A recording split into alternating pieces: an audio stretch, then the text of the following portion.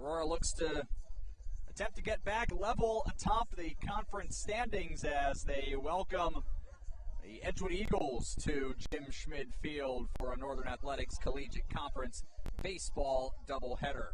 Thanks for being with us here on this Sunday, soon-to-be afternoon. My name is Sean Fry. It is the Spartans of 20th ranked Aurora University and the Eagles of Edgewood College today. Aurora, you don't have to go back super far to their sweep at the hands of Benedictine in Lisle. That has put them behind the Eagles in the conference standings. But since then, Aurora with 5 straight wins. They're averaging 13 runs per game. They've hit 362 in that stretch and have cranked out 23 extra base hits, including 16 home runs. So Aurora now 24-7 on the season, 13-3 in the NAC. If they get a sweep today, they will be back atop the standings with Benedictine. And, of course, BU would have the head-to-head tiebreaker if it came to that, but still plenty of conference play remaining. And the Eagles, at least the Benedictine, are coming off of a sweep on Friday at the hands of Concordia Chicago, taking on a very good Concordia Wisconsin team today, looking for a bounce back. Edgewood at 17-13. Even at 8 wins and 8 losses in conference play. They did win a couple of non-conference contests this week at Beloit 10-4 and home to Carroll 6-5 in extra innings. A team that has not qualified for the NAC tournament since 2015 and has had to pitch around some at times struggling defense.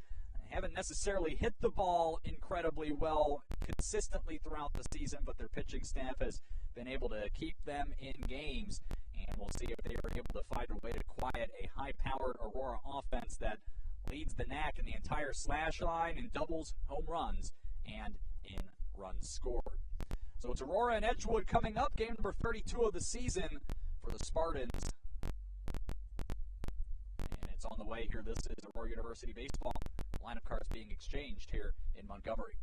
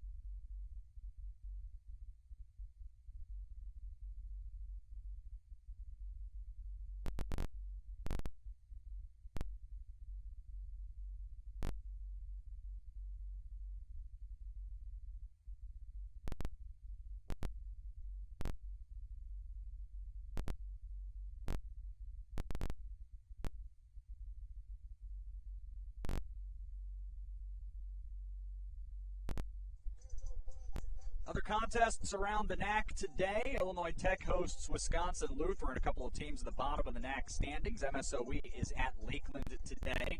Mentioned Benedictine hosts Concordia, Wisconsin. Both those teams currently in the playoff field if it ended right now. And then Marion is at St. Norbert today. Concordia Chicago is at Rockford. They'll start that twiddle at 1 o'clock. Dominican gets today off. Lineup cards have been exchanged. Let's bring you the starting lineups. First for the visiting Eagles of Edgewood College, and it's Nick Manthei, the sophomore right-hander from West Chicago, Illinois, getting the start today. This will be his 7th of the season. He's pitched to a 2-1 record and a 5.74 ERA in 26 2/3 innings. opponents are hitting .333 against him. Leading off, playing first base, a senior from Rochester, Minnesota, Alex Prindle. Then playing left field and batting second, a senior from Kenosha, Wisconsin, is Adam Cairo. Hitting third, playing third, a sophomore from Oak Creek, Wisconsin, Kyle Sagan. And the cleanup hitter is a designated hitter and a senior from Columbus, Wisconsin, Joseph Califoot. Batting fifth, playing second base, a senior from Verona, Wisconsin, Jacob Slonim. In the sixth spot today for Edgewood, a center fielder and a sophomore from West Bend, Wisconsin, Connor Goodwin. 7, 8, 9 is the catcher and a freshman from Lodi, Wisconsin, Carson Richter, right fielder. And a freshman from Madison, Wisconsin, Max Hazer. And the shortstop out of Peoria, Arizona, a freshman, Ryan Ambrosi.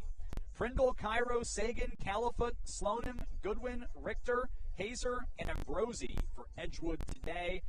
Al Brissack is in his 22nd year at the helm of the Eagles, also the Edgewood athletic director. He leads looking for his 416th career victory today. Now the starters for the host Spartans of Aurora University, and it's Jack Fisher, the sophomore right-hander from Yorkville, Illinois, getting the start today, his ninth of the year. He's pitched to a 5-1 record and a 2.25 ERA in 52 innings, with 47 strikeouts and an OBA of 218. Been a good start to the season. Well, I can't really say start to the season. It's been a good 3 quarters of the season for Fisher, who last appeared at Concordia, Chicago last Saturday. He pitched 6 innings, got the win, 4 runs, 2 earned on 9 hits, struck out 5. Leading off for the Spartans, a center fielder, a senior out of Downers Grove, Illinois, Corey Vondra. Batting second, playing second, the sophomore from Chicago, Nico Bermeo. In the 3 spot, first baseman from Sandwich, Illinois, Justin Sartori. And it's the catcher and a senior out of Princeton, Illinois, Jet Wedikin, hitting cleanup. 5'6'7", right fielder, senior from Oswego, Illinois, Dylan White. A junior designated hitter from Carlinville, Illinois, Jacob Van Buell.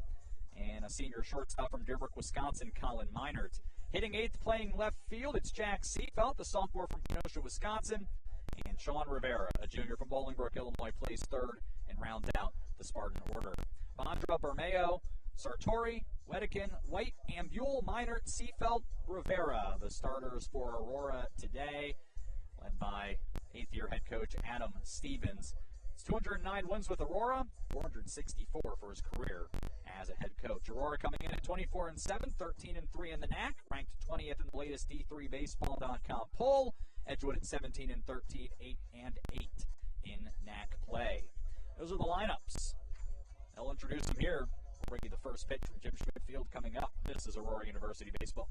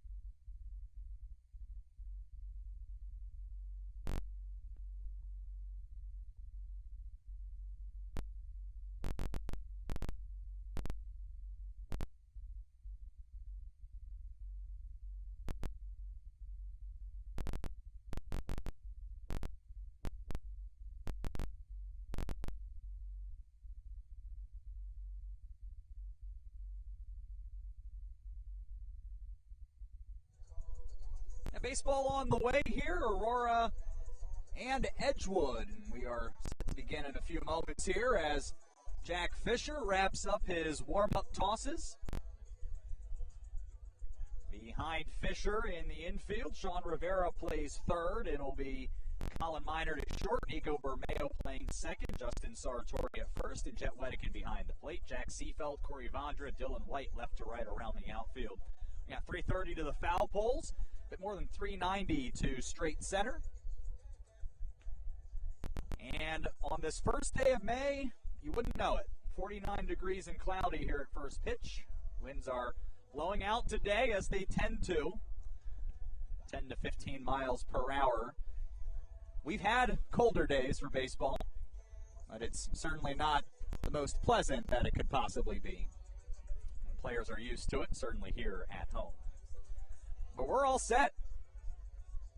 And it's going to be Alex Prindle stepping in here from the left side to start it off for the Eagles today. Prindle hitting .278 at the top of the Edgewood order.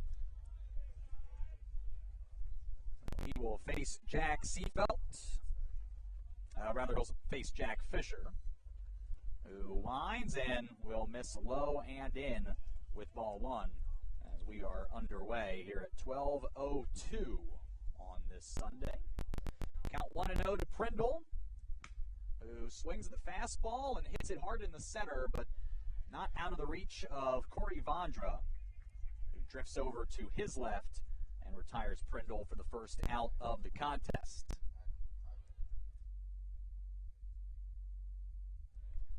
So Adam Cairo steps to the plate, hitting here from the right side, hitting .268 on the season. And Jack Fisher's first offering is a breaking ball, swung on and foul tipped. Cairo with a couple of doubles, a triple and 21 RBIs on the season, 1 for 9 this week. Takes ball one outside. Singling against Carroll on Thursday after an 0 for 4 performance at Beloit on, I think that Tuesday and Wednesday, my apologies, that was a few days ahead. It's 2 balls and a strike here to Cairo as Fisher misses low for the second time. The 2-1 offering, fastball and a swing and a miss. Count even here at 2-2. Fisher looking for his first strikeout and 48th of the season on 2-2. Fastball and just missed the outside corner for home plate umpire. Mike Slowinski and Bob Kopis as the arbitrators of today's game. Fisher ends up ringing up Cairo after all. Found it on the outside corner. And there are 2 away here in the opening half frame.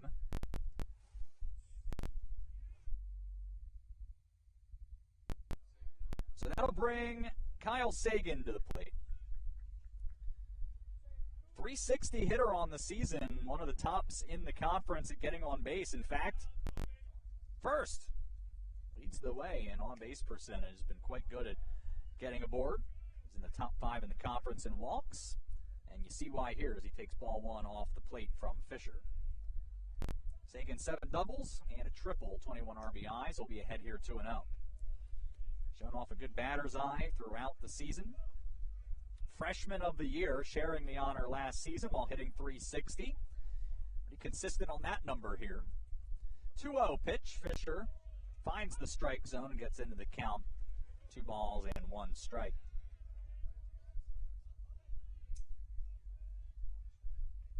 Sagan 0 for 4 Wednesday, 1 for 3 with an RBI on Tuesday at Beloit. Back-to-back taken fastballs, both for strikes. 2 balls, 2 strikes, no score, nobody on, 2 outs, top of the first. Edgewood trying to find a way to extend the inning. Fisher just misses here and loads the count. Aurora in their home white uniforms, blue hats with a white front panel. Edgewood is in gray road uniforms with Eagles in black letters on the front. Here's the payoff pitch, and it is skied into shallow center field. Vondra drifts over into the right field alley and has it for the 3rd out. Jack Fisher and company go through Edgewood 1, 2, 3 It's Edgewood nothing. Aurora coming to bat after a half inning here at Jim Schmidt Field.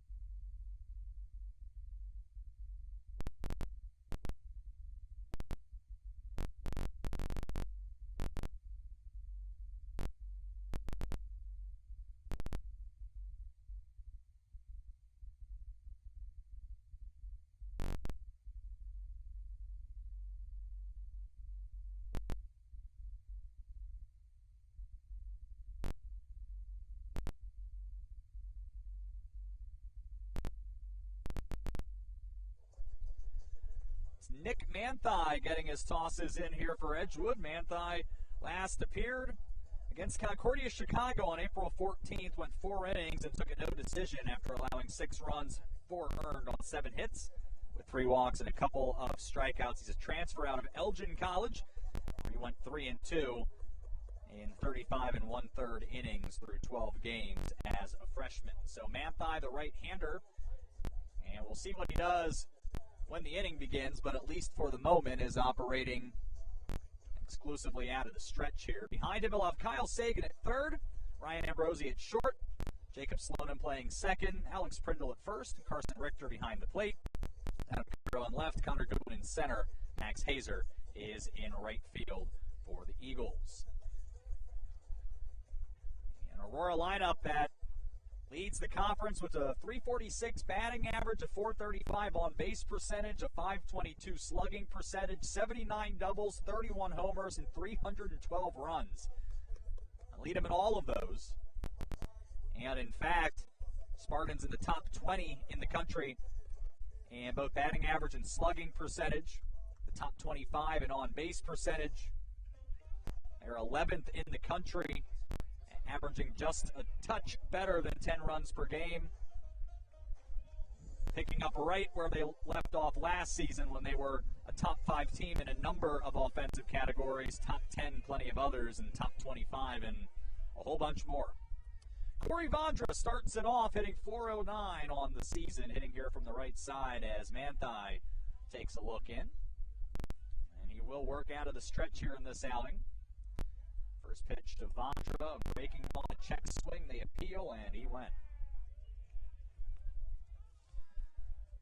Vondra third in the conference in batting average. Top 10 in on-base percentage, has a 3-game hitting streak coming into this one. 0-1 here. Fastball that's popped up foul behind the plate. Richter trying to find it and then lost his balance and went to the turf. Looked like just an awkward step there, and he crumpled. He's okay, but the ball falls, and it'll be 0-2 here to Vondra. Vondra, like so many on Sunday, had a big day, 6 for 9 against Wisconsin Lutheran. That was a wild one if you were watching. 23-15, Aurora took the first one, 16-1 in the second game. It's not often that you can put together a weekend where you score 39 runs in one series and 22 in the other. That's exactly what Aurora's coming off of. 0-2 outside. That one broke off the plate, and it'll be a ball and 2 strikes. Aurora getting yesterday off as their contest at Dominican was postponed. They'll now play that tomorrow. Most of the conference slate scheduled for yesterday was either moved up to Friday or pushed back to Monday. 1-2 pitch, breaking ball. Manthey gets Vondra to swing and miss for the first out. As Vondra fooled by the hook that time.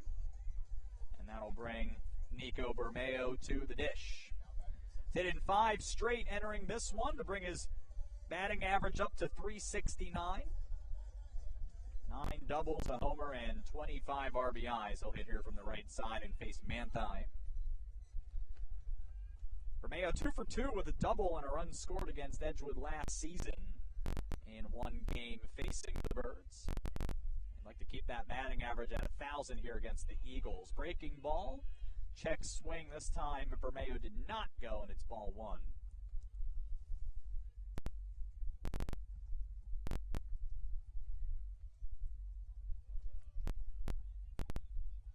Infield and outfield at normal depth here on 1-0 here to Bermeo. Now 2-0 as the fastball misses too low. Bermeo in blue stirrups today, facing Manthai, who has a mid-calf pant cuff here today. 2-0, fastball, and Bermeo out in front hooks it foul.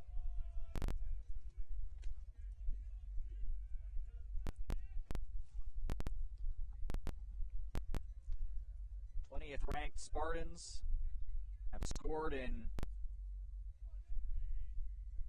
well, quite frankly, a ton of innings, and they put up 2 or more runs about a third of the time, and that is just always hanging over an Aurora offensive inning. Fastball on 2-1 misses low and inside. Bermeo with a hitter's count here on 3-1, and with 1 out in the bottom of the first, no score. Edgewood went in order in their half. 3-1 here to Bermeo, fought off foul. Now, some of that is because Aurora has 31 homers on the season, but doesn't tell the whole story. 121 extra base hits in total, including 79 doubles, so Aurora tends to do a lot of damage with their swings. They're not spraying singles all over the field. 3-2 pitch, Bermeo able to spray that one foul into the backstop. And the count remains 2-2.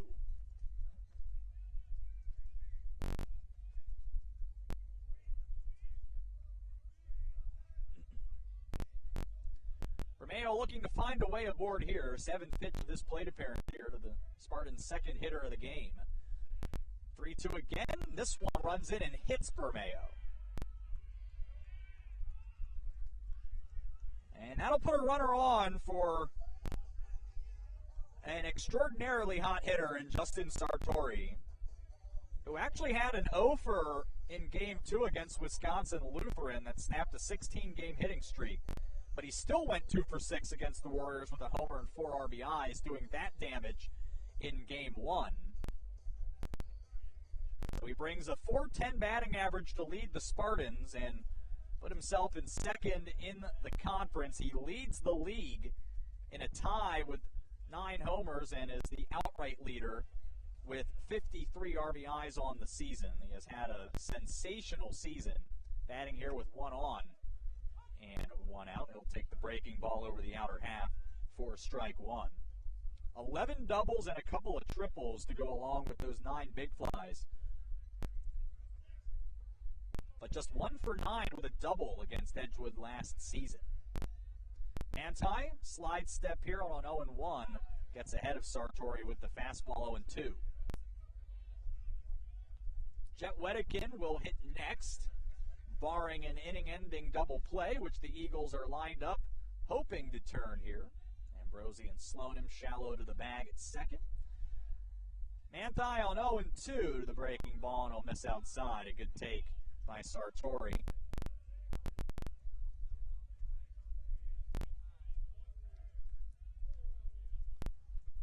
Sartori, third straight hitter from the right side for Aurora. Be quite a few in the lineup today. Deshaun Rivera hitting from the left in the 9 spot. Breaking ball that I believe came into the zone high. And the count levels here at 2 balls and 2 strikes. Well, you don't get to hit .410 unless you have a very accurate batter's eye, and Sartori a couple of close takes. Now Manthai needing to make a pitch. Bermeo with a short lead off of first. 2-2 pitch is a fastball too low, and the count is full for the second straight hitter.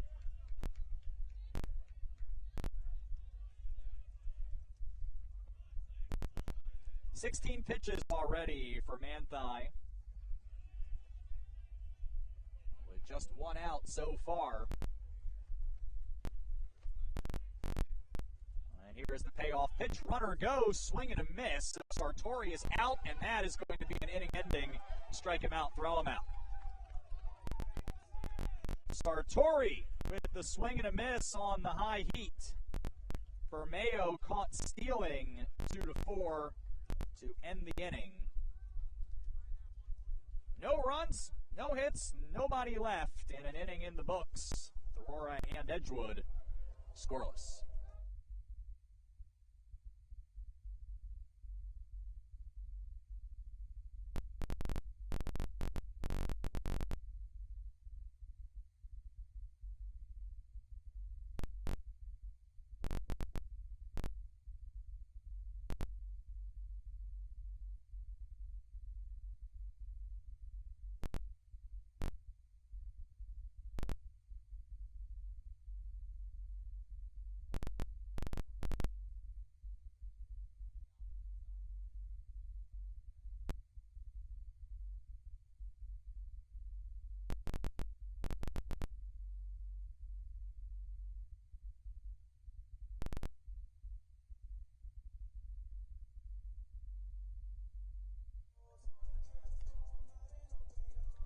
Both of today's pitchers face the minimum in the first inning. The Spartans get a base runner and have it thrown out on the base paths to end first.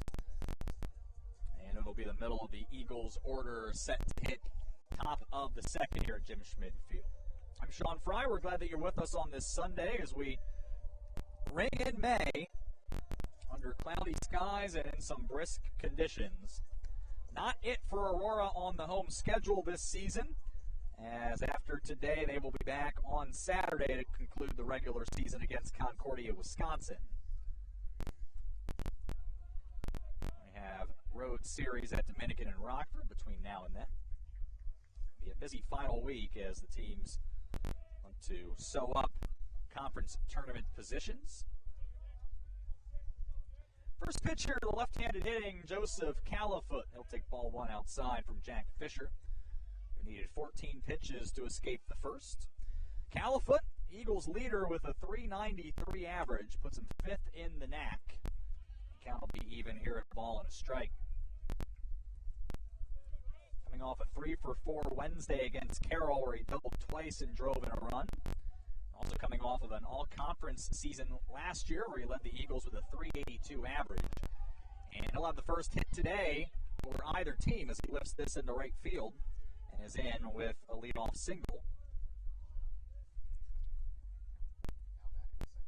So Califoot on first, and Jacob Slonin will step in for the Eagles. Califoot is the DH. Does not have a stolen base attempt this year, so not much of a threat to run. And Fisher will no doubt want to keep him honest, but will work out of the stretch relatively free of concern. Short lead for Califoot as he comes to Slonim and misses with the fastball too high. Slonim at .280 on the year, 4 doubles, 3 homers, and 20 RBIs. First appearance, though, in 4 games, back in the lineup here and taking strike one at the knees and on the outside corner. The ball strike. Slonim, a transfer from McHenry County College, at .333 for the Eagles last season after starting at McHenry. Ball and a strike. Fisher, brief leg kick, and then gets a foul ball on the breaking pitch. The turning point offering goes in his favor, and it's a ball and 2 strikes here to Slonim. Spartan defense looking for the twin killing. Their would-be 17th of the season.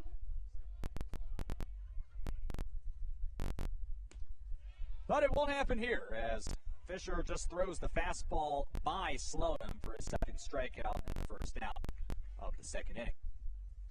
Which will bring Connor Goodwin to the plate.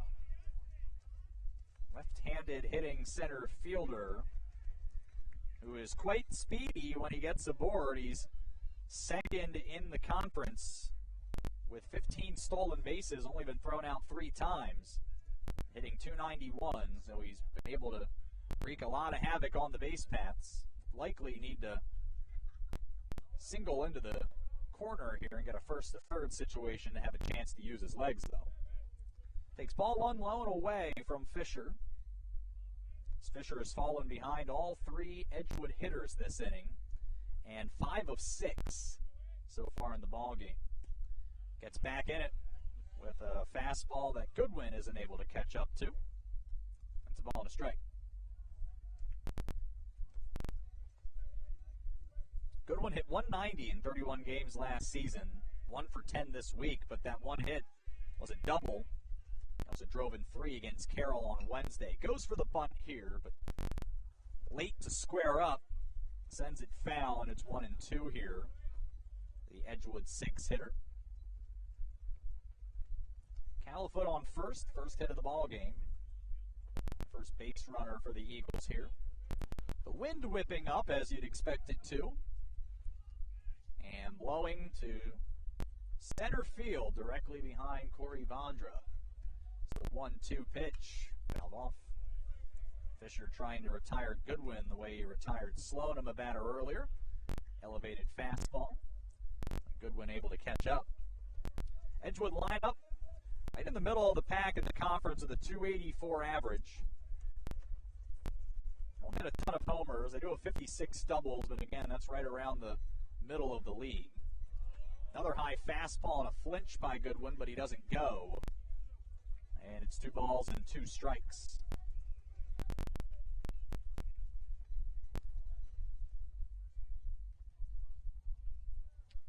Goodwin going with the low stirrups. Very 1980s look. He works a full count. 3 balls and 2 strikes. Actually, now that I think about it, I think that's more of an early 90s look there. 3 balls and 2 strikes. A ground ball up the middle. It'll be fielded by Minard. He steps at the bag for 1. The throw to first is late, and the inning continues. So a fielder's choice, 6 unassisted.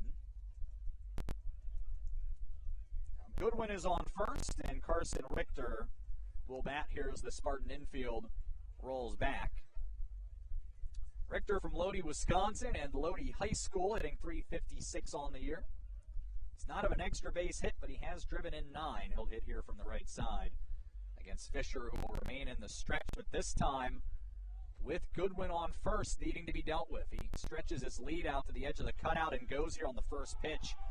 Fisher spiked the throw, and Goodwin will be in with his 16th stolen base of the year without a throw. Now, suffice it to say that Fisher is certainly making things a little difficult on himself here by falling behind very nearly every hitter.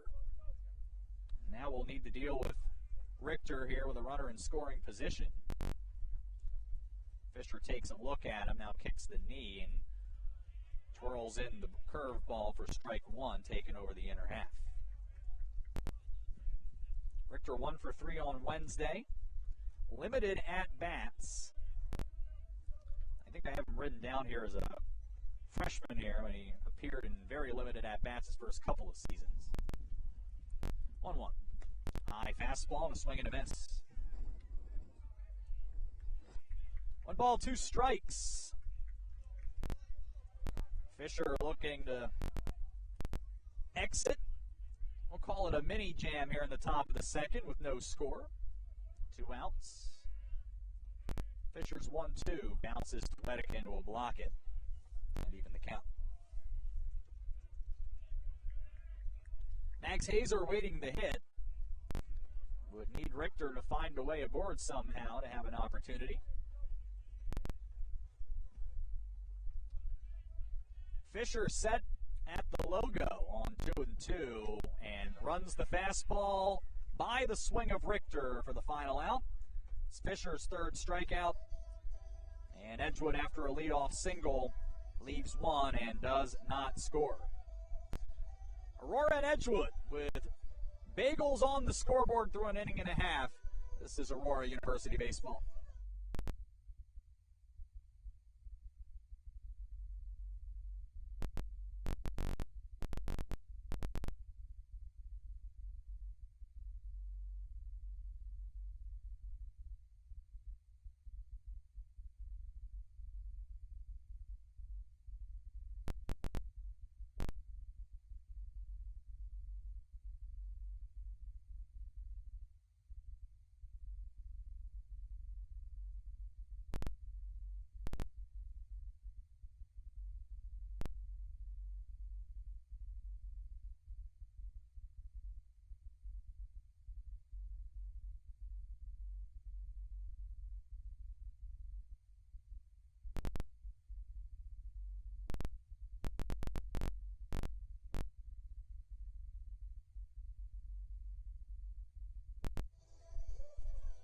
Now we have a former long stick midfielder for the AU men's lacrosse team here on the game day crew today, so we would be remiss if we did not congratulate the Aurora men's and women's lacrosse teams winning their conferences this season in undefeated fashion.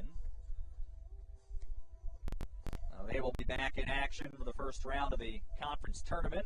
AU women on Tuesday and the Spartan men on Wednesday, and then they will be hoping to both be hosting conference tournament championship games on Saturday, but of course their opponents will have something to say about that.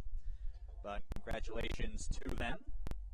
And we'll be keeping an eye on Aurora softball today as they are at Edgewood, wrapping up the conference portion of their schedule today. They are set to play a non-conference single game against North Central on Tuesday as a tune-up for the NAC tournament that begins on Thursday at Bedrosian Stadium at Aurora. Spartans are in the field, and we'll find out after probably Monday, since a lot of teams will be wrapping up their slate then, what seed Aurora will have and how many times they'll play on Thursday. Middle of the Aurora order here, and Jet Wedekin starts off with a swing and a miss against Nick Manthei.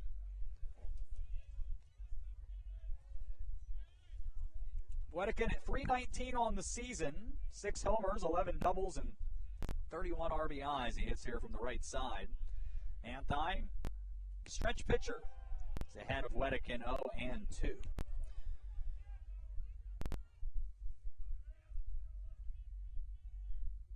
Jet playing in his 172nd game for Aurora here for his career. He's a .325 career hitter. Been around since the 2018 season. He swings and misses here for the first out.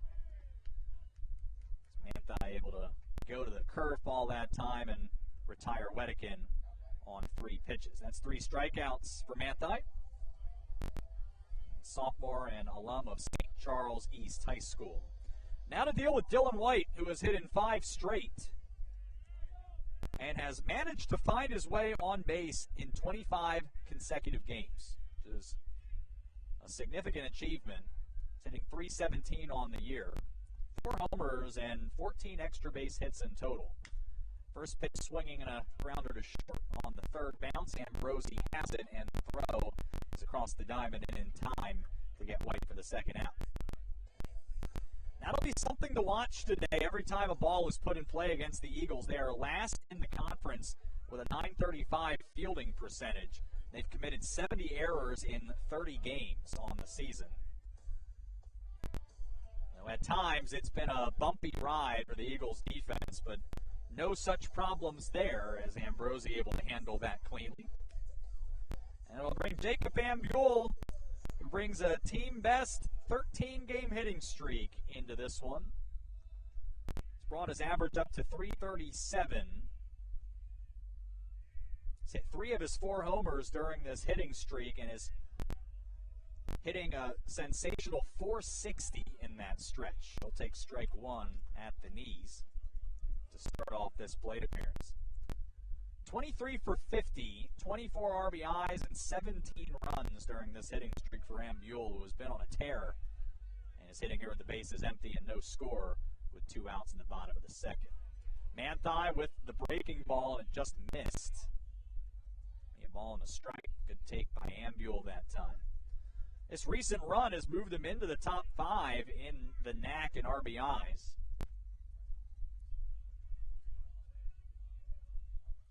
This is the 1-1 to Ambule. Swung on and lifted into left center field. But Goodwin is there. He has it. And the side is retired in order. Edgewood has faced the minimum through 2 innings. The bottom of the second goes 1-2-3. No base runners. And we're at no score here through a couple of innings. Aurora and Edgewood on a chilly Sunday afternoon.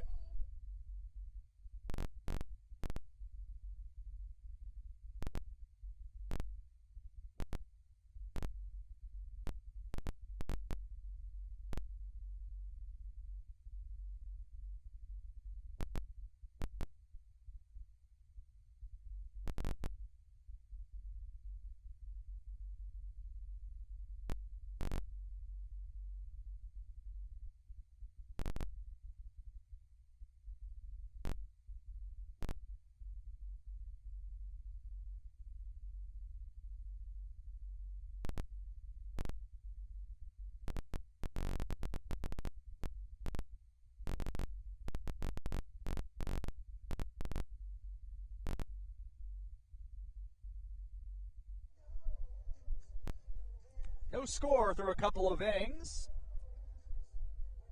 Jack Fisher, the only pitcher to allow a hit. He's at 33 pitches through a couple of frames, but he does have 3 strikeouts. Nick Manthei has hit a batter. Was able to double him off and also has 3 strikeouts. So far a well-pitched game in the crisp conditions we're enjoying on this Sunday. Edgewood will bring 8-9 and then turn the lineup over in this 3rd inning, and it's Max Hazer to get things started off. Not a lot of players in the lineup with an active hitting streak. Alex Prindle in the leadoff spot is one of them. Tim Kelly, who is not in the lineup here for Game 1, is another. And then there's Max Hazer, who has hit in 4 straight, bring his average up to 243. Facing Jack Fisher out of the windup, and the first pitch from the right-hander misses too low, and the trend of Fisher falling behind hitters continues here. That is 7 of 8. 2-0. Fastball too low here. Hazer tripled on Wednesday in the win over Carroll and had a double among his 2 hits with an RBI at Beloit on Tuesday. 3 and O's. Fisher not able to right now find the strike zone here in this plate appearance. Hazer will have the red light the whole way, and he takes strike 1. I have to think he'll be sitting fastball on a 3-1 count here. He got it, but it was out of the zone, and it is a 5-pitch walk.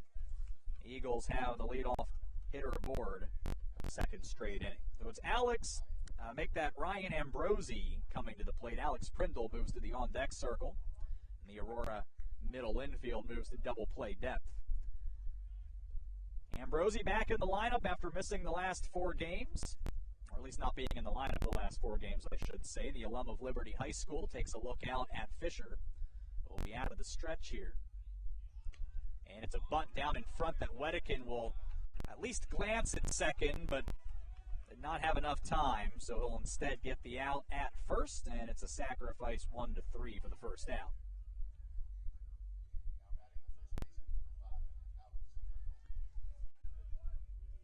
So it'll be the 2nd at-bat of the young ball game with a runner in scoring position for the Eagles, and it's Alex Prindle trying to drive in his 19th run of the year. Flew out to center, his first at-bat. Looks out here from the left-handed hitter's batting box. He's right up against the chalk and watches as Fisher finds the first pitch strike. Put that one under Prindle's hands. 264 career hitter, a bit above that here, getting into the final stretch of the season. 0-1.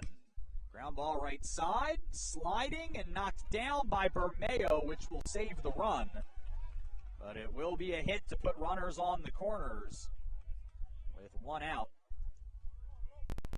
Here in the top of the 3rd, no score for the moment, and Fisher now needing to find his way out of this jam. Adam Cairo struck out looking in his first at-bat a couple of innings ago. He'll try again here. The chance to plate the game's first run.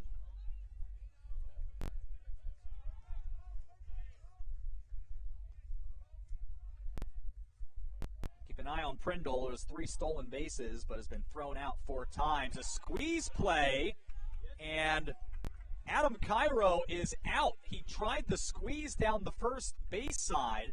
The ball bounced up in fair territory and hit Cairo's bat. So it's a 3 unassisted, or rather a 2 unassisted, for batter's interference. And Cairo is out. Oh, you don't see that very often. Kyle Sagan will now try his hand at driving in the game's first run. Al Brizak put in the squeeze play, and a bad break for Cairo in the 2 spot.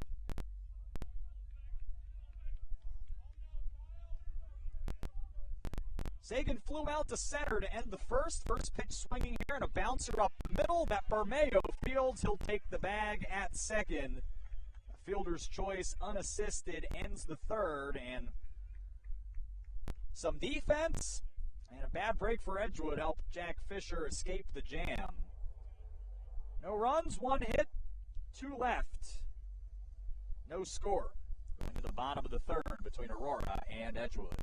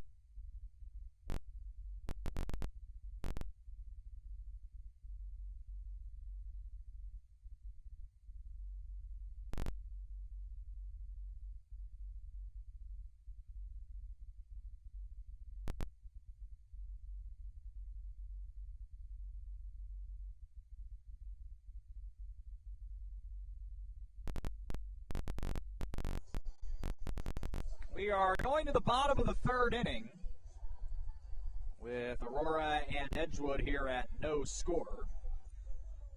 Colin Minert, Jack Seafelt, Sean Rivera set to hit here in this inning. Aurora not able to find a way past the minimum to this point. Colin Minert will attempt to do the honors here.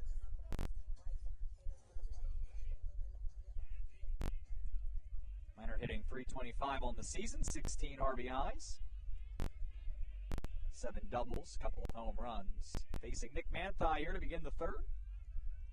Manthai's been tough. Starts off Minert with strike one.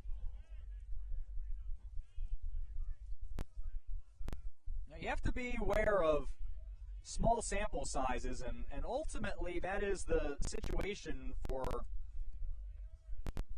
a lot of situations throughout the season, especially when it comes to pitching. And we're not talking a 162-game schedule like in the pros. We're talking maybe 6, 7, 8 starts for a pitcher over the course of a 40-game campaign. So Manthai with an ERA about 5 3/4 doesn't always tell the whole story. And you can see that he has pitched very well so far through a couple of innings today. He falls behind Colin Minert here, 2 balls and a strike.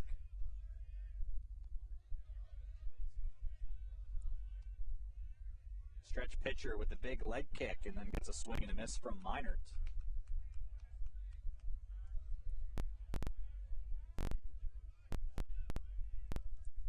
Minert with a 5-game hitting streak coming into this one, putting together a nice stretch here. Down the stretch for the Spartan offense. 2-2 for Manthai as a breaking ball. It'll miss off the plate.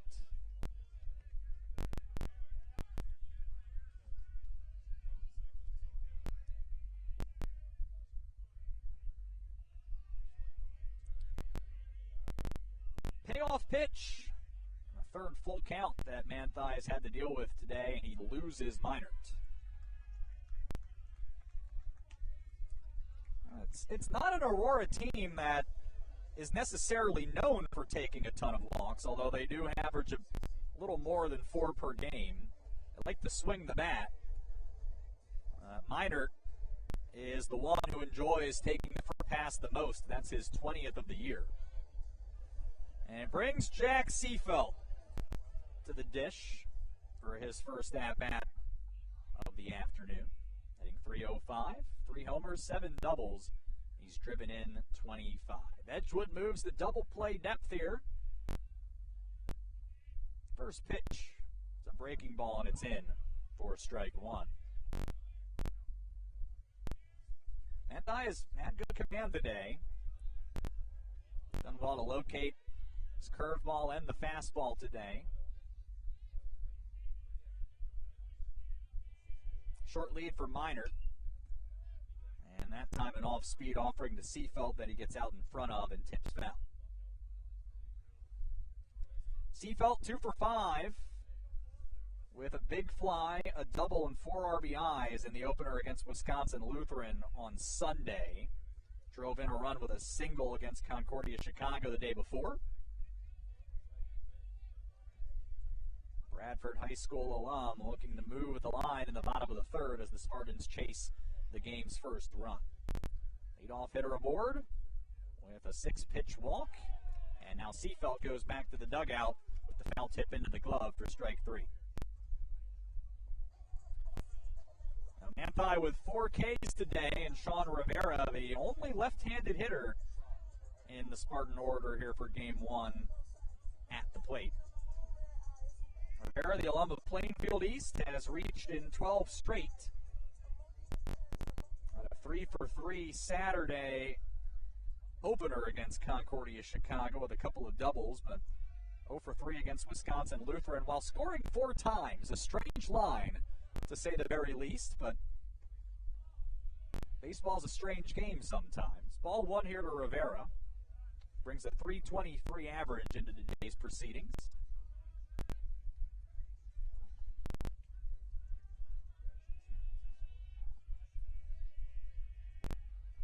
Look over at first as Manti checks on Minor.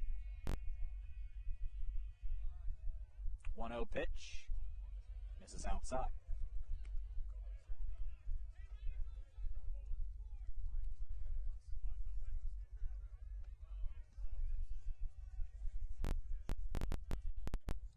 Minor with only a couple of stolen bases through Aurora's first 31 games. Wild pitch here. This one splits Richter's legs, and Minor will have no need for attempting for his third stolen base.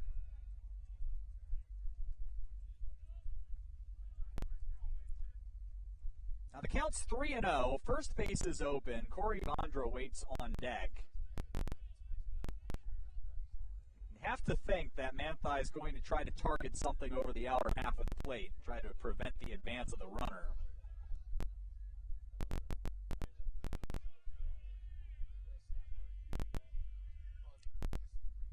3-0 pitch is a fastball. It is off the outer half.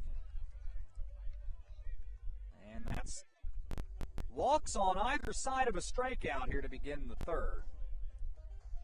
Vondra has been dangerous with runners in scoring position. Struck out to begin the Spartan offensive day. Started the day hitting .409 with 26 RBIs. He can add to that total here as he steps in against Manti for the second time. No score, but Aurora the first to put 2 aboard. Or rather, the first time they put 2 aboard today. Vondra wants the bunt, puts it down the third base side. He's going to be safe. Bases are loaded with 1 out as Vondra extends his hitting streak with a perfectly placed bunt down the third base line. The Edgewood defense looking to turn 2, not ready for Vondra to lay one down, and Nico Bermeo will bat here with the sacks full. Aurora is threatening, and Manti in a pickle here in the third. Bermeo hit by a pitch on a 3-2 offering in the first and was thrown out ceiling.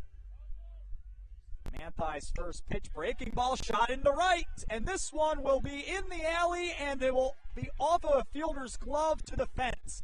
Minor scores, Rivera scores, the bases are cleared as Bermeo slides into third. 3-0 Aurora. A bases-clearing triple opens the scoring.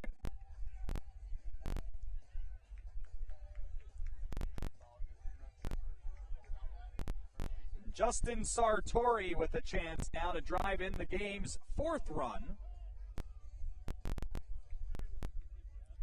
And was hit into the gap, and Max Hazer did well to try to cut it off, but was really attempting a backhanded stab to keep it in front of him, and he tipped it to the fence. First pitch swinging, Sartori hard out to left. Caught by Cairo, Bermeo tags, and he will be in to score without a throw. 4-0 as Sartori tacks on a sacrifice fly. And that'll empty the bases for Jet Wedekin, who struck out on 3 pitches to begin the second. Just another big inning for Aurora. 14th time they've played it 4 in an inning.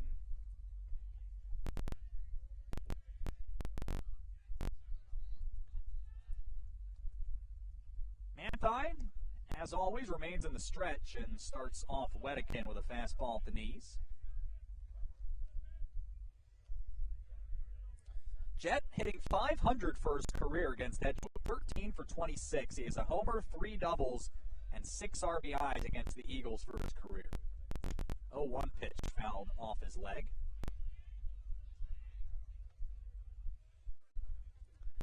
Now Jet going with the high stirrups. He also has what appear to be baseball cleats that look a whole lot like Converse All-Stars, because they are Converse All-Stars evidently.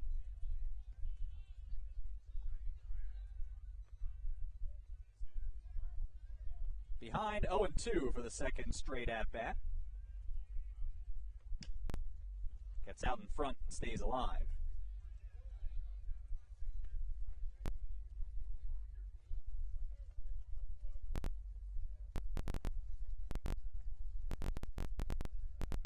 Last 5+ games, Jet does 3 for 20, but he's still driven in 6 runs, so he's found a way to be productive. And he'll work into the count here as that breaking ball misses low and away. And that's very key, and I think it says something about the discipline, the tenacity that the Spartan hitters have. Even when maybe they're not getting the hits to the fall, they find a way to do good things at the plate. Ball 2, the fastball that rides above the logo.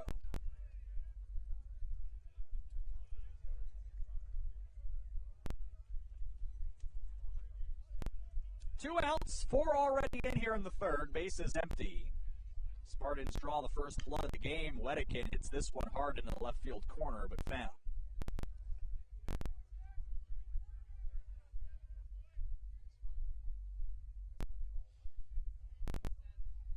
The count remains 2-2. As Manthei's pitch count beginning to soar a little bit here this inning. This is the 7th pitch of this at-bat coming up. Breaking ball and a liner into left field. Jet with a big turnaround first, but he'll hold up there, and he's 1 for 2.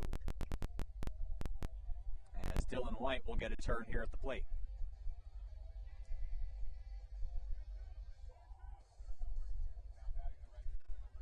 "23 pitches this inning for Nick Manthei. And the next pitch will match his total through the first 2 innings. Dylan White a ground out to short in his first at-bat. Second try here at extending his 5-game hitting streak. Wedekin can run a little bit.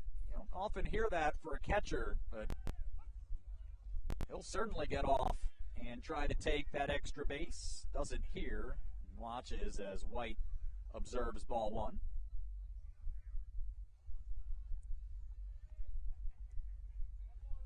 Eighth batter of the inning, the 0-1 pitch is ball 1.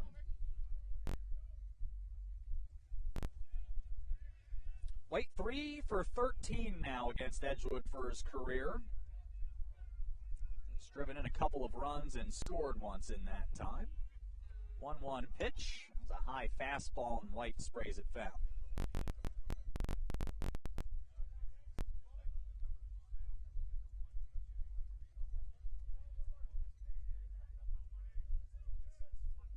White tripled twice, drove in 9 on Sunday against Wisconsin Lutheran.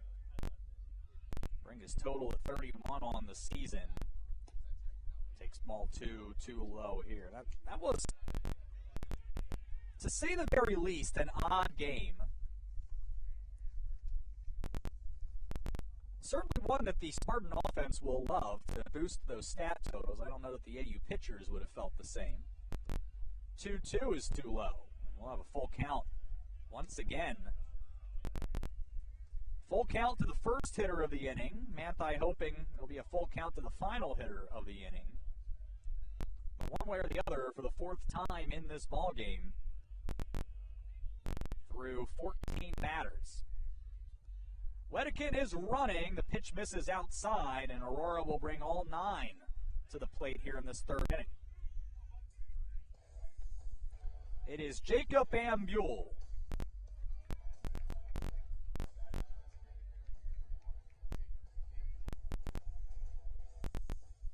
Ambule flew out to center to end the second inning. It'll be his second chance as he looks to hit in 14 straight. He's driven in 24, as I mentioned, during that stretch. Looking to add to it here. First pitch from Manthey is a breaking ball that bends in for strike one. 4 for 9 with 6 RBIs on Sunday. 4 for 10 with a home run and 6 RBIs on Saturday. So that's quite a weekend. 16 RBIs is a season's worth. Rather, 12 RBIs is a season's worth of ribbies for some players.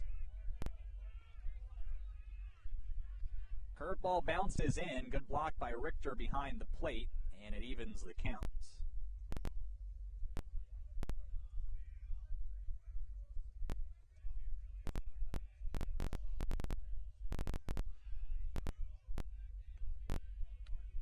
Just 3 hits this inning, but Aurora's plated 4 runs regardless.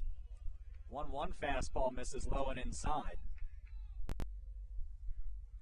And so the pivot pitch goes in Ambule's favor. Have to think that this will shorten Nick Manthey's outing significantly. He's already doubled his pitch total through 2. Ambule, foul ball here, evens the count at 2 balls and 2 strikes. Walk, strikeout, walk, single, bases clearing, triple, sac fly, single, walk. The order of events. And we'll find out what will happen here in this 9th at-bat of the inning. Count is 2-2, or I should say 9th plate appearance of the inning. 2-2 pitch, too low. The count is full again.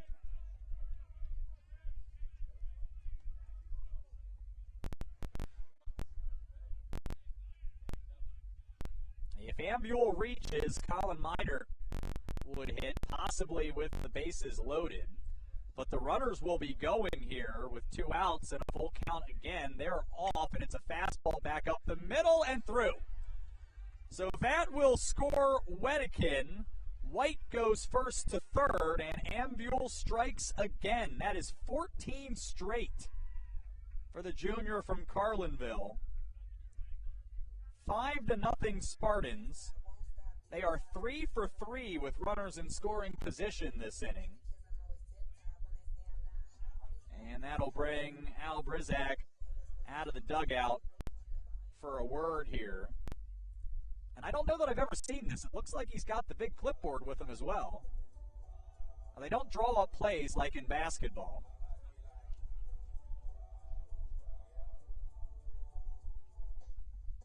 I think you'd certainly like to let Manthey get out of this. I don't know if he's got a ton more innings remaining, and you have to wonder if there's another base hit if he does continue the inning.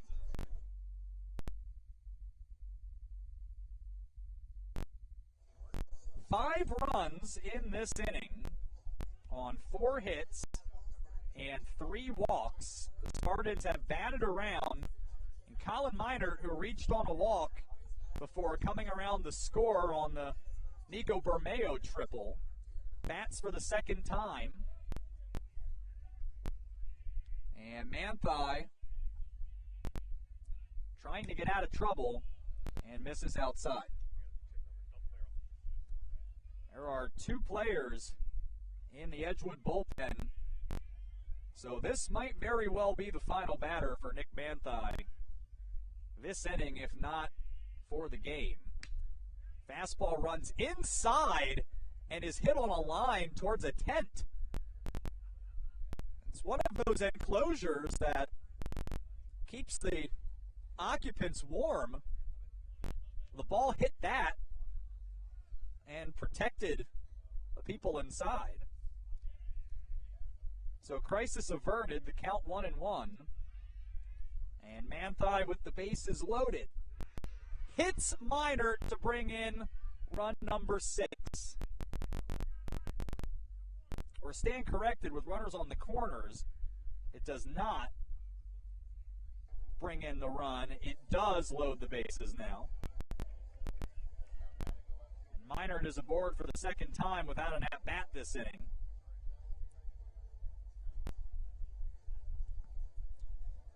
So now the bases are loaded, and that's going to do it for Nick Manthei as Al Brizak is out of the dugout for the second time, and we'll have a pitching change in a 5-0 game here in the bottom of the third.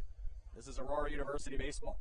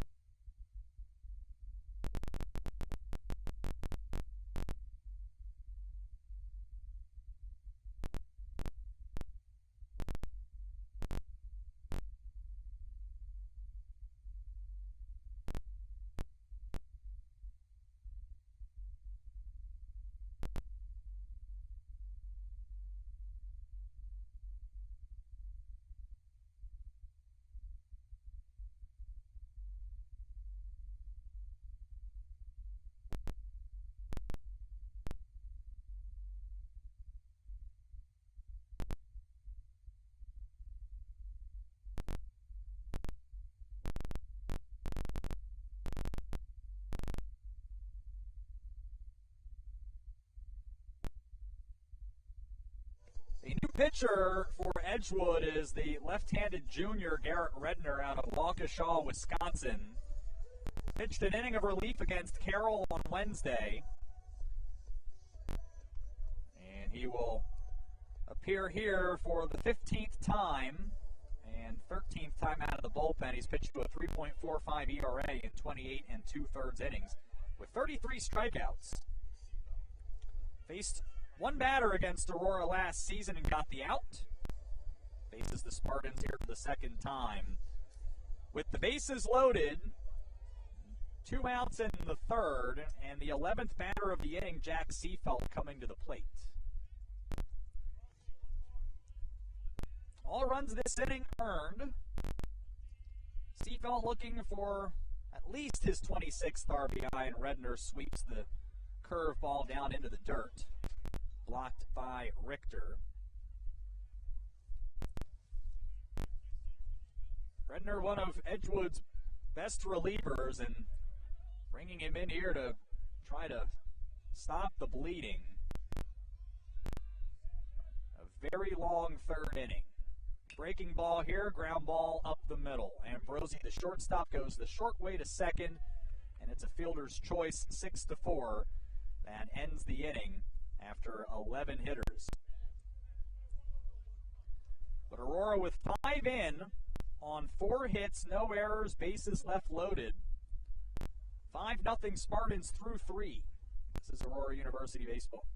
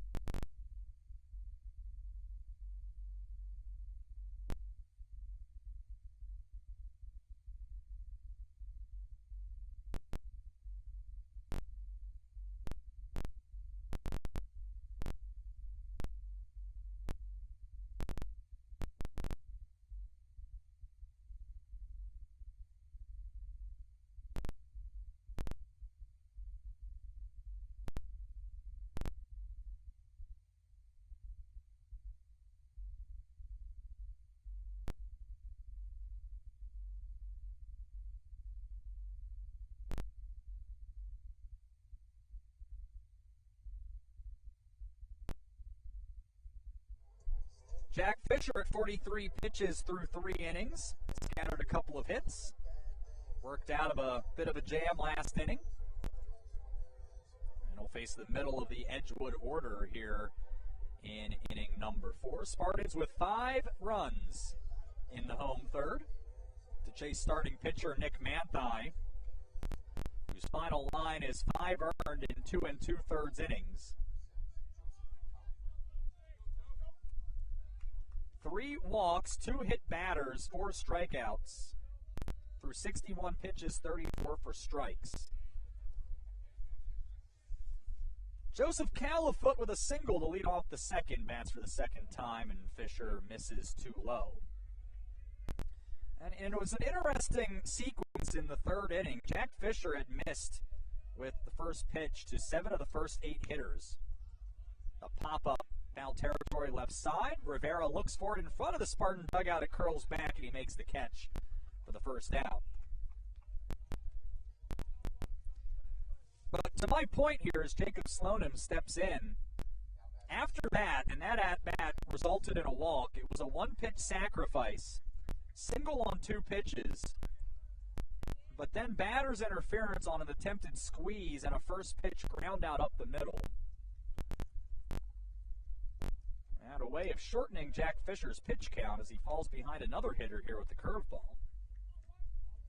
You want to get into hitters' counts, but you also want to be hitting quality pitches. And I don't know that that was necessarily always in play through parts of that third inning. Slonim will be ahead here 2-0. Struck out swinging in the second.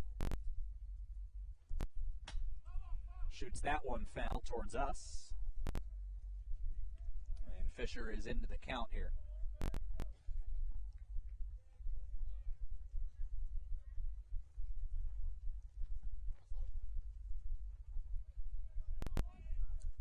Count is 2-1 to Slonim in the 5 spot. It's a fastball in for strike 2. Now, I think some credit is due for Jack Fisher's toughness, and not just about how he approaches at-bats. Apparently, he's not a sleeves guy when it's cold like this. Everyone else in long sleeves. Jack Fisher has no need for it. Going to battle the cold. This is outside. Here's the count, runs full. Payoff pitch to Slonim, misses outside, and it's a walk here with 1 out. Isn't there a time where pitchers went to the 3/4 sleeve look for a while? Has that gone away? Is it that early 2000? Wasn't that long ago, was it? Wow. All right. Well, what do I know? Thought that was more recently than that. Connor Goodwin here at the plate. Grounded into a fielder's choice in his first at-bat, hitting here from the left side with 1 on, 1 out. First pitch from Fisher in the stretch. Sliding action on that for strike 1.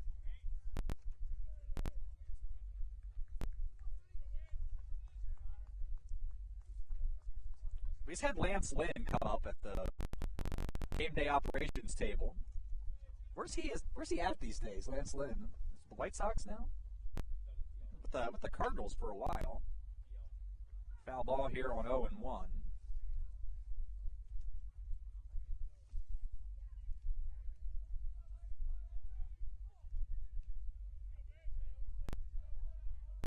Goodwin needing the battle here behind Fisher. No balls and 2 strikes.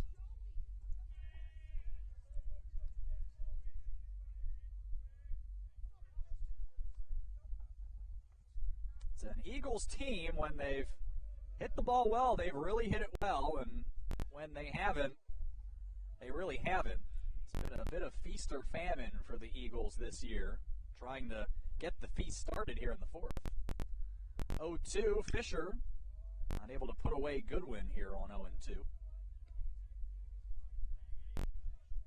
As an example, Edgewood has won just once in 13 games when they've scored fewer than 5. They've been held to 6 hits or fewer 9 times, scoring just 17 runs in those games. High fastball here. Goodwin went as they appeal infield umpire sends Goodwin back to the dugout. 4th strikeout for Fisher here. 2 outs. That brings up Carson Richter.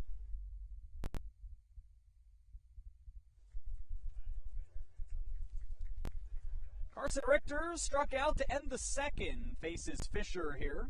The Aurora infield back to normal depth with 2 outs in the top of the 4th. 5-0 Spartans. Fisher with the curveball in for strike 1. And he's gotten ahead of 3 of 4 hitters in this 4th frame. Fisher ball behind his back. Quick glance at Sloanham at first base. Is the 0-1. Another curveball, and it's in for strike 2. Fisher in command. 3 2/3, 2 hits. Couple of walks. 4 strikeouts. And in position to get number 5 to finish off the 4th. Ran that one up and in on Richter, and he flinched and fouled it off the bat handle.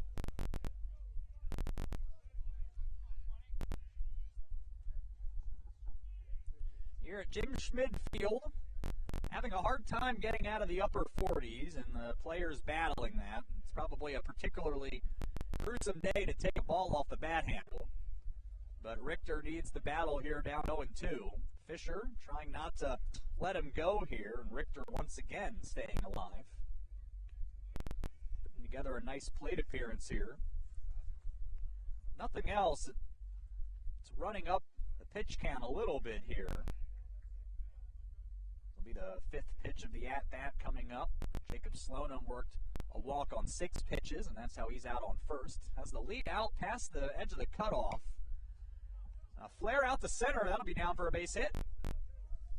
An excellent at-bat for Carson Richter, who ends it with a bloop. Max Hazer, who walked to lead off the 3rd, bats here 1 inning later, trying to put Edgewood on the board. Only 7 RBIs on the season. But has hit in 4 straight. He hits in 5. Dents the scoreboard for the first time for the Birds today. Fisher a look at second as he is set at the logo and then hits Hazer with 1 pitch. No!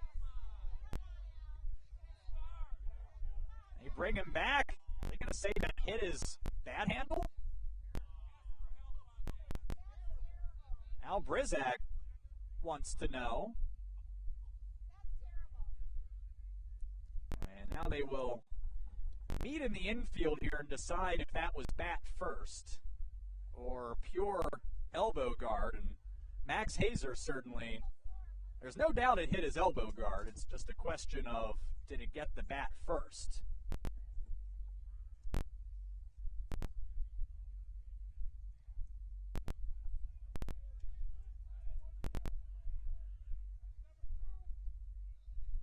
Strike 1. I'll say that was off the bat and then off the elbow guard. And that's a break for Jack Fisher.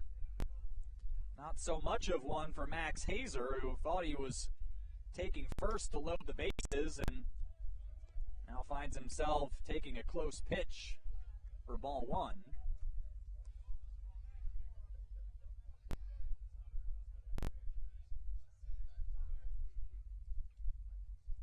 Jet Wettikin calling time here.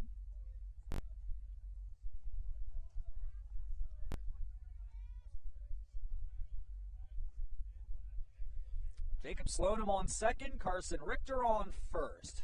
Curveball on 1-1. This is outside for close pitch. Hazer flashing a nice batter's eye here. The freshman trying to extend the inning. 2-1. 3-1. Fastball misses low and away. Ambrosi in the 9 spot, set to hit next. Fisher encountering some difficulty here in the 4th. 3-1 pitch. Fastball outside. That'll load him up here. Max Hazer back-to-back walks. And so, I don't know if that'll be any consolation, but a number of Edgewood fans and players certainly thought that he was hit by a pitch, and he'll find his way aboard anyway. So Ryan Ambrosi put down a sacrifice. His first at-bat, steps in. He has, as he takes ball 1 low. An interesting line where he's hitting only 197 on the season, but he also has 17 RBIs, so hasn't necessarily hit the ball frequently, but has done damage when he has. Fouls off the 1-0 here.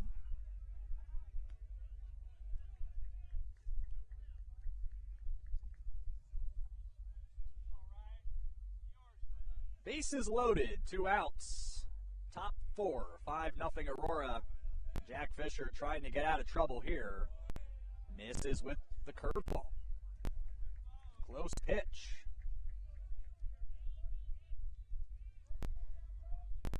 Well, Fisher was in control of the 7-hitter, Carson Richter, with 2 outs.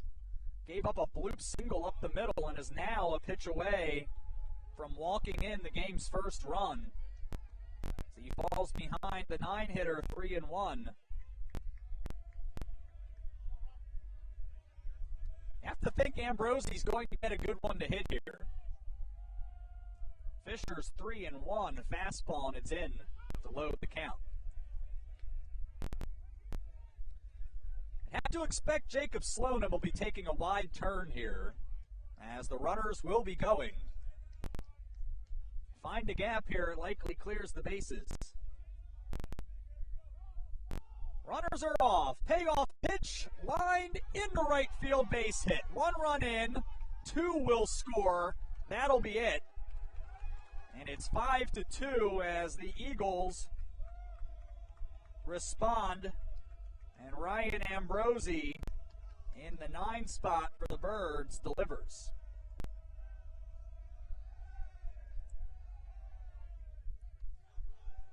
The runners on the corners for Alex Prindle, who singled last inning.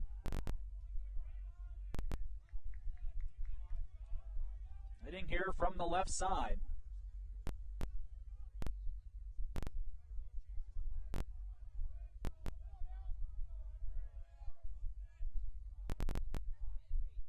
First pitch, fastball, strike 1.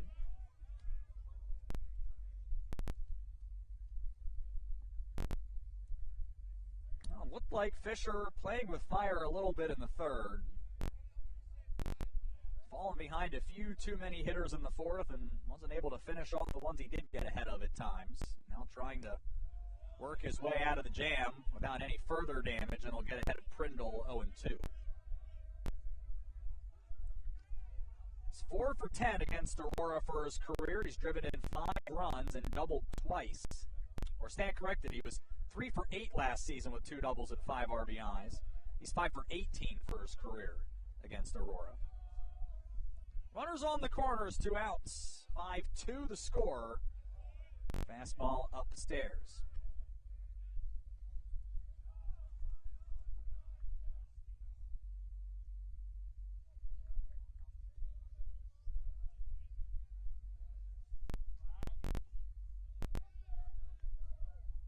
Ball and 2 strikes.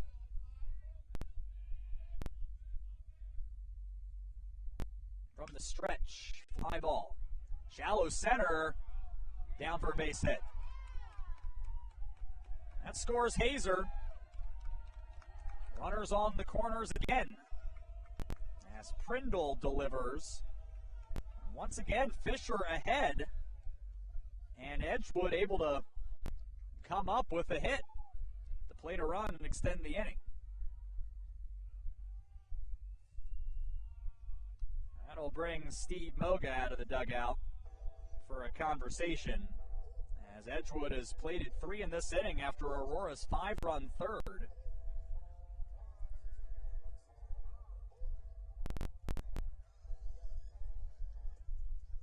Now, opponents averaging a little more than 1 of these per game against Aurora. The 38th time Aurora has allowed multiple runs in an inning. And this one is 3 and threatening to unravel a little bit more as they bring the 8th batter to the plate.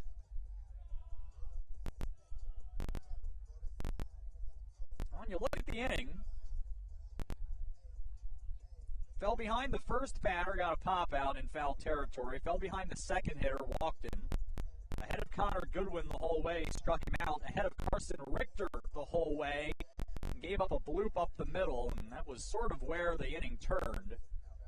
As he fell behind Max Hazer, issued a walk, fell behind Ryan Ambrosi, gave up a 2-run single, and then Alex Prindle with a 2-strike count.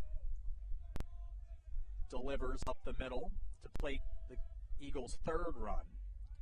Adam Cairo looking for his first hit. Takes the curveball for strike 1. He is 0 for 2. 2 for 14 against Aurora for his career.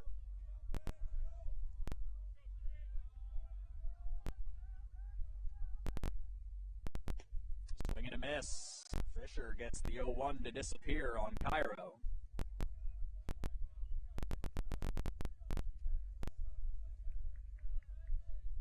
It's the second swing and a miss of the inning for Edgewood. Previous one was Connor Goodwin, where he struck out. Other than that, a lot of contact. 0-2 runner goes. This one hops into Wedekin. And there will be 2 in scoring position, and Adam Cairo will have a chance to tie it up.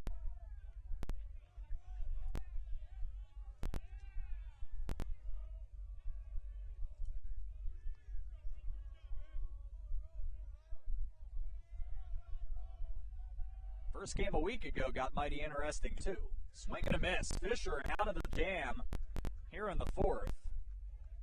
It's his 5th strikeout. He was out there a while. And Edgewood able to get 3 runs across. 3 hits, no errors, 2 left. Like Edgewood was on its way right out of the ball game. They bat their way right back in. Through 3.5, it's Aurora leading the Eagles 5-3.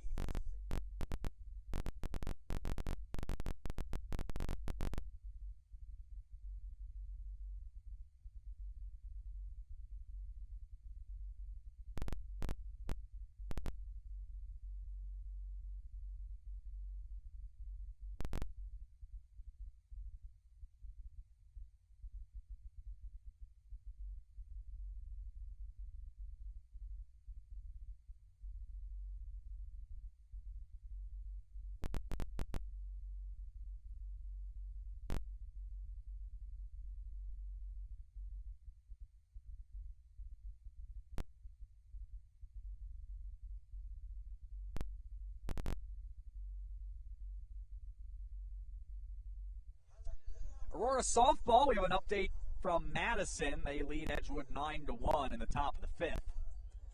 The Eagles play Aurora today. They finish up tomorrow and sorely need some wins. They try to bolster their conference tournament case. They are right now in the field, barely.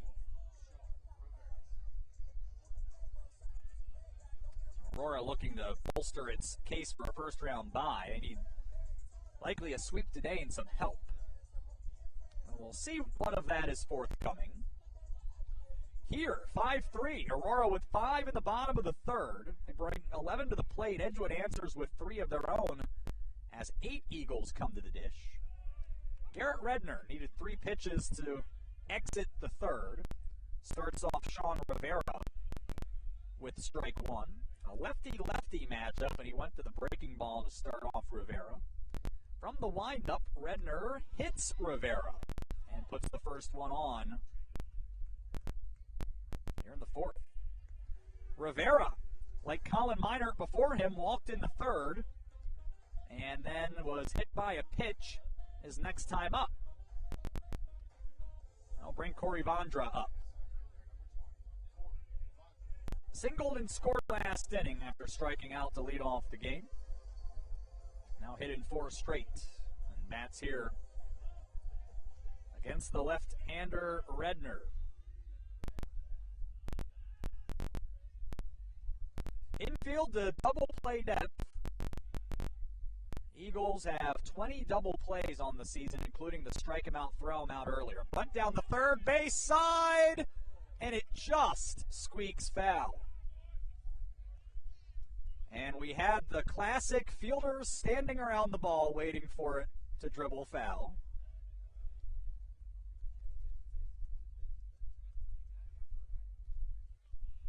Saw Vondra put a bunt down last inning to great effect, and we'll see if that affects the infield alignment for Edgewood. Sagan is on a normal depth at third, and Edgewood wants the twin killing, although Vondra is tough to double off. He runs well. I think Vondra will try it again here. 0-1. Takes it outside.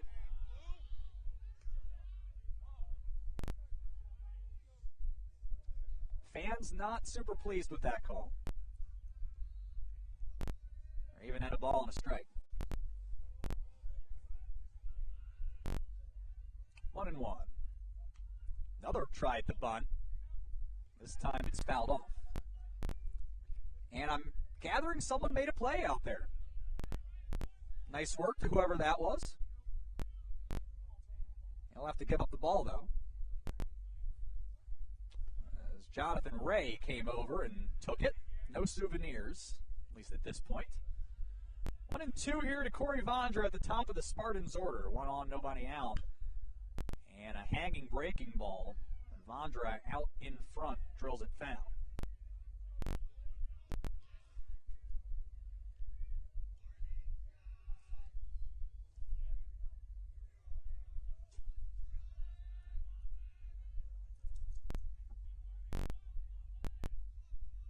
It's a ball and 2 strikes. Throw over to check on Rivera first.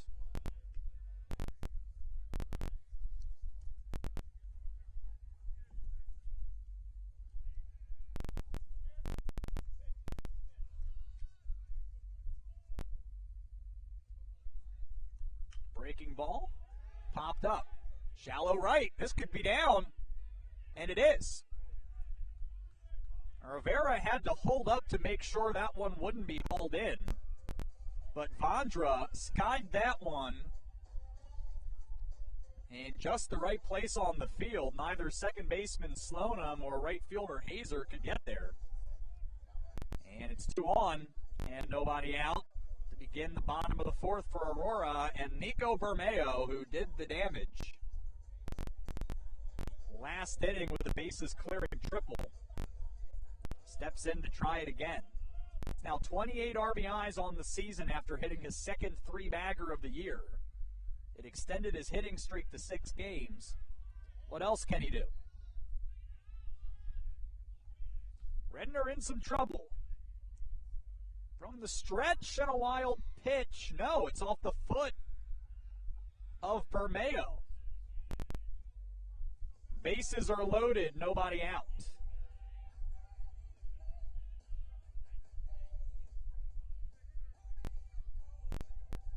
That is the 3rd Spartan hitter to be hit by a pitch today.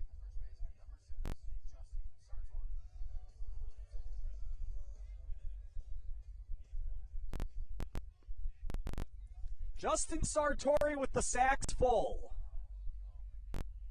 But first, a mound visit as Al Brizak is out to have a conversation.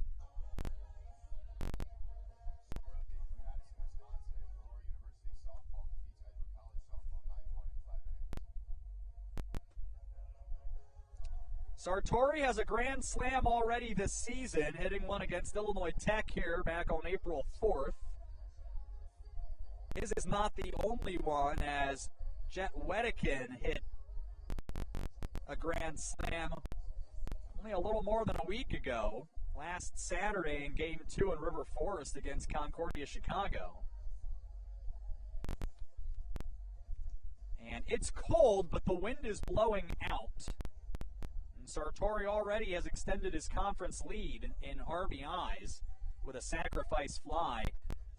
Started the day 8th in the country in runs batted in, and has a big opportunity to move up that list here in this plate appearance. Struck out to end the first, sacrifice fly last inning, bases loaded, nobody out here, and Aurora up 5-3. From the windup, the curveball misses low and away.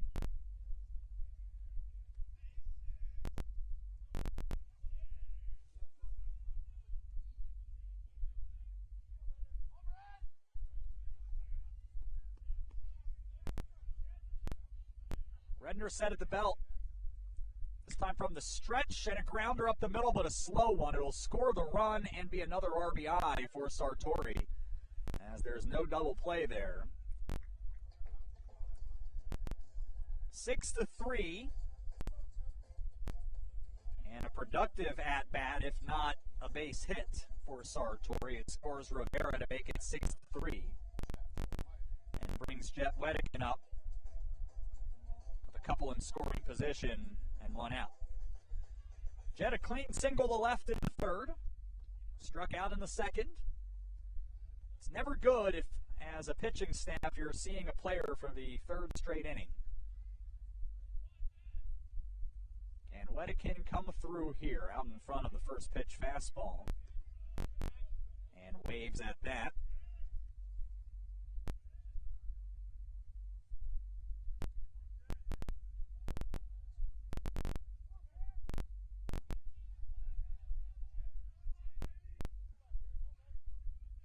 Wedican, 31 RBIs on the season, takes ball one upstairs. For his career, I mentioned earlier this is his 172nd game.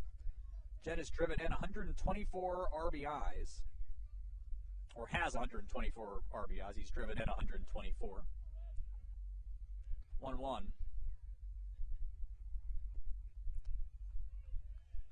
Hook sweeps inside. Hitter's count for Jet. Singled on a 2-strike count last inning. Came around to score, and for the first time enjoys being ahead of his opponent. Takes the breaking ball outside here. I think an inquiry from the dugout, where did that miss? And Mike Slowinski indicates it was off the plate outside. First base open. Redner doesn't have to groove one into Wedican, but only one out. You don't want to load the bases again either. Looking for a competitive pitch, and he spikes it. Bases are loaded again. And Aurora poised for another large inning here. Garrett Redner trying to stand in the way of that, but is in trouble as Dylan White comes to the plate. 0 for 1 with a walk. Drove in 9 on Sunday while extending his hitting streak to 5 games. Homered twice on Saturday. And takes strike one on a bit of a delayed call from the home plate blue. 0-1.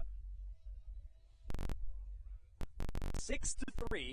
Aurora in front here in the bottom of the fourth. A run in this frame after 5 last inning. First baseman is in. White chased the pitch out of the zone and swung through it.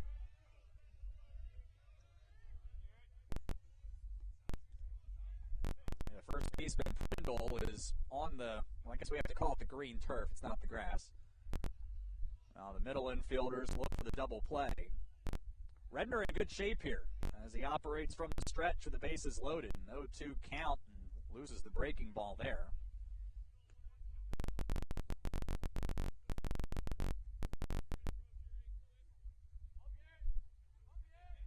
There is not an easy out in this Aurora lineup. Get through Dylan White here. You still have Jacob Ambuel to deal with, who's been on quite the heater over the last couple of weeks. 1 and 2. The Spartan 5 hitter. Redner kicks and deals and brings up White. With strike 3 called over the inside corner. Good pitch. And his first strikeout. And it's Jacob Ambuel. 7th batter of the inning.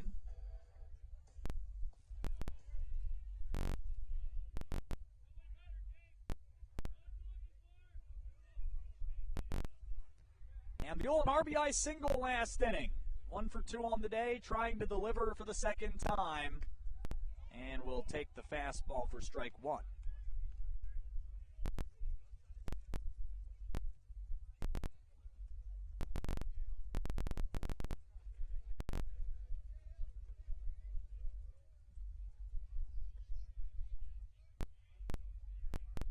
Bases loaded. 0-1, fouled off. Aurora trying to be aggressive. Redner so far able to take advantage of that. Now the question is, can he get out of this bases loaded jam with only 1 run allowed?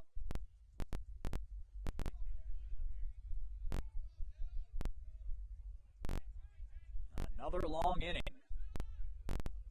for the Edgewood hurler. 0-2 to Ambuel. Just missed.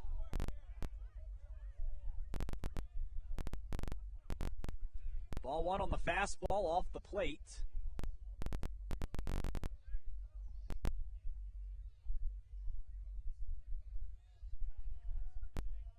One ball and 2 strikes. There is space to the right side of the infield as Slonim is shifted toward the bag at second. Ambuel shoots it the other way, but foul.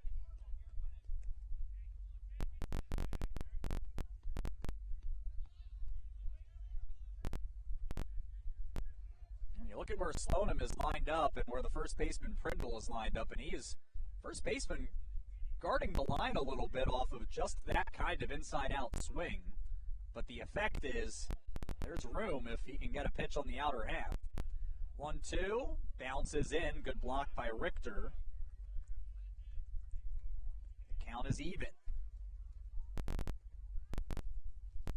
Bottom of the 4th inning. Been a lot of offense, or at least a lot of traffic here the last couple of innings. Can Garrett Redner escape this? A 2-2 pitch. Ambuel is swung on and hit deep to center, going back at the wall, and it's off of it. Vondra scores, Bermeo scores as well, and it'll be another bases clearing extra base hit for Aurora. Ambuel for 2 bags this time, the double off the wall makes it 9-3.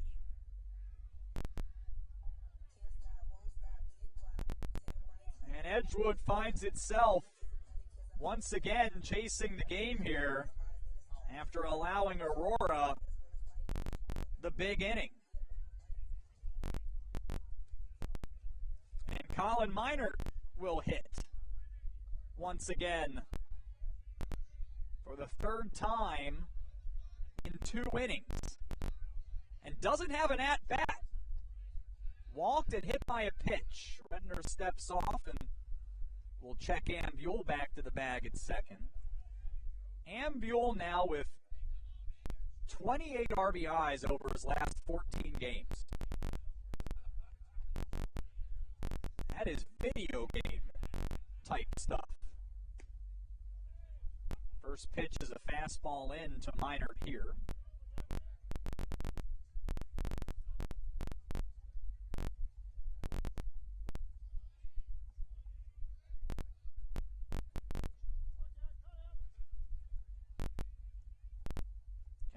Add to their total. Minor behind 0-1.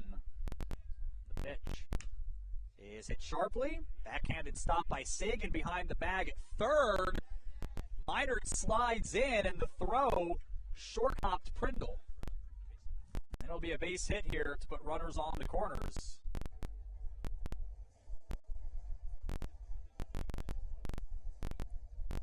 Meinert has hit in 6 straight. Jack Seafelt with the latest opportunity for Aurora to extend the lead. Third hit of the inning, Aurora has 7 for the ball game to go along with 4 walks and 4 batters hit by pitches today. Seafelt is 0 for 2. Good curve for strike 1. Starts him off. Third straight inning that Seafelt has been to the plate as well. Or I guess not actually. Second time this inning. As Aurora bats around again. Here's a curveball in for strike 1. Aurora puts on the double steal play and it works. As Ambule comes in and steals home after Meinert steals second. It's an 0-2 count to Seafelt and a 10-3 Aurora lead. 5 runs in back-to-back innings for Aurora as they bat around for the second straight frame. Base hit right field. Around third is Meinert, and it's 11-3. As Seafelt comes through here.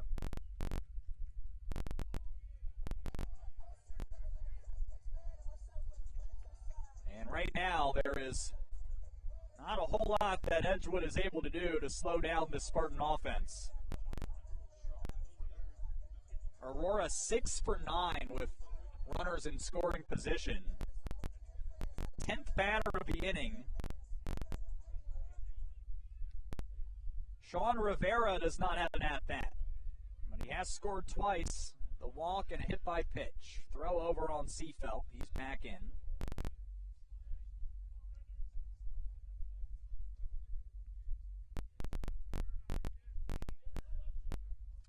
After 5 in the third, 6 runs in here in the fourth.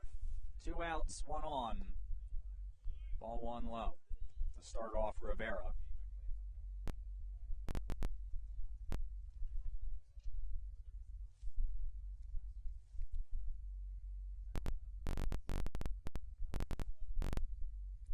To Rivera, swung on, hit deep to right. Way back, off the wall. Seafelt trying to score, forced to third. Here's the relay throw, it's not in time, and Seafelt has an RBI triple. Rivera, rather, has an RBI triple. Seafelt scores. And it's 12-3.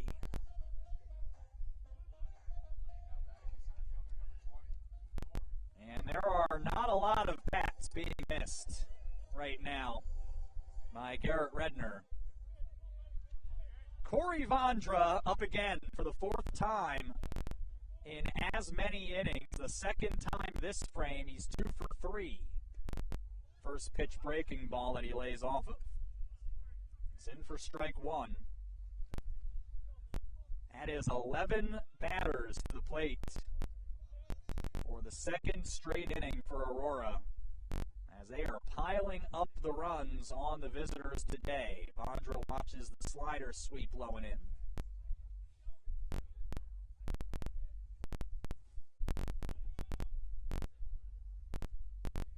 One ball, one strike.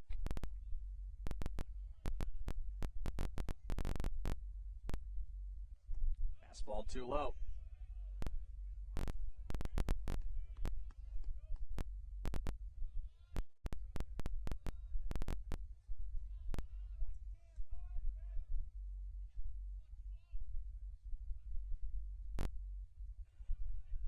It's a 2-1.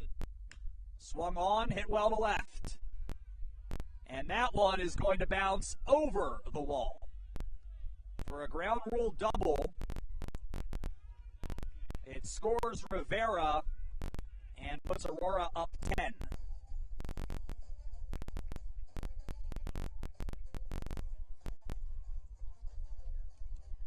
I don't know what else there is to say at this point.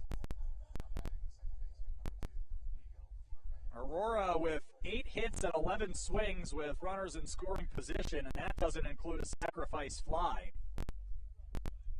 Nico Bermeo is batter number 12 in this 4th inning. Has a bases clearing triple in between being hit by a pitch twice. He's scored twice. The second time he's been up this inning. He takes the curveball for strike 1 at the knees. And getting ahead of hitters hasn't necessarily been the trouble for Garrett Redner. He's gotten ahead of a bunch of hitters. It hasn't mattered. Aurora has absolutely mashed in this game so far. Breaking ball low and away. A triple in the 3rd from Bermeo.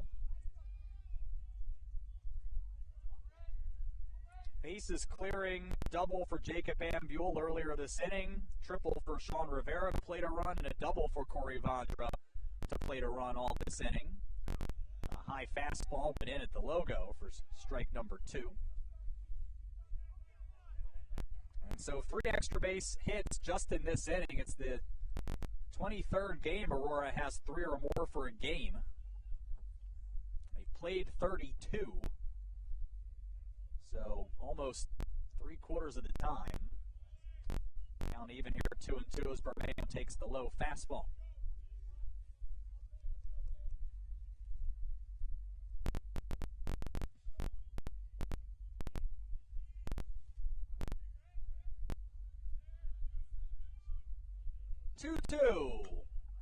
Was elevated. Bermeo pops it up and is not happy as he leaves the box, and it finds its way down for a base hit anyway. Right spot to hit that one in. It scores Vondra. And this is getting out of hand now. As Bermeo has his 4th RBI of the day, Aurora has its 9th run of the inning. It's 14-3.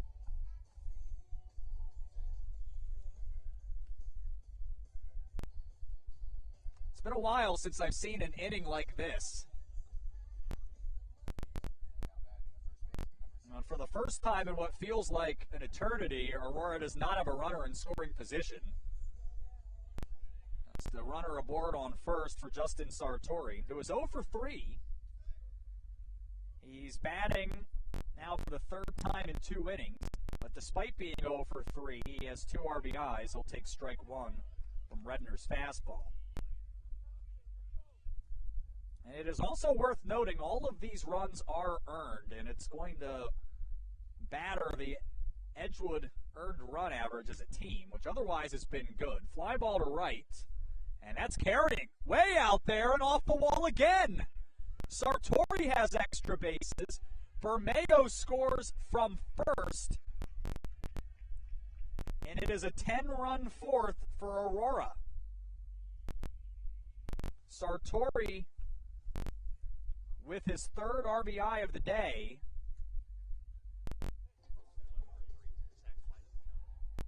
He's 1 for 3. Did I say 1 for 4? 1 for 3. There's the sacrifice fly in there. And it looks like it's Garrett Redner's inning to finish, although all 10 runs have been charged to him. And Jet Wedekin is up again. First pitch swinging and a pop-up.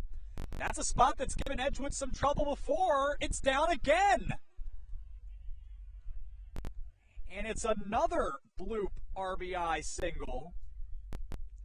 This time for Wedekin. 16-3.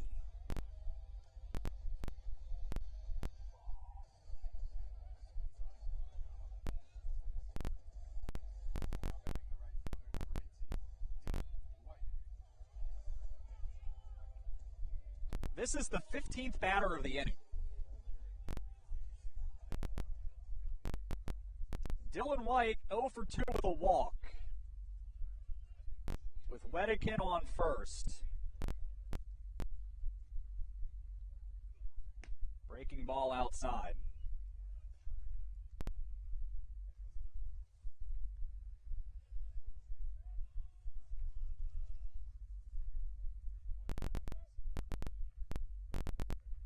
It will not surprise you to learn that Aurora has not lost this year when scoring more than 10 runs. Ball 2 to Dylan White here. This is the third straight game that Aurora has scored at least 16. Fifth straight game in double digits. 3-0 to White from Redner.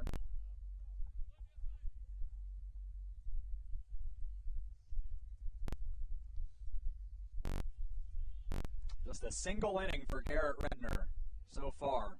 2 outs. 2 outs for a long while. 3-0 pitch, misses. That's ball 4. So as an example, Dylan White recorded the second out in this inning.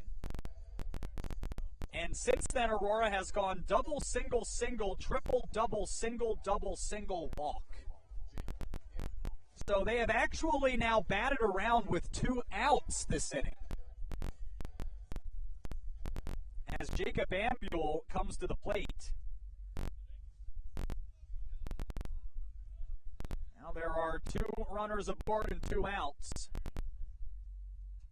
He swings at the first pitch fastball and hits it deep to left, but it'll stay in the yard as Cairo comes over, makes the catch, and finally ends the 4th inning. But a lot of runs across. 11 of them all earned, no errors, 2 left. And Aurora with an enormous lead as we go to the 5th. A season best 11 runs for Aurora to go up 16-3.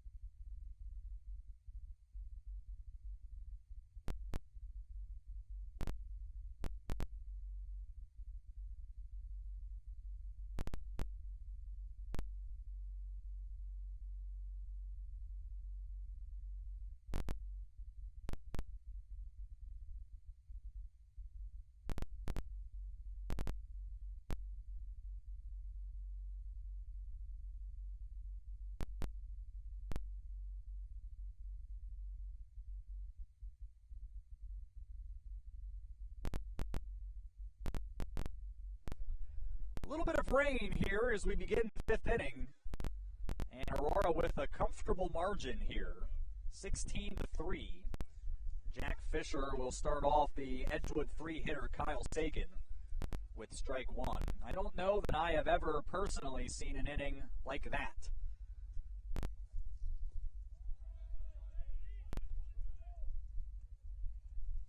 Aurora brought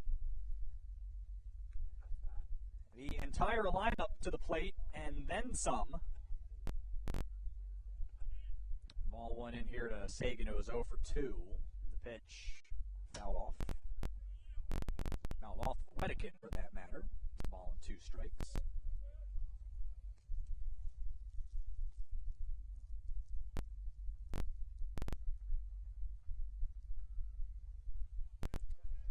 As Garrett Redner saw 16 batters in that 4th inning. 1-2 misses upstairs.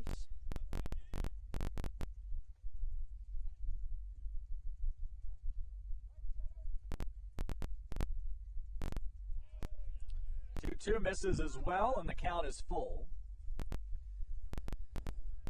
Now for Edgewood, they would need 5 perfect innings on the mound and then to score a season high in runs.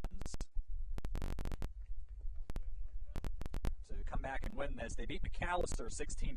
That's currently their high for the season. But in more probable terms, I think you're just trying to force the full 9 innings. That'll help, as Fisher, after getting ahead of Sagan, loses him. And it's a leadoff walk here in the 5th.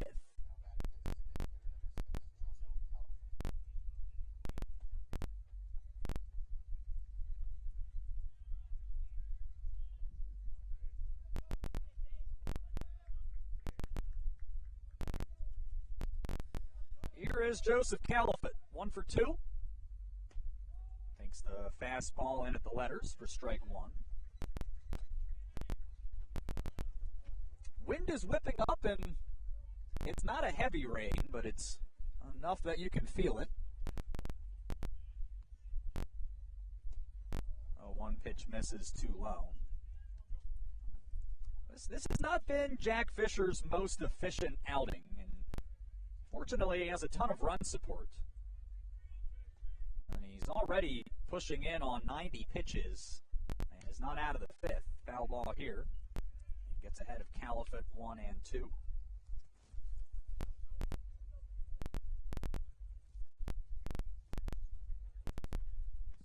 Rain might be a little heavier than I thought. It's also hard to differentiate it between wind whipping at the tarp around our area here. 1-2 misses outside.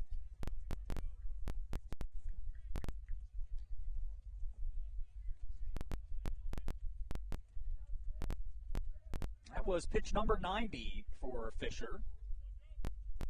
I have to think that the 5th inning is going to be it for the sophomore right-hander. He's tossed a lot of, not complete games, a lot of quality starts this year, 7 of them in fact. Not looking like this is likely to be one of them. Just need to go another inning and keep Edgewood off the board. A full count for the 2nd straight batter this inning. If you're Aurora, you're in a situation where you need 9 more outs to end the game if you can keep Edgewood at 10 or more.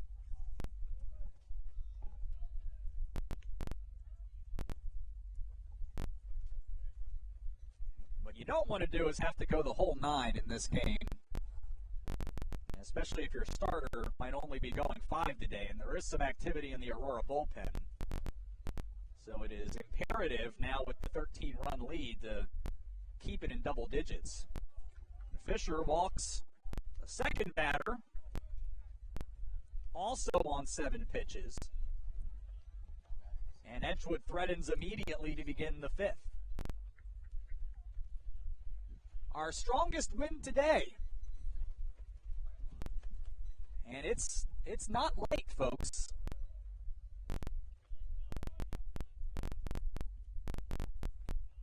Fisher battling the elements, and maybe his release point a little bit here as well. First pitch to Jacob Sloan has popped up. The infield fly is in effect here. Minert makes the catch anyway. So 1 away here. Edgewood, a plenty respectable 3 for 8 with runners in scoring position, even after that pop-up from Sloan.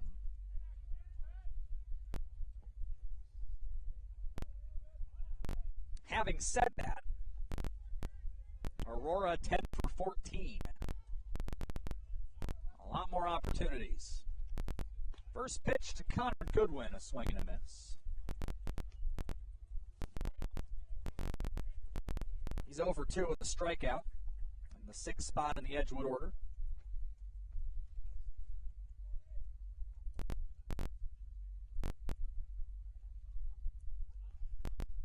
Trying to bunt here, 3rd base side foul. I'll be honest, I don't know that I love the bunt attempt. There's a lot of runs to get. I don't think it was a sacrifice, but I think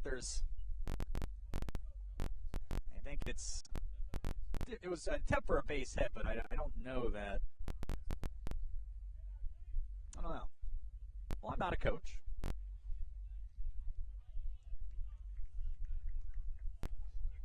It seems like they need some hits for extra bases at this point is what I'm getting at.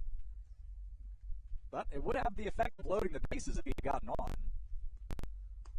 Well, 2 misses high. Well, and especially so because Jack Fisher's command this inning has not been terrific by any stretch. Could be other ways of loading the bases, but right now you're just trying to extend the game.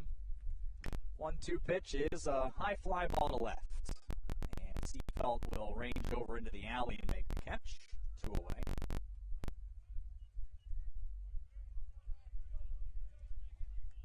I'm allowed to have an opinion every now and again.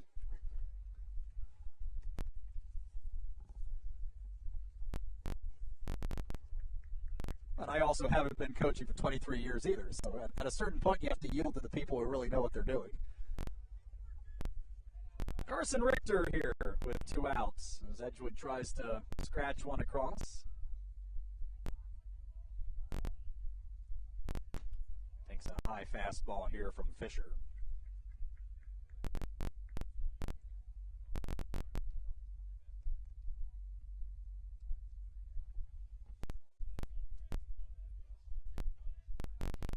Now 1-0 to Richter was a single in his 2 tries here. He swings and misses here.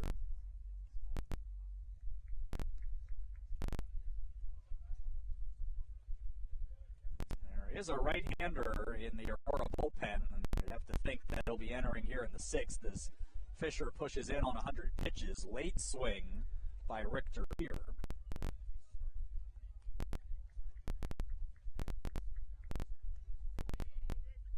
So it's a ball and 2 strikes.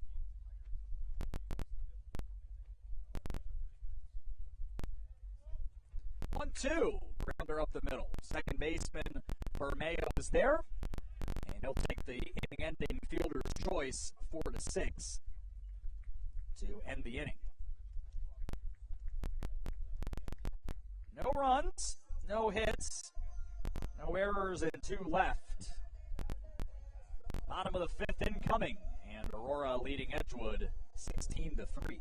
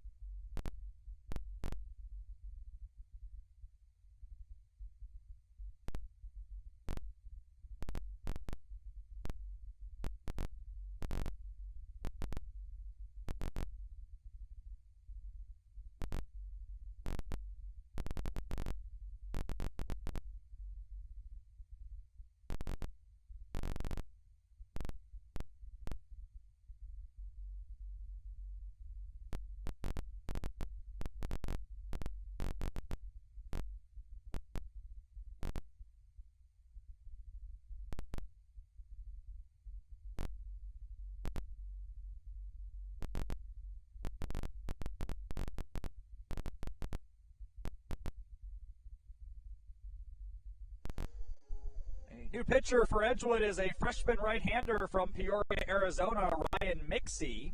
Just made his first career start on Tuesday against Beloit. Allowed 2 earned in 5 innings. And so Mixey enters this season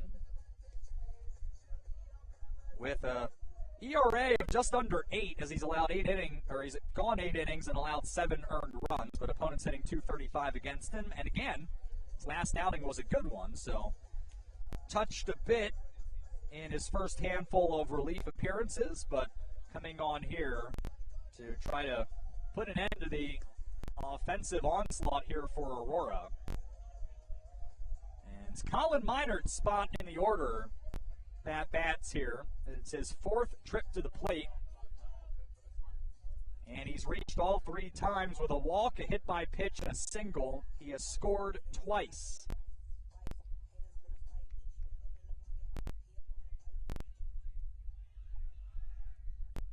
one of the larger innings that you'll ever see.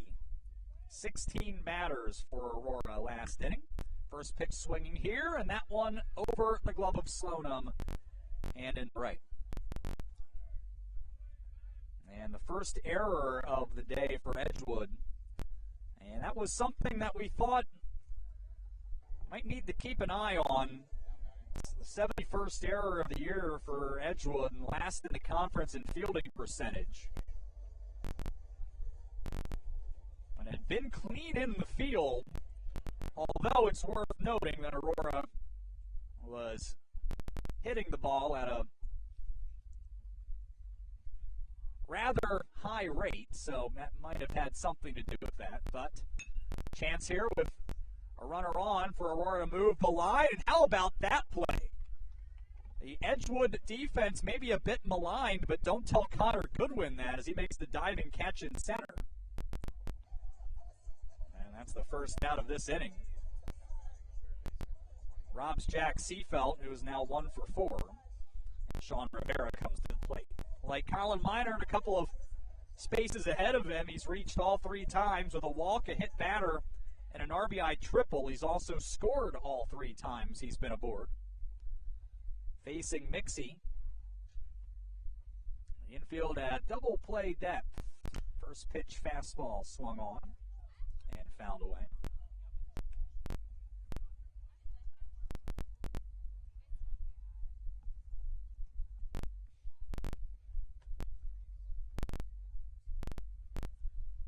Mixie from the stretch here, throw over. No issue that time. As Minard back in quickly.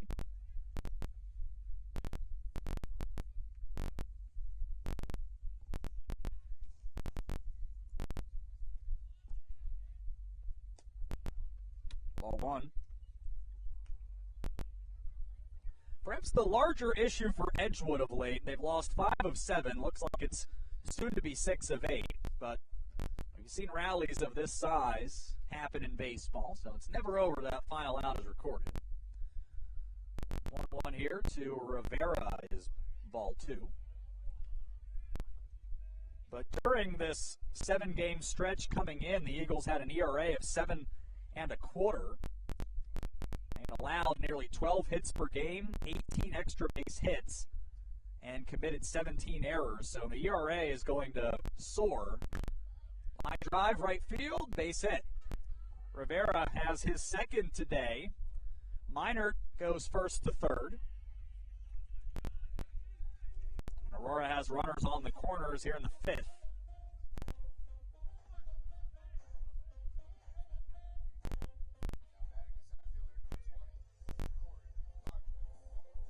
So it's Corey Vondra for the 5th time today. 3 for 4. A double and RBI. 3 runs scored. He struck out to lead off the ball game. Aurora had only brought the minimum to the plate through 2 innings. And since then, they've nearly been through the order 3 full times. First pitch is a foul ball. In fact, since then, they have been through the order 3 straight times. 3 full times, I should say.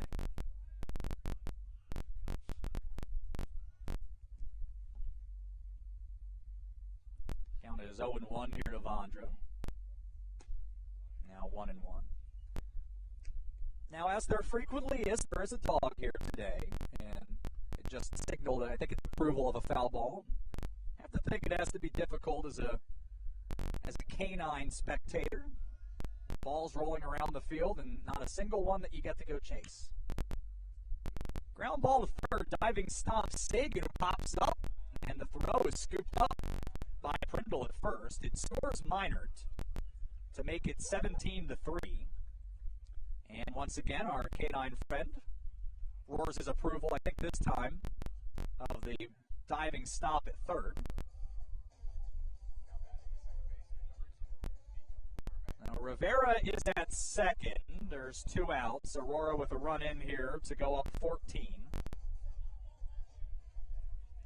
Nico Bermeo's 5th trip to the dish.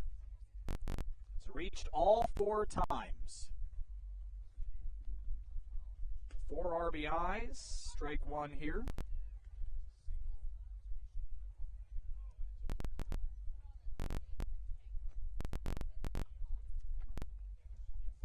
A run scored by Minard is the first unearned run of the day for Edgewood. And the 38th of the year.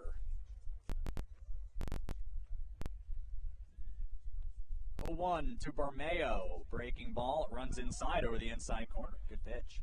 Bermeo's been hit twice. In fact, he's been hit to this point every other plate appearance. In the first and fourth, he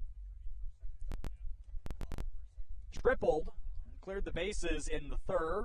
Had an RBI single after being hit by a pitch in the fourth. He stays alive. But remains behind 0-2 here. Jet Wettigan over to retrieve the ball here as he is currently in the hole.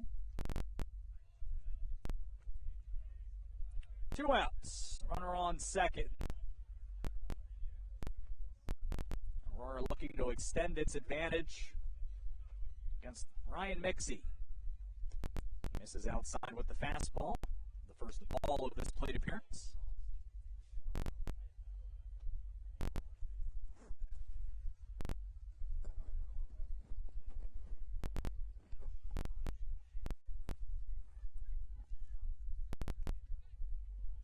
One-two here at Bermeo.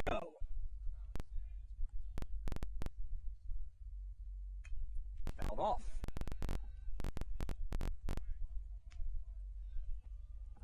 It's always good to see a hitter continuing to work the count, even in a game that, quite frankly, is probably not going to go Edgewood's way at this point.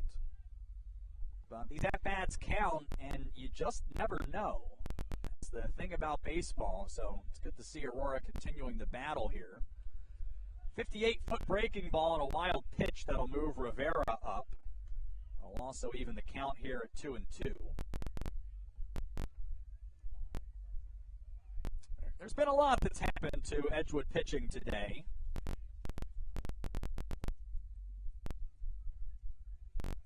Second wild pitch. Count 2-2 to Bermeo. A little swinging bunt foul down the third base side. 8th pitch of this plate appearance coming up.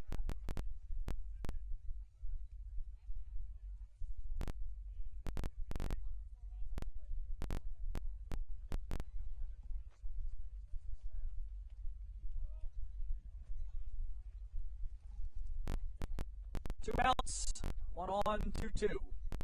17-3 Aurora lead here in the bottom of the 5th. Fastball lifted in the center. Diving. Goodwin makes another terrific catch in center this inning. And it ends the inning. Limits Aurora to a run on 1 hit, 1 error, 1 left. 5 innings in. Aurora leads Edgewood 17-3.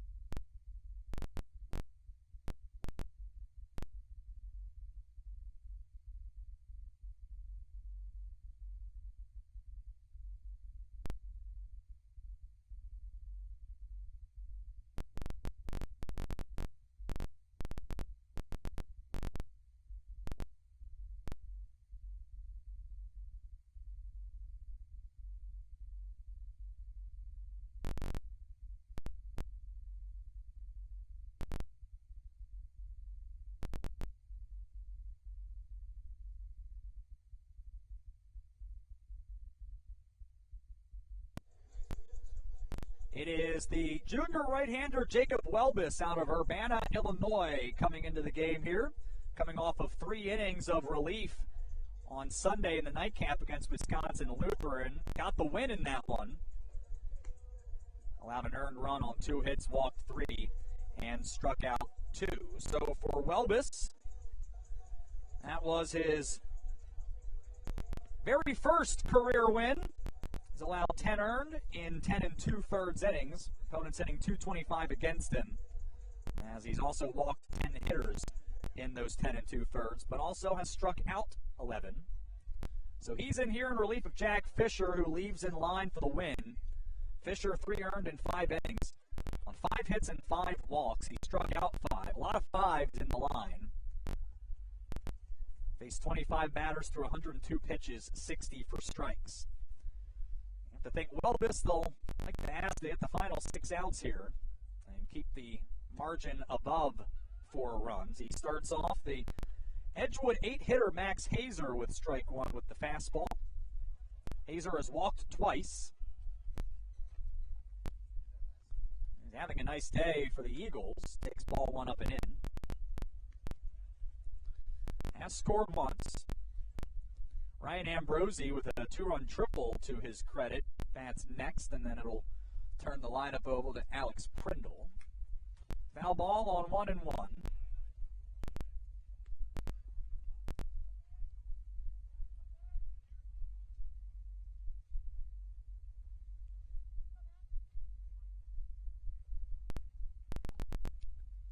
Welbus trying to get Hazer, and does. Swing and a miss.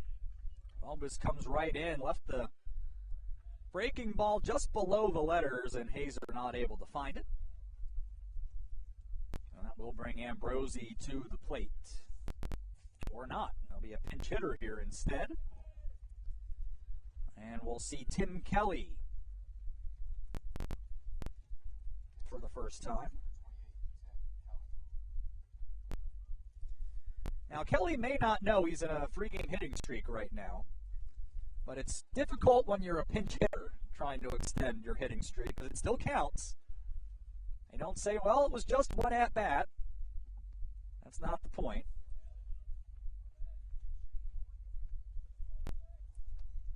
Kelly, though, just appearing for the 7th time, but he's 8 for 18, 3 doubles and 5 RBIs, so he has well and truly hit the ball very well here since entering the lineup. He'll take ball 1.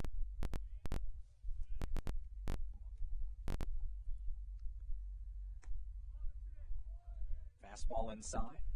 And no, to answer the question from the game day table, that does reset your hitting streak if you have a plate appearance. So he can walk here, and his hitting streak still ends, but his reaching base streak goes on. 3 out. As Welbus, after getting Hazer down on strikes, in danger of losing Kelly here to the base on balls, and does. So there goes, at least for the moment, the hitting streak. Kelly could remain in the game.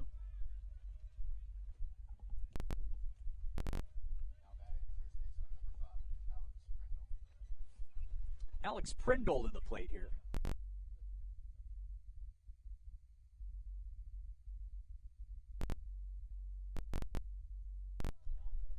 We have a new second baseman in for Aurora. Nick Baldessano has entered, replacing Nico Bermeo. Prindle with a foul ball here to begin this plate appearance. And we are in the top of the 6th. Aurora is up 17-3. 5-run third was immediately answered by a 3-run fourth for Edgewood, and then the wheels came completely off. Blowing inside with the fastball to even the count to Prindle. As Edgewood allowed Aurora 11 runs on 16 batters in the 4th inning. Aurora adds 1 more in the 5th. They lead by 14 here. It's 2-1 now to Prindle, with Kelly on first. Prindle 2 for 3, though. He's in one of the bright spots in this Edgewood lineup that has 5 hits through 5+ innings. Also has an RBI in the 3rd inning, or in the 4th one. Edgewood put up its runs. It's 3-1 here. Well, what you don't want to do in this situation, you have a lot of runs to work with. You don't want to nibble. 3-1 is swung on, belted, but it'll hook foul. count will be full.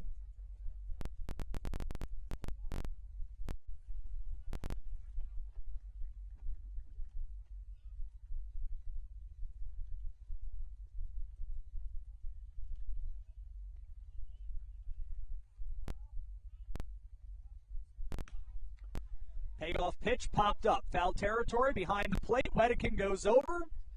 Tried climbing the fence. Not able to make the play.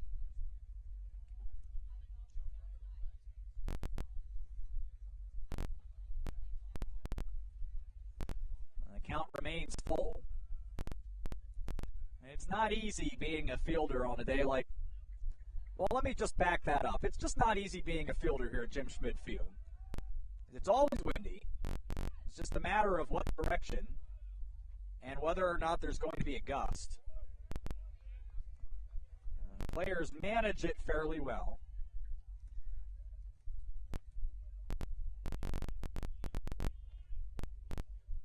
You know, and as some of you may know, as a catcher, the first thing you need to do is be aware of the wind direction and the spin on the ball.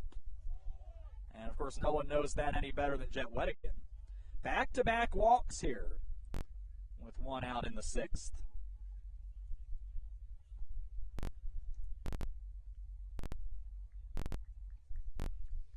Edgewood looking to battle here as well. Adam Cairo looking for his first hit of the day. He is 0 for 3. Now, Cairo struck out twice. In between that, he was called out on a batter's interference after putting down a bunt up the first base side. It bounced off the turf and off of his bat before he had let it go. Welbus set at the belt as geese fly above him and then are immediately targeted by a foul ball. They're okay.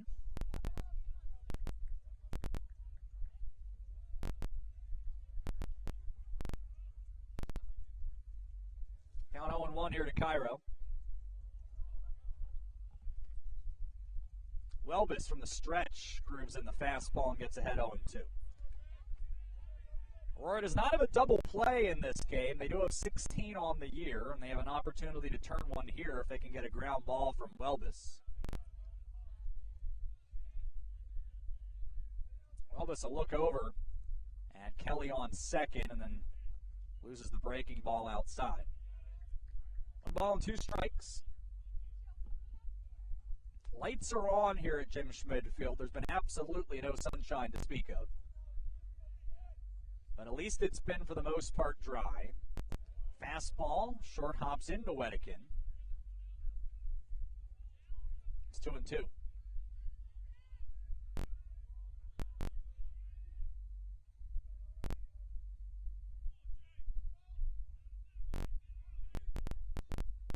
Here is the 2-2 offering, and it paints the inside corner for strike 3.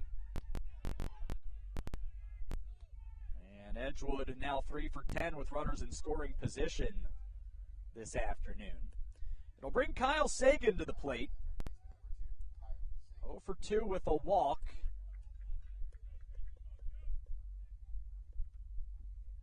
Trying to avoid going hitless for the second straight game. And he bats here, trying to extend the inning and move Edgewood closer to making this go the full 9. He swings and misses to start this plate appearance.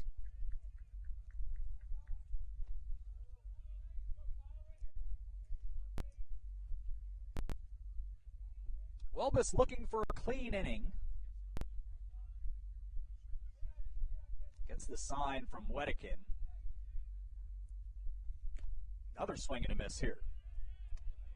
And actually, I think that might have been a foul tip into the glove, but regardless, it's 0-2, and Jacob Welbus a pitch away from ending this frame, keeping Edgewood off of the board for the 5th time in 6 innings today. Here is the 0-2 offering, ground ball to third. Rivera will take it himself. 5 unassisted fielder's choice. Ends the 6th. No damage. 2 left. Aurora looking to have its final at-bats of Game 1 coming up. They lead Edgewood 17-3.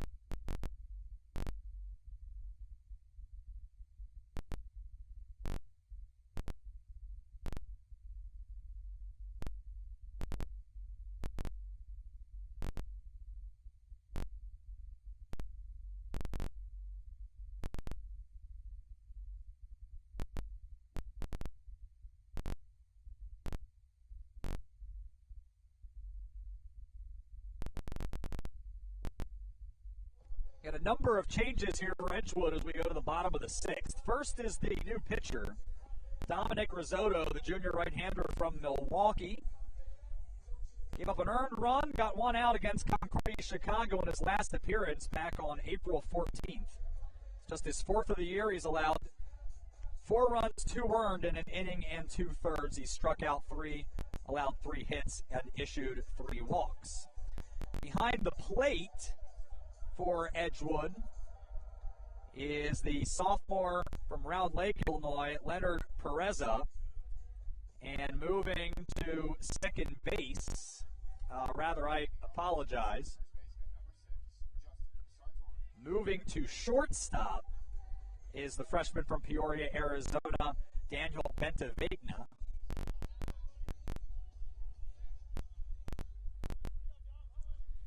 And that, I believe, is all of the changes as Justin Sartori leads off here in the 6th inning.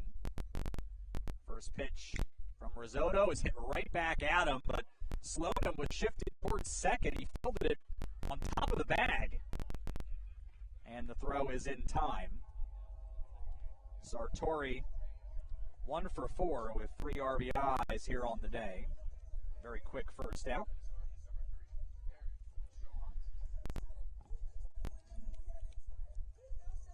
Eric Johansson gets a bat here for Jet Wedekin.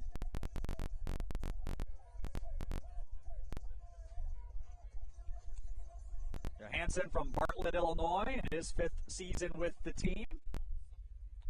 5 for 16 on the year for a .313 average. He has a double and 3 RBIs. Up for the first time here. And Risotto from the stretch pours in strike 1.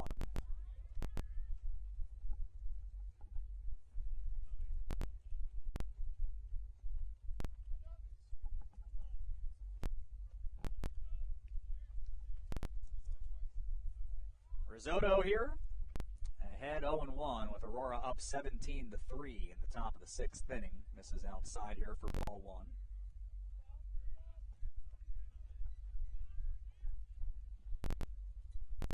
A pinch hitter in the on-deck circle as well.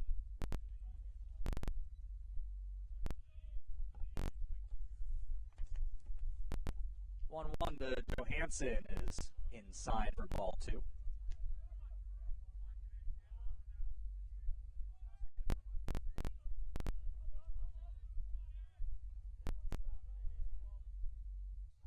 If Johansson can come through here at a couple of hits in Game 2 on Sunday with an RBI. It's a hitter's count. Now even at 2-2.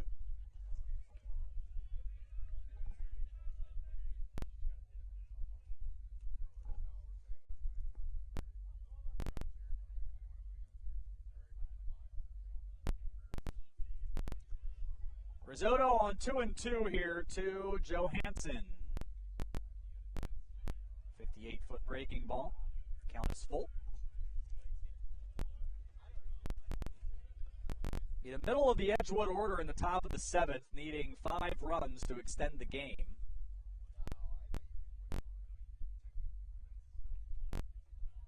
Five runs right now, pending whatever Aurora does this inning.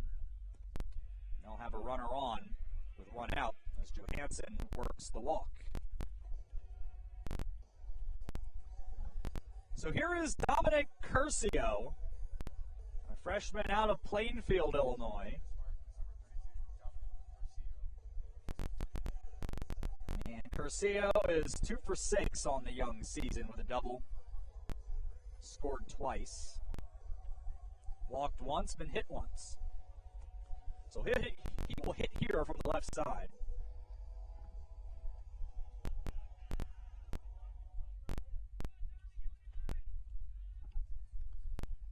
Risotto with the infield, shallow up the middle, looking for the twin killing. First pitch grounder to first. Fielded by Prindle. He goes to second, 4-1. That's all he'll get. So Johansson is thrown out at second. The fielder's choice, 3-6. And we'll have one more pinch hitter here. It is Brendan Naylor from Lake Zurich, Illinois. The freshman, 6 for 17 on the season with 3 doubles and 4 RBIs.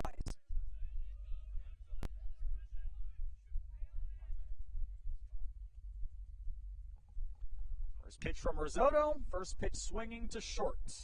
Ventavania only out of play at first. It hops in. And it's an error here on Ventavania to extend the inning.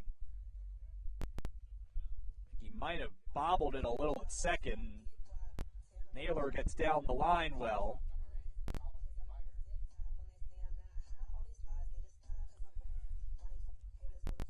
So Colin Minard is back up here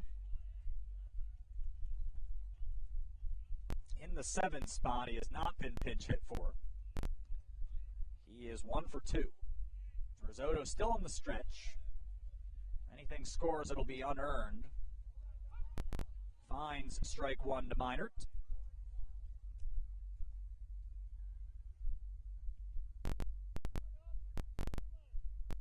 Jack Seefeld also set to hit here, if Minard can find a way aboard.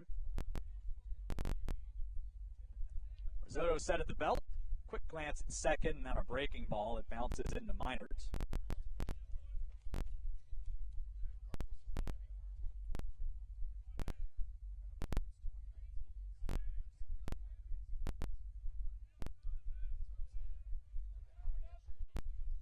Count is 1-1 to Minard.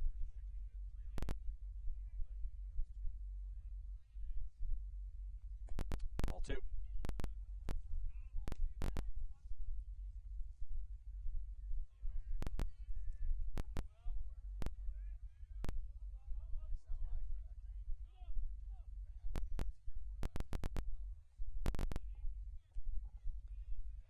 Two balls and a strike here to Minard.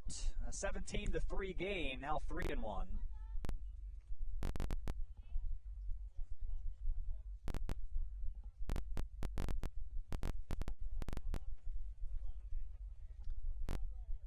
This will end up being one of the longer contests. 2.5 hours now. We're not out of the 6th inning. Bases are loaded as Minard works the walk. This could very easily be a 7-inning game that goes almost 3 hours.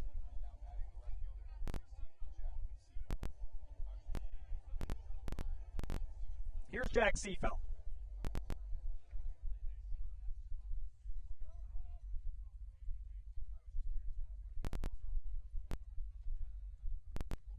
Risotto now trying to get out of the jam. First pitch swing, and a slow roller down the first base side fence. Seefeld 1 for 4.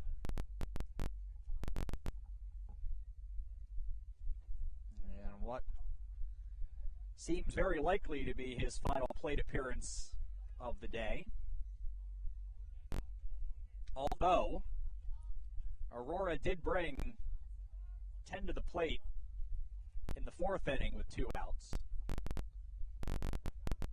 So I suppose it is possible. Wild pitch here. That will bring Curcio in and make it 18-3.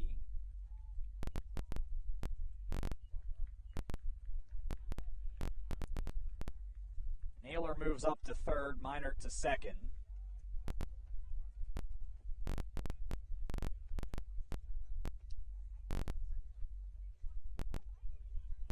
Insult to injury a little bit there for Edgewood here, as just trying to end this game and start over. 18-3 now. Ball 2 outside.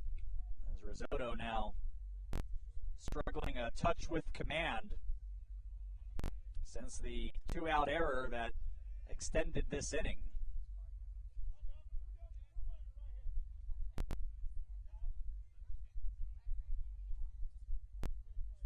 Base hit.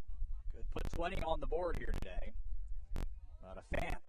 Seafelt out in front. Curcio on a nice pitch. Pulled the string. 2 balls, 2 strikes.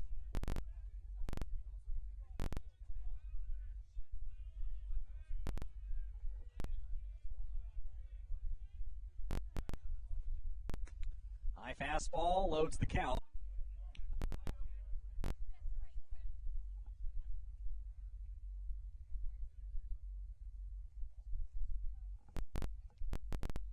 Folks, there's just not a lot to say that hasn't already been said in this contest.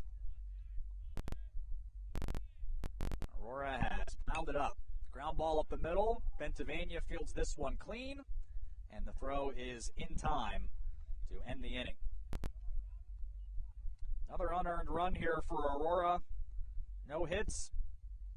An error, 2 left. And it's last chance time here for Edgewood to extend the game.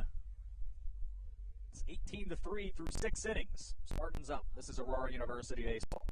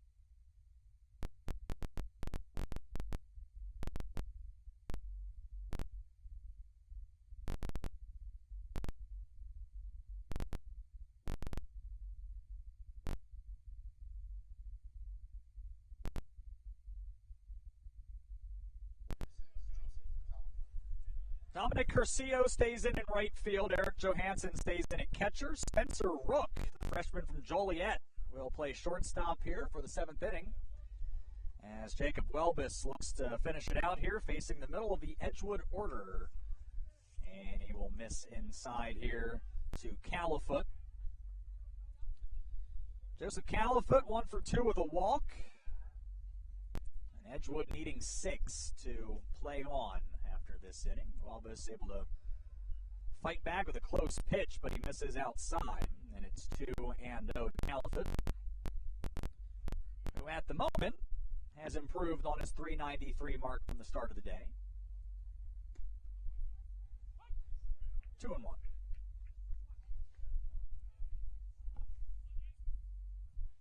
Aurora with 18 runs today on 14 hits. They leave 8 and go 10 of 17 with runners in scoring position.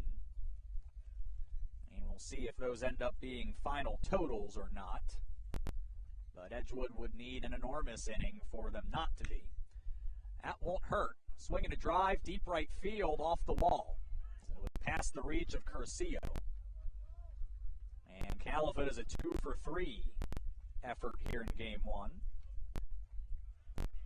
as that was hit well. We will have a pinch runner here, as it looks like coming in to run will be Alex Zdarsky.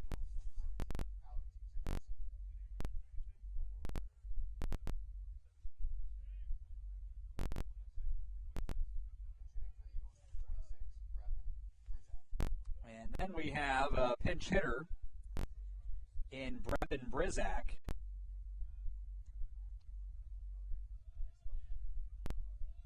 He hits here in place of Jacob Slonim. And his first pitch swinging foul. Brizak from Verona, Wisconsin. 0-for-3 on the season with a couple of strikeouts.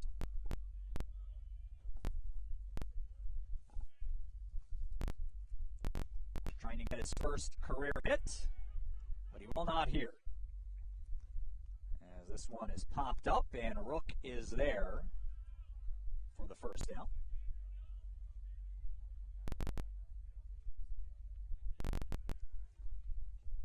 And we'll have another pinch hitter.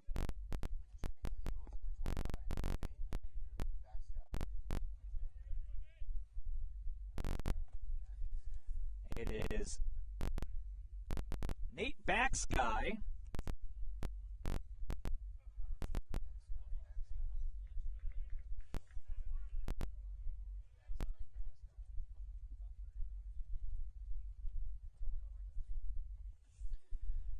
Baxguy out of Mequon, Wisconsin, which is the home of Concordia University, Wisconsin, and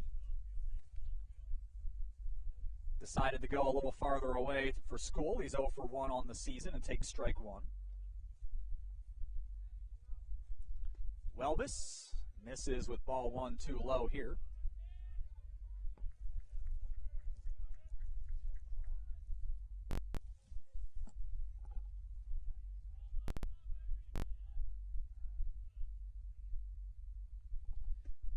Welbus able to get ahead here, 1 and 2.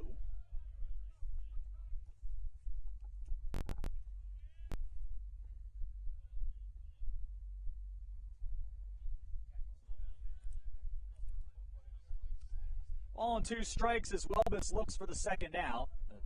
Drops that one low and inside. No idea if we have another pinch hitter forthcoming. It's certainly possible.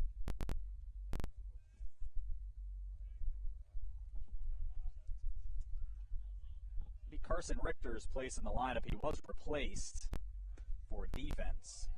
Swing and a miss here. Baxguy is retired. 2 away. And it'll bring Leonard Pereza to the plate.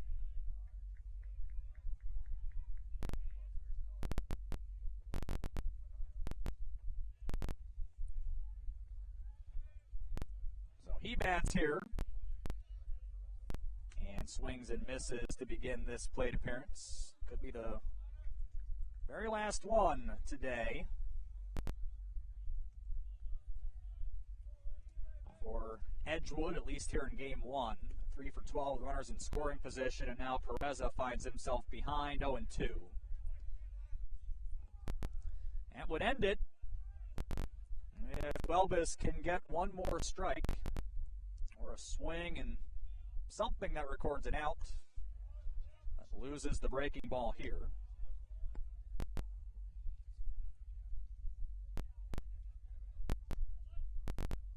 6 hits for Edgewood in this one. Be 3 runs or more here to end this one. 1 and 2. Low. Count evens.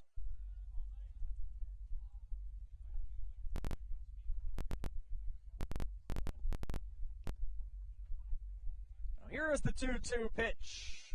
Swing and a miss. And that will end it. as Aurora takes game one 18-3 in 7 innings. And so the final totals today, Aurora with 18 runs on 14 hits. They strand 8 and go 10 for 17 with runners in scoring position.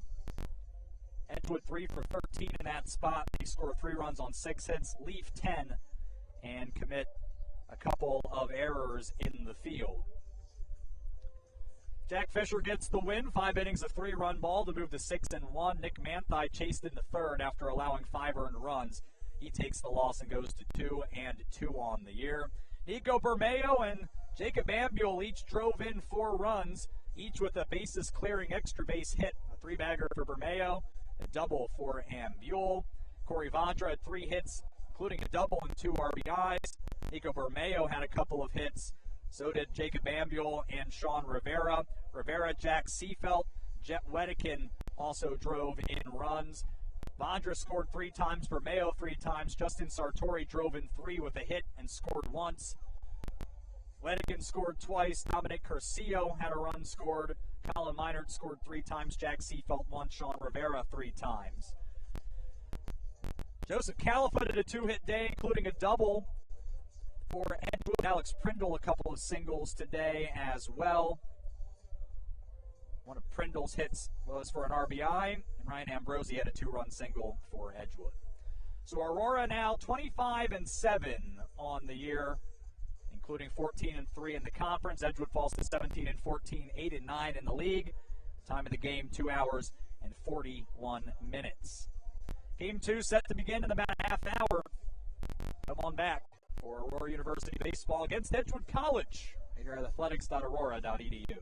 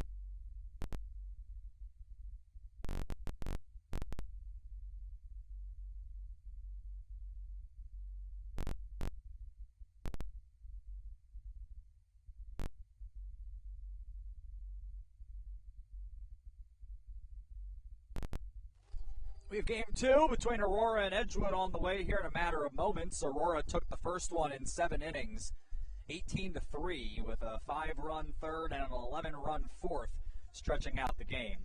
Let's bring you the lineups here for game two, starting with the pitcher for the visiting Eagles of Edgewood College, and it'll be the senior from Racine, Wisconsin. A right-hander, Kyle Semrad. It'll be his 5th start and 9th appearance. He's 2-2 with a 3.65 ERA in 24 2/3 innings, 26 strikeouts, and a 2.43 OBA. Leading off playing first base is Alex Prindle. Ryan Ambrosi, the shortstop, moves up from the 9 spot to hit second.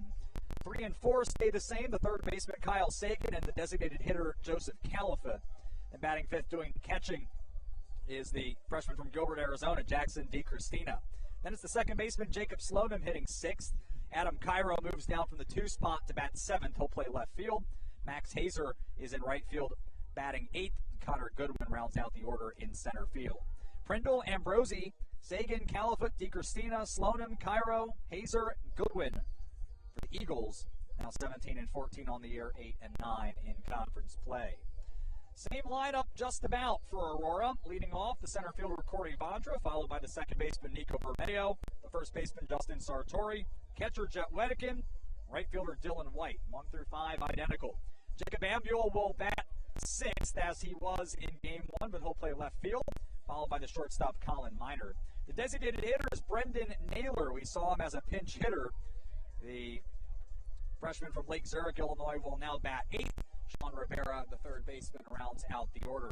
Vondra, Bermeo, Sartori, Wedekin, White, Ambuel, Miner, Naylor, Rivera for Aurora in game 2. The Spartans now 25 and 7, 14 and 3 in the NAC. Nick Malmberg, the left-hander and the senior from Round Lake, Illinois, gets the start, his 9th of the year. He's 4-0 with a 3.54 ERA and a 2.96 OBA in 48 and 1/3 innings. He has struck out 35 and issued only 9 walks. So those are the lineups. Game 2 on the way as the lineup cards are being exchanged. Aurora looking for the sweep against Edgewood coming up. This is Aurora University Baseball.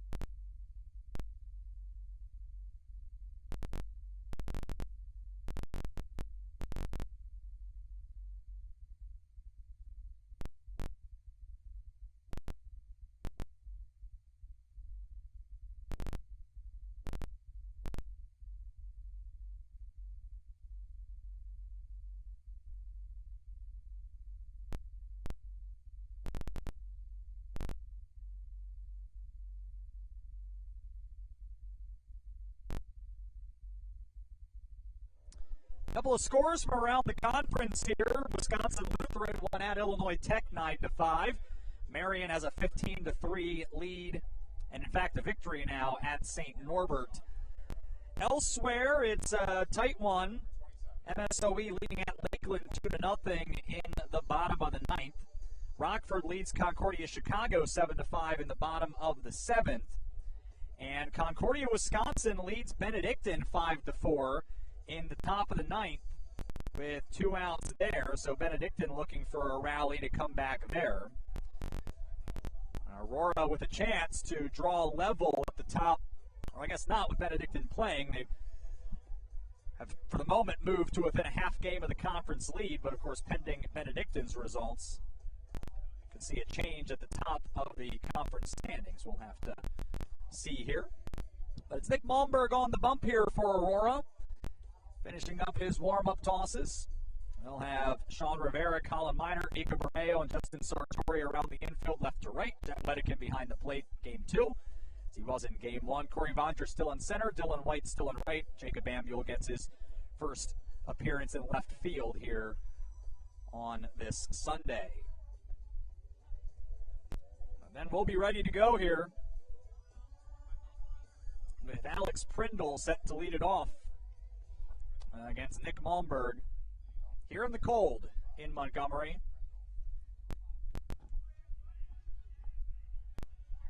.49 degrees here as we get set for first pitch.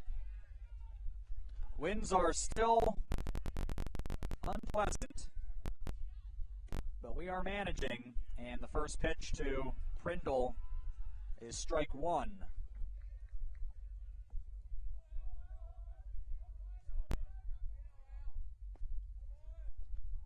Ball and a strike here to Prindle, who went 2 for 3 with an RBI.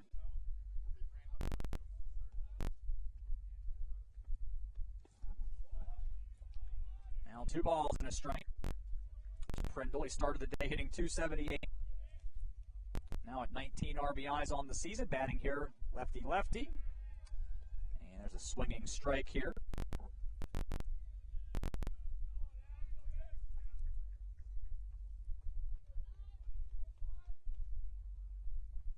Two balls, 2 strikes. Malmberg tries to ring up Prindle, but missed with the breaking ball too low, and the count runs full to the first batter of the nightcap, and it's shot into left for a base hit.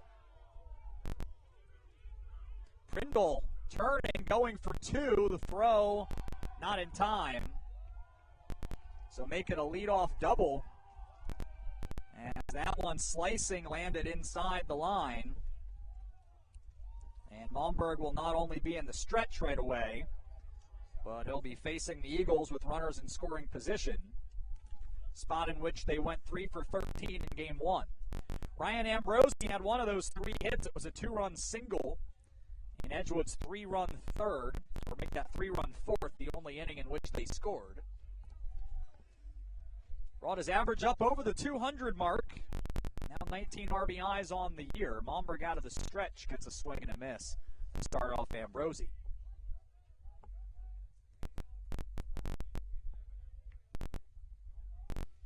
Got a few empty seats here next to us for, well, usually in game 2 we start to see the fans scatter a little bit, try to find some different places that might be slightly warmer, which there might not be a good place here on the premises for that. Still haven't gotten into the 50s today. It's just cold, a little hostile. Count 0-2 to Ambrosi. And a foul ball.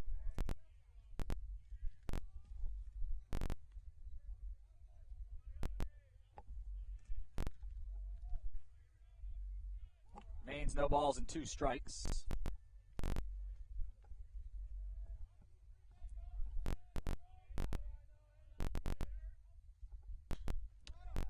Liner in the right, base hit, down in front of White, who comes up throwing. It'll be cut off, and it'll be runners on the corners, as a couple of opposite field hits for Edgewood to start the ballgame.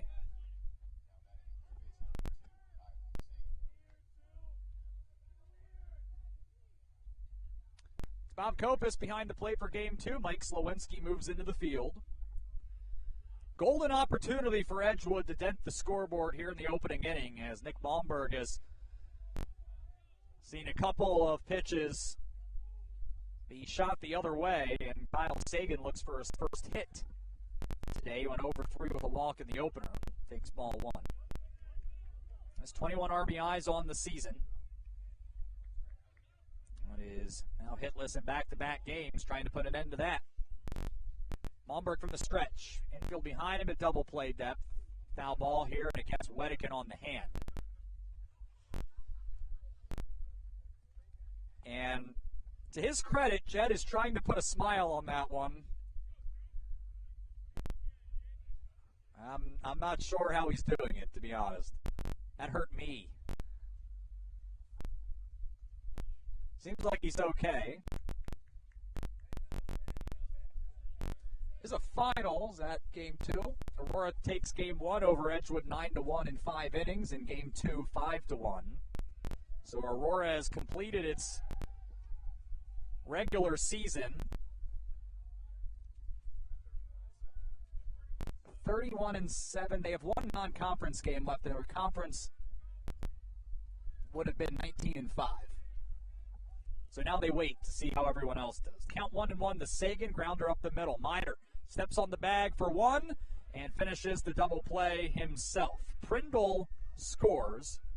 So it is Edgewood with the game's opening run, but a 6-3 double play.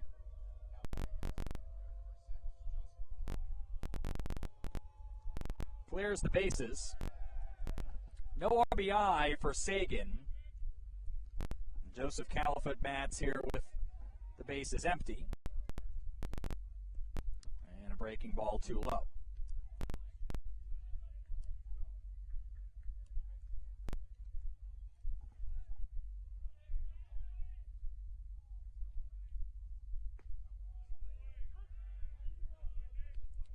Strike one here to Califoot. Count even here. Califoot 2 for 3 with a double and a walk in the opener. Ahead here 2-1.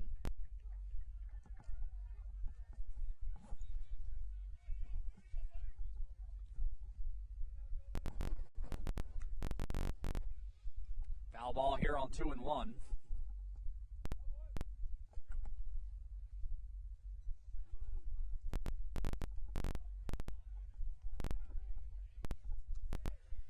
Malmberg looking to end this inning in 4 batters without any further damage. Not this time. Foul ball here on 2-2.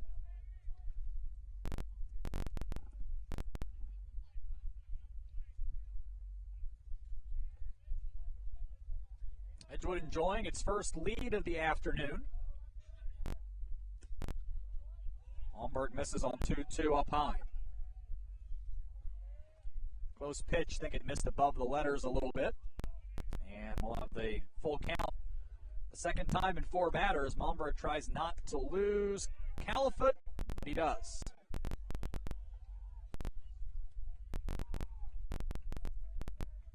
It's got to be tough to pitch in these conditions. Jack Fisher got the win in Game 1. It certainly wasn't his most efficient outing, and here is Malmberg having to fight it a little bit in the opening frame of Game 2. Jackson D. Christina to the plate. Freshman out of Campo Verde High School.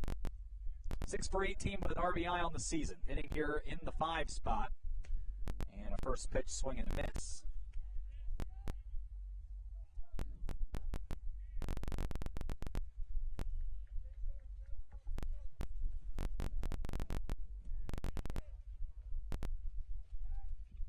One from Malmberg. Breaking ball through the back door for strike 2.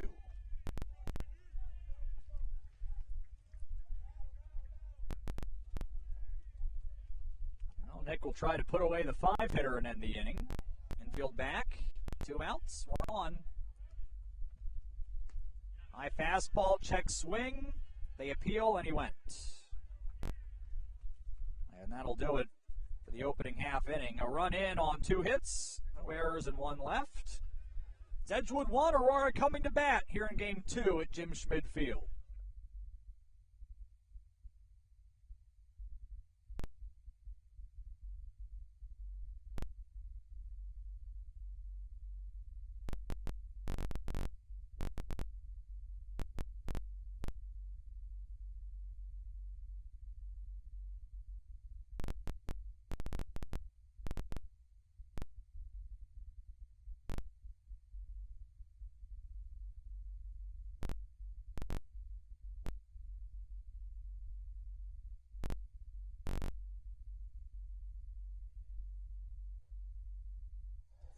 It is a final.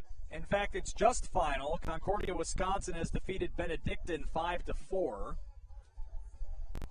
They'll play Game 2 here in a few moments.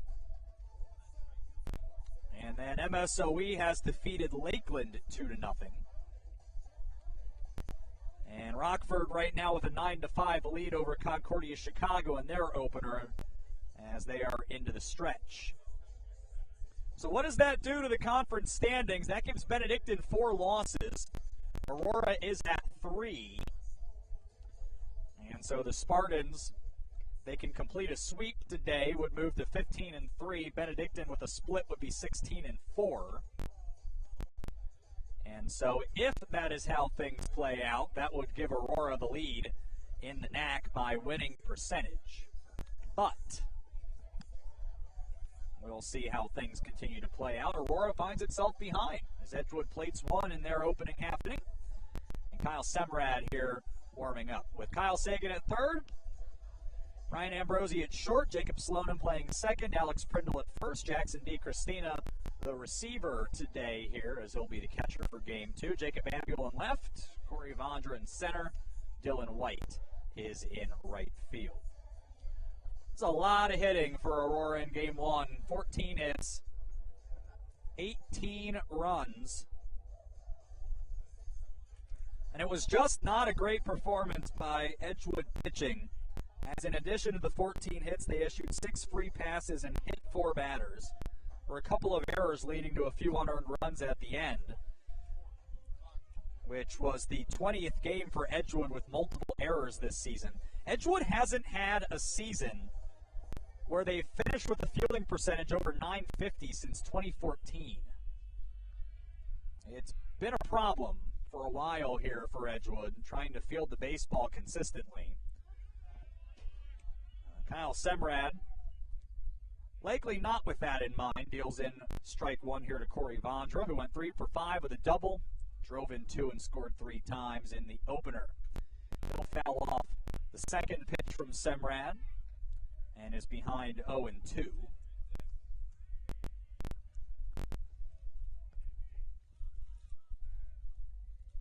Vondra now hitting 4 straight. He's reached in 9 in a row. Behind 0-2 here against Semrad, who gets a check swing, but a full strike as he rings up Vondra. Breaking ball in the outside corner. Nice pitch by Semrad to start off his outing. Semrad with a windup where he almost points the numbers on his jersey towards the batter. And it works for him. Nico Bermeo at the plate. Takes ball 1 upstairs, the high fastball. We saw Nico subbed out after a handful of plate appearances. Went 2 for 3 with a triple, drove in 4, scored 3 runs. Nick Baldessano replaced him. Nico back in the lineup here, batting second and ahead in the count 1-0. Now 2-0 as Semrad sees the fastball ride up above the zone.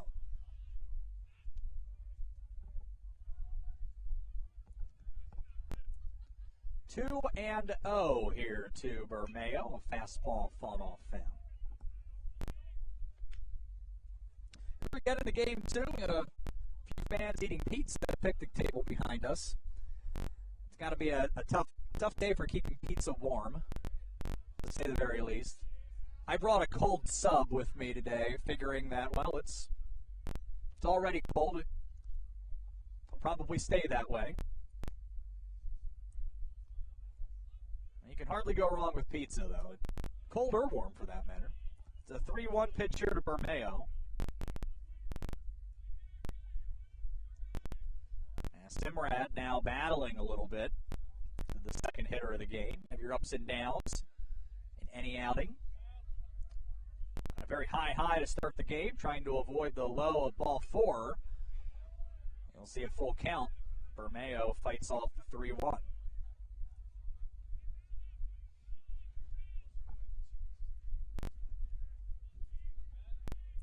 Payoff pitch here to Bermeo, the Spartan 2-hitter. Ball 4. So Aurora with a runner on after Edgewood scored 1 in the opening half, and it's Justin Sartori now at the plate. 1 for 4, but with 3 RBIs in game 1.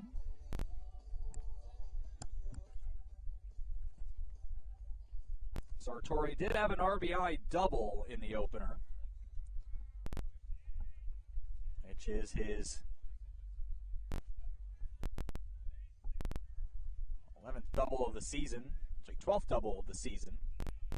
Extended his conference lead to 56 RBIs on the season. From the stretch, Semrad, the breaking ball, misses outside. It's a lot of motion, even out of the stretch for Semrad, as he still gets that upper body pivoted almost towards second base, and we'll see if that provides an opportunity for Aurora on the base paths, or if Semrad has a slide step he can go to. There it is. It's an elevated fastball, and Sartori pops it up. Shallow right. It'll hang up long enough for Hazer to come in and make the catch for the second out. So here's Jet Wedekin coming to the plate. He drove in a run with a single, scored twice, walked once. Has to get the catching gear off here, and now we'll jog to the plate here and try to move the line here at the bottom of the first. Semrad looking for a clean inning. There were not many of those for Edgewood. In fact, after getting through Aurora through the minimum in the first 2 innings, it was a mess after that in game 1. Semrad, fastball up and in at the letters for strike 1 here to Wedekin. Jet now 14 for 27 for his career against Edgewood.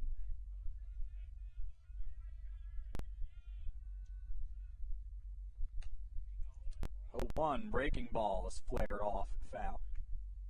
Semrad a pitch away from exiting inning number 1 with the Edgewood lead intact.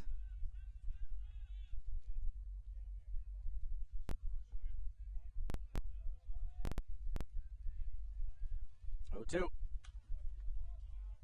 Breaking ball fouled off.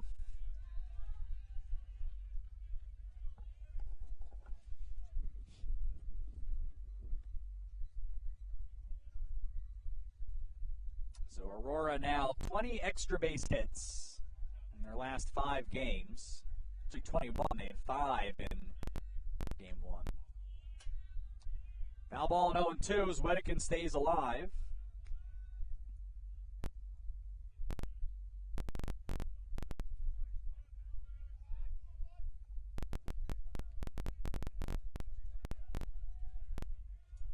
Hard to believe that in their last 7 games, Aurora has now scored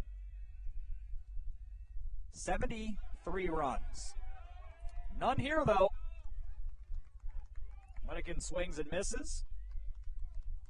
That'll end the home first. 1 left for the 1-out walk. 1-0 Edgewood through 1 here at Jim Schmidt Field. This is Aurora University Baseball.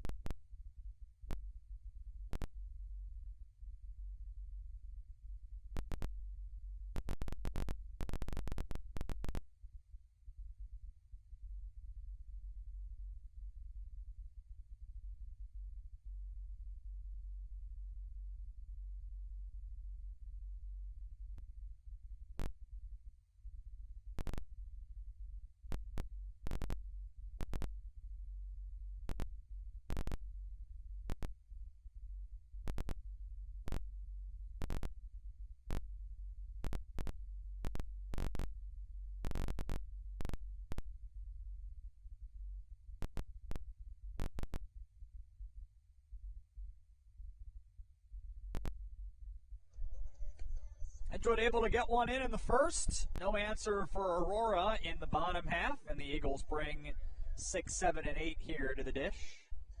In the top of the second. Sean Fry with you. I to give my thanks to the entire AU Game Day crew as we're all shivering together. They're doing a great job despite fairly hostile conditions here.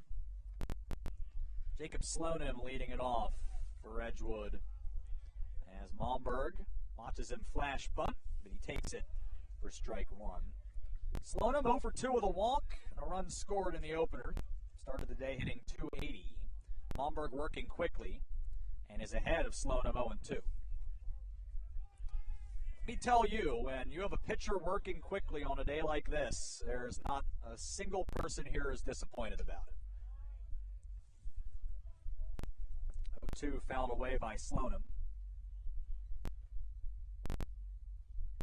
Nick behind the glove. Very John Lester-like. Remember him from his time with the Cubs. Almost rung up Slonim here, missed. I guess asking if someone remembers John Lester at this time with the Cubs is a pretty silly question, right? I think he's retired now, isn't he? I mean, he only won a World Series there. Strike 3 on the elevated fastball. And that is Malmberg's second strikeout. You know, I consider it part of my job as a play-by-play announcer to ask a silly question every now and again. Generates discussion. Everybody here at the table wonders if I've ever seen baseball before, or if I think nobody else has. The foul ball here is Adam Cairo. Tries to bunt down the third baseline. Pushed that a little bit too far to his right.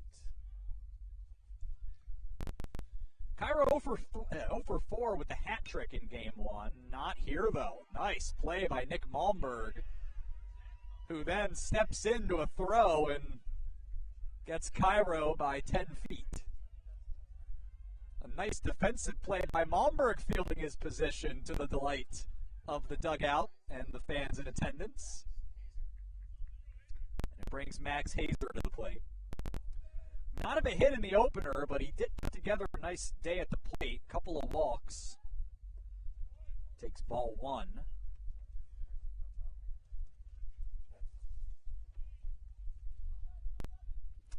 Count 1 ball, no strikes here. Malmberg misses with the second here to Hazer. 2 balls, no strikes. As Hazer, trying to restart a hitting streak after seeing his 4-game stretch with a hit come to an end. He'll take strike 1 over the outer half here.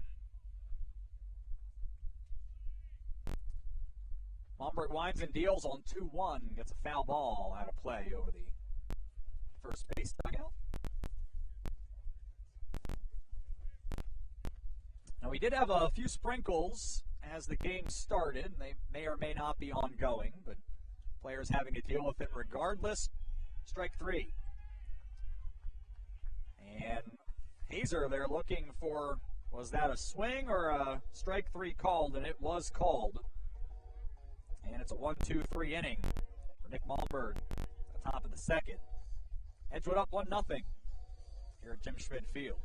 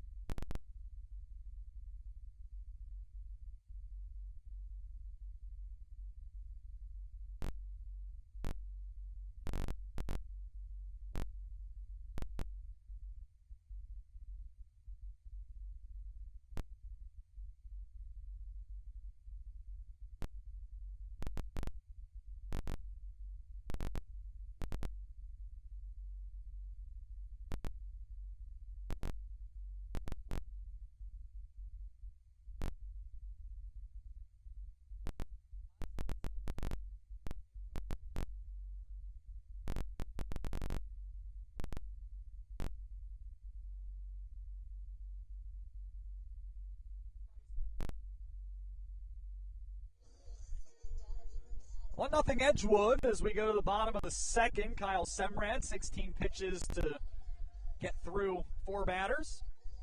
Issued just a walk, and he'll deal with Dylan White, Jacob Ambuel, and Colin Minor here in the second.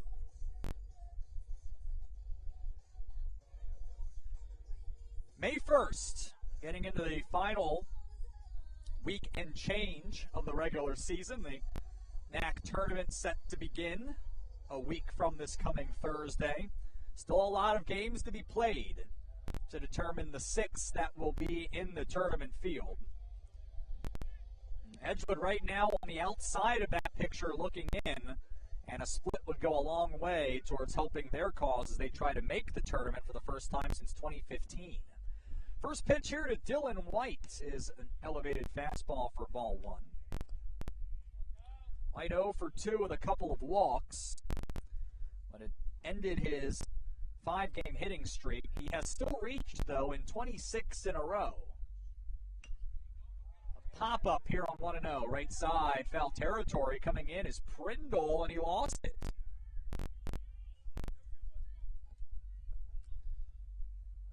Now, in fairness, not only is the wind severe, but you look at, well, if you're watching at home, you can't really look at it, but you can take my word for it. The clouds, not dissimilarly colored from the baseball, so you can see it being a little bit of a problem here. Breaking ball outside, it's 1-1.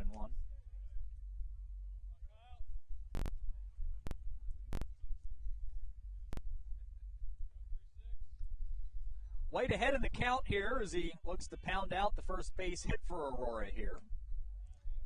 Well, he takes strike 2 from Semrad as that fastball rides in at the letters.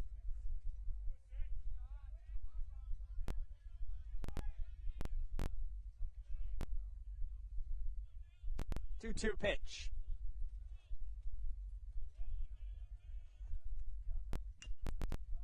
Fly ball, foul territory right side, slicing, and that'll be down. The plate appearance will continue.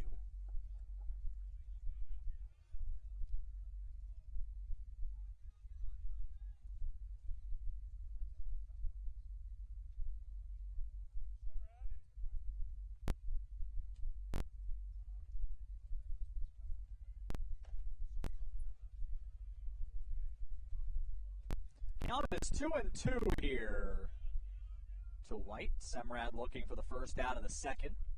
6th pitch of this plate appearance. We'll see a full count.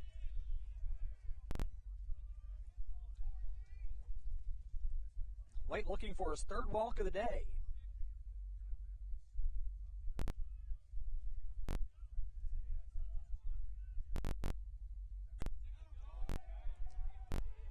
And White will go back to the dugout.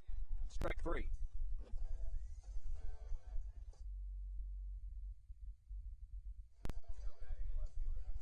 One away. Semrad has 3 strikeouts. Jacob Ambule, after a single, a double, and 4 RBIs in the opener, tries again here.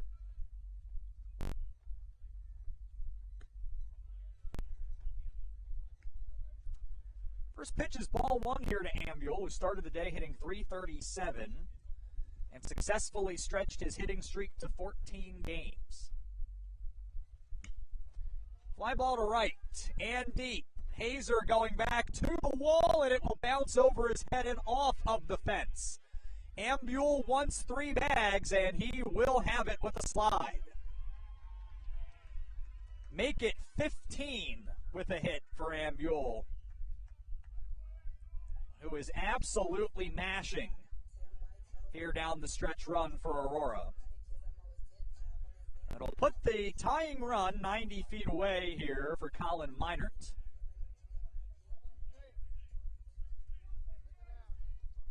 Singled once, walked twice, and was hit once. They're starting the day hitting .325. He has hit in 6 straight. Wants to knot this one up here in the bottom of the second. Curveball in for strike 1 to Meinert. Was left up a little bit, but not in a particularly great spot for Meinert to give it a hack. 0-1 here to the Spartan 7 hitter. Semrad, the stretch. Sees Meinert foul that off, and it's 0-2.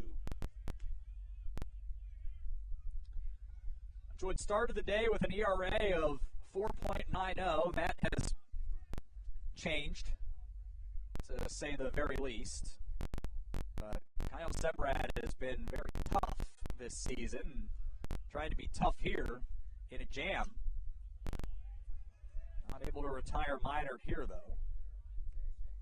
0-2. The count remains.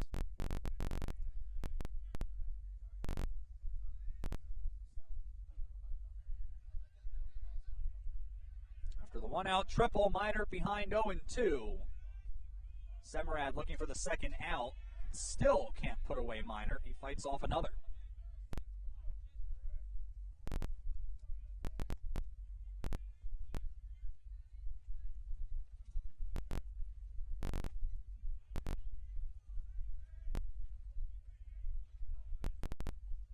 Try the 0-2 one more time. Grounder up the middle. Base hit. And an RBI for Colin Minor. We're all knotted up at 1 in the bottom of the second. A run for Jacob Ambule.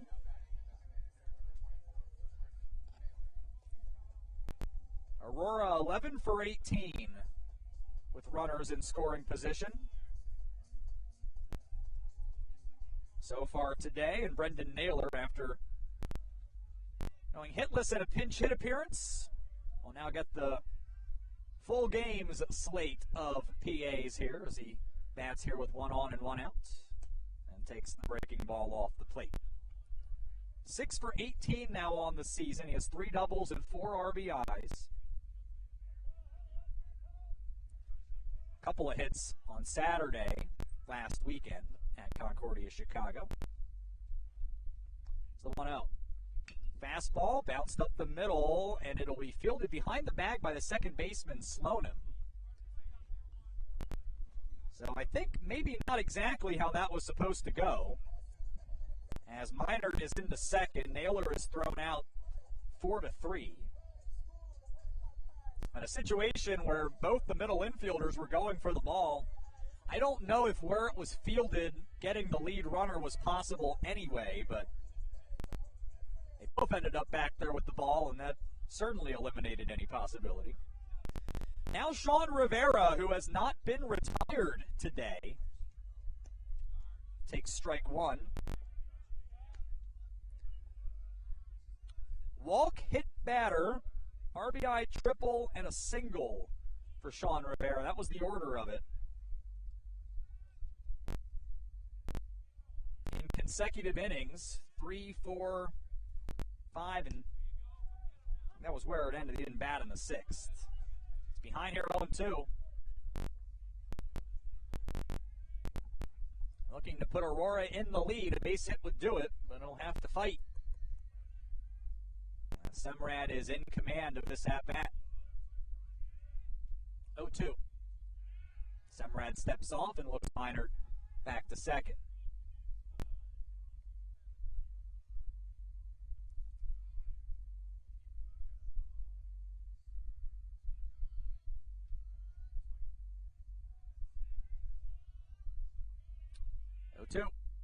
Swing and a miss.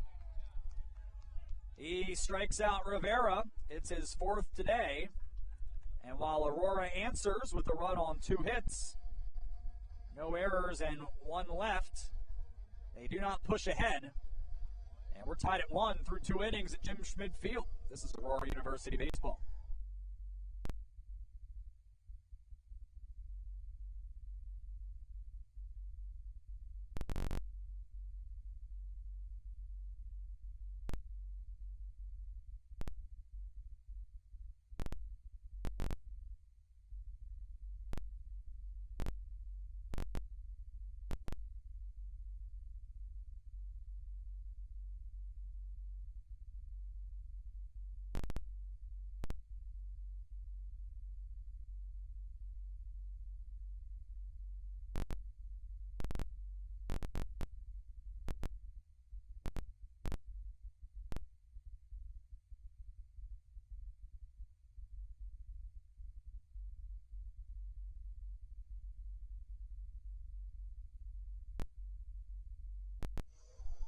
Now 2 innings in. Aurora and Edgewood have scored a run apiece. 9-1-2 coming to the plate for Edgewood here in the 3rd. Connor Goodwin was in the 6th spot in Game 1. He's been dropped to 9th in the order. We'll lead it off here. It's Nick Malmberg, who needed just 12 pitches to get through the 2nd. A left-hander. Looking to get Goodwin here, hitting from the left side.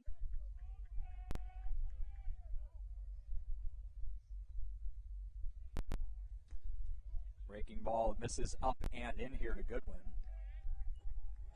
I heard some encouragement from the crowd as he stepped to the plate here.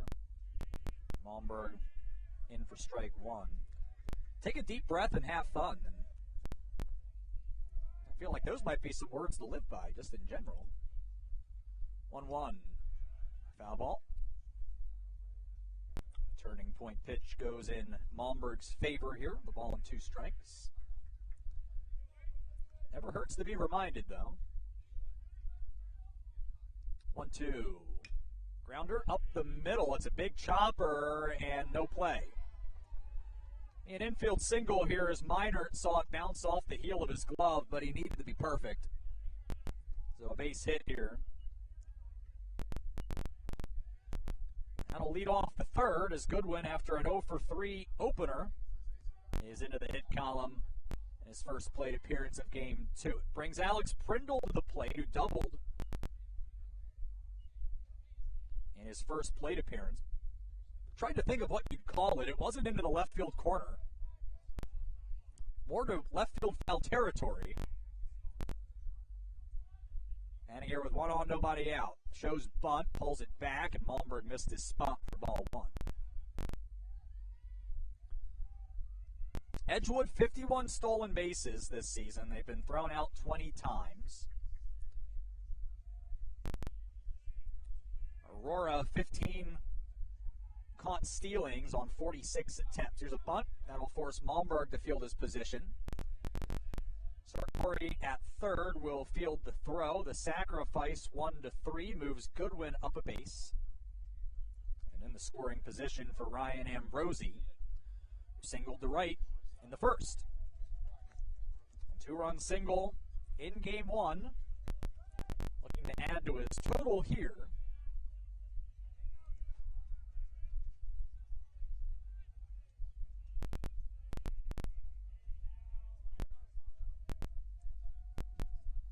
Edgewood now 4 for 16 on the afternoon with runners in scoring position. Malmberg sees the first pitch run inside.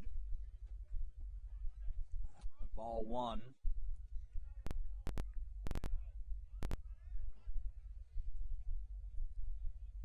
Ambrosi steps back in here. The infield now at regular depth here for Aurora after the sacrifice. 1-0. Malmberg kicks the knee. And gets a fly ball and a liner on a rope out to right that sends White back. He is able to haul it in. And some heads-up base running by Connor Goodwin, who was able to wait out White, who his momentum carried him back a couple of steps. He advances to second, and now that, you have to think, maybe takes the breaking ball at least out of the immediate mix for Nick Malmberg. Not that he won't throw it, but he's going to have to be careful with when he chooses to deploy it here, as a wild pitch could bring in Edgewood's second runs. Kyle Sagan at the plate. Swings and misses for strike 1. It has been a tough day for Sagan, who actually brought in Edgewood's run, but it was in a double play, so he doesn't get the RBI. He's 0 for 4 on the day. A spot to put Edgewood in front here. Takes ball 1 outside in the close pitch. Top 3, 1-1. Runner on third, 2 outs. Eagles look to inch in front. Fly ball, right center field and deep. And this one is down into the wall. It scores the run, and Sagan delivers his 22nd RBI of the season. It's his 8th double. 2-1 as Goodwin is in.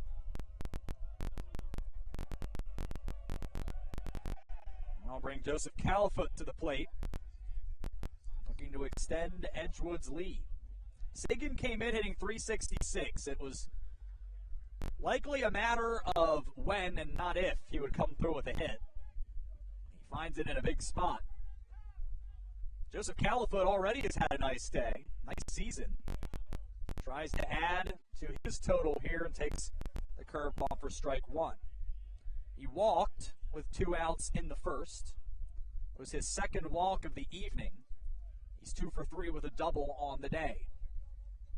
Started hitting .393, now up over .400 for the moment. Pop-up foul territory, now back into fair territory for Rivera, the third baseman, who tracks it and puts it away for the third out. Edgewood with a run in. 2 hits, no errors, 1 left. Eagles back in front through 2.5. It's 2-1. This is Aurora University baseball.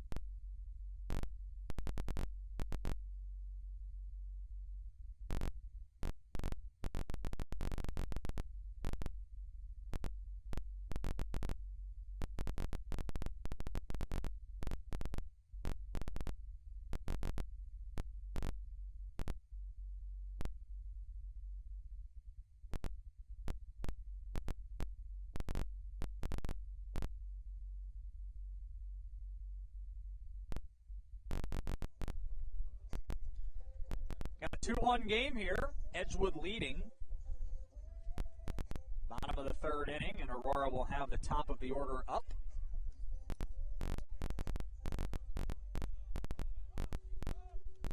Corey Vondra struck out looking in his first plate appearance of Game 2. For some context, he struck out swinging in his first plate appearance of Game 1 and then reached 3 straight times. Vondra finds a way to be effective somehow, some way, and it's usually getting on base. First pitch swinging and a drive. This one is deep and gone. Corey Vondra, with his third of the year, ties it up on the first pitch of the third inning. It's 2-all. Not a whole lot of doubt about that one.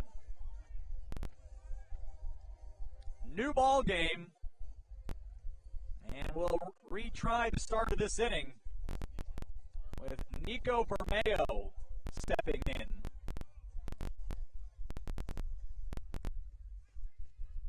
The 21st home run allowed by the Edgewood pitching staff this season, and the third allowed by Semrad. Strike one in to start Bermeo. Walked in his first plate appearance of Game 2. 1. Bender into the outside. Well, I've been saying dirt all game, and folks, you know what I mean. It's all turf here on the infield. Let's go with dirt. 1-1. Drive up the middle, right past Semrad, who fortunately was in his follow-through. Add his 2 hard-hit balls to start the third for Aurora. One left the ballpark, one came back where it came from. Justin Sartori will try to make it 3 for 3 for Aurora batters this inning. He flew out to right in the first.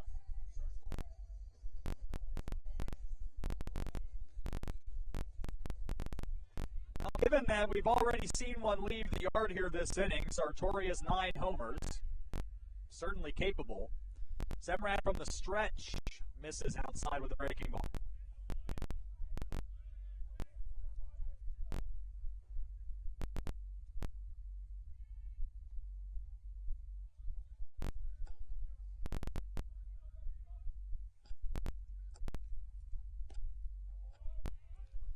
Count 1-1 here to Sartori.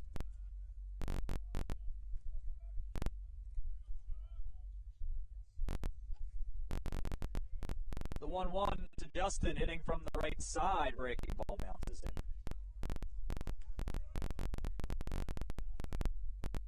Bermeo, 4 stolen bases this season. Aurora has only 28 as a team. Don't run very frequently, but they are certainly able. 2-1 to Sartori is a swing and miss. 2-2. Corey Bondra with a solo homer on the first pitch of the inning tied it up immediately. Bermeo reached with a single right after. So here's the third batter of the inning. Nearing its conclusion, one way or the other. Runner goes, bounces into DeCristina, and Bermeo has his 5th swiped bag of the season.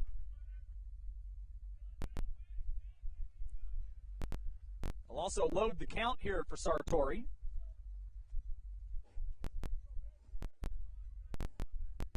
Two for 14 for his career against Edgewood. A couple of doubles. First base open, now it's full. 2 on, nobody out. And Aurora with designs on another big third inning. Off to a good start, but some work to do. Jet Wedekin coming to the plate.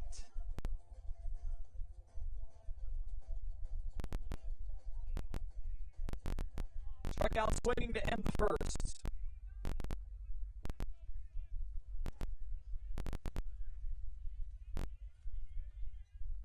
Showing bunt, pulls it back and takes the hook for strike 1.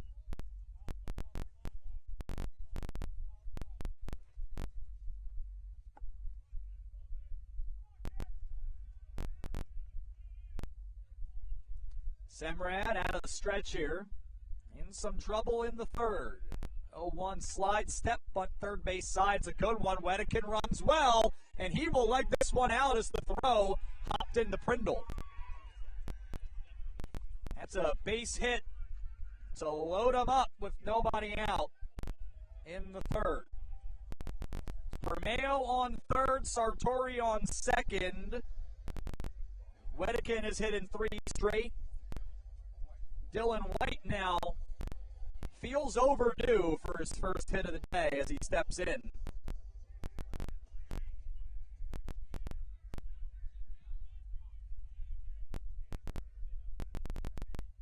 Will Edgewood be harmed by another outburst by Aurora? Semrad now on the ropes, starts off White with strike 1. Again, it was a 5-run third that broke open the game for Aurora, followed by the 11-run fourth in the opener. 0-1 to White is a fastball that's hit on a rope into the left field corner. Bermeo will jog in. Here comes Sartori. Wedekin slides in the third. White has a 2-run double to put Aurora in the lead.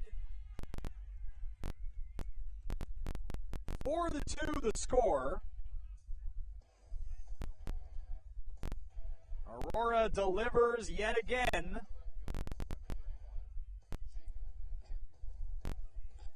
And what an incredible day with runners in scoring position. Aurora's batting average as a team is .667 with runners on second and or third.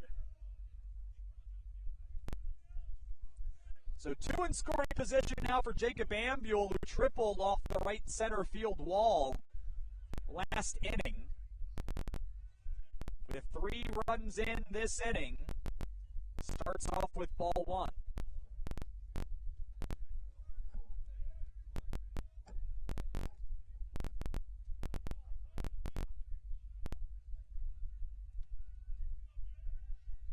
Semrad kicks and hits Ambule to load the bases. And here's Colin Minert. Try to add to Aurora's advantage.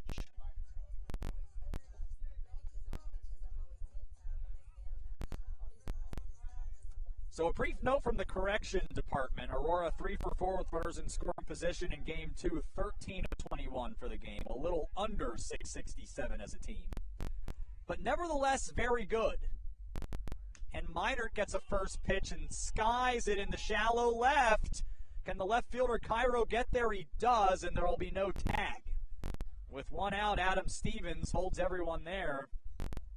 It wasn't near deep enough. So that now sets up the inning-ending double play. And Edgewood has not brought the infield in. A little early for that, but at the same time, they have to find a way to pour cold water on this inning. They'll try to get the twin killing here against Brendan Naylor. Ground out to second. The second pitch he saw in this game, he hits from the right side. Semrad goes to the windup with the bases loaded, and this is too high.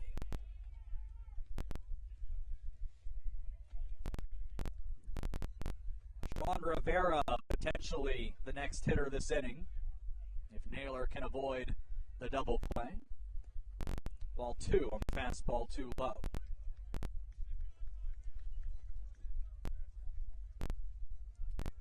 So this is the 80th multi-run inning of the season for Aurora. About 1 out of every 3, so do the math. 3 times every game. 3-0 to Naylor with nowhere to put him.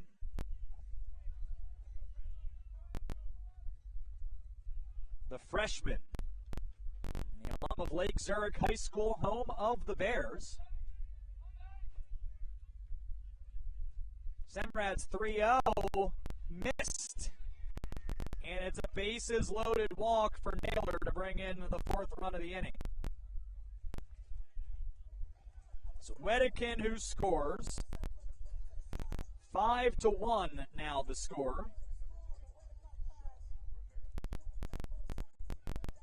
And for the 3rd time in this ballgame, Aurora brings the full order to the plate.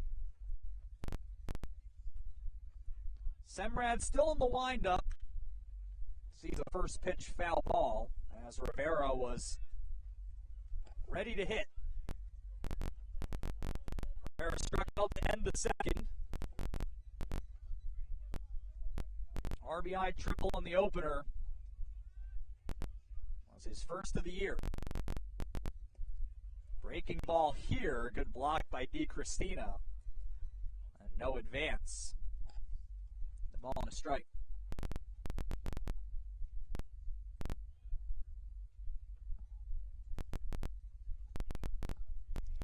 1 strike, 4 in this inning for Aurora. Rivera swings through the 1-2. Semrad went to the changeup that time. Needs this out. You'd love the double play. You'd take the strikeout. Anything else, maybe not that ideal. Fastball too low. It's 2-2. You can get a ground ball in the lead runner. That would be excellent, too. There's a lot of things that would be great and some other things that, well, you take if you absolutely had to. 2-2 pitch outside.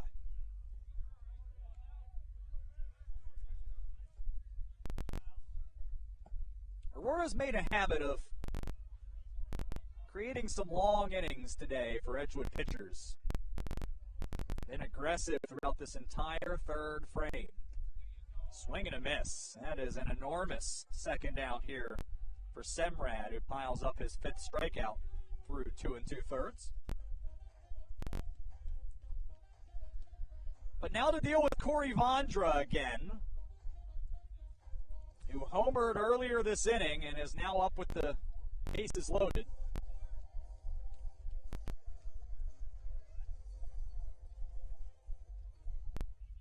I think Semrad will remain in the windup here with the bases loaded. First pitch to Vondra is a breaking ball, and it's too high.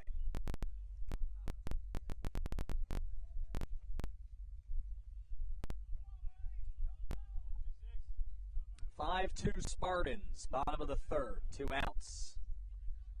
And the bases loaded. Semrad winds on 1-0. Fastball and a swing and a miss.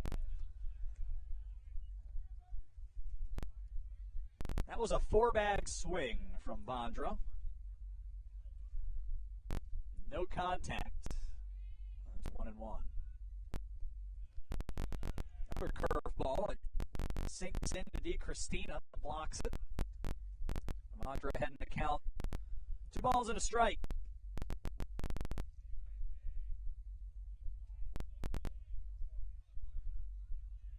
Samrad's 2-1 offering fools Vondra. Pulled the string. Vondra really fell out of that changeup.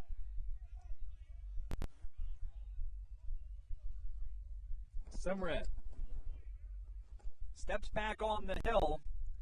2-2 to Vondra's. Her breaking ball. The senior fights off. The at-bat continues.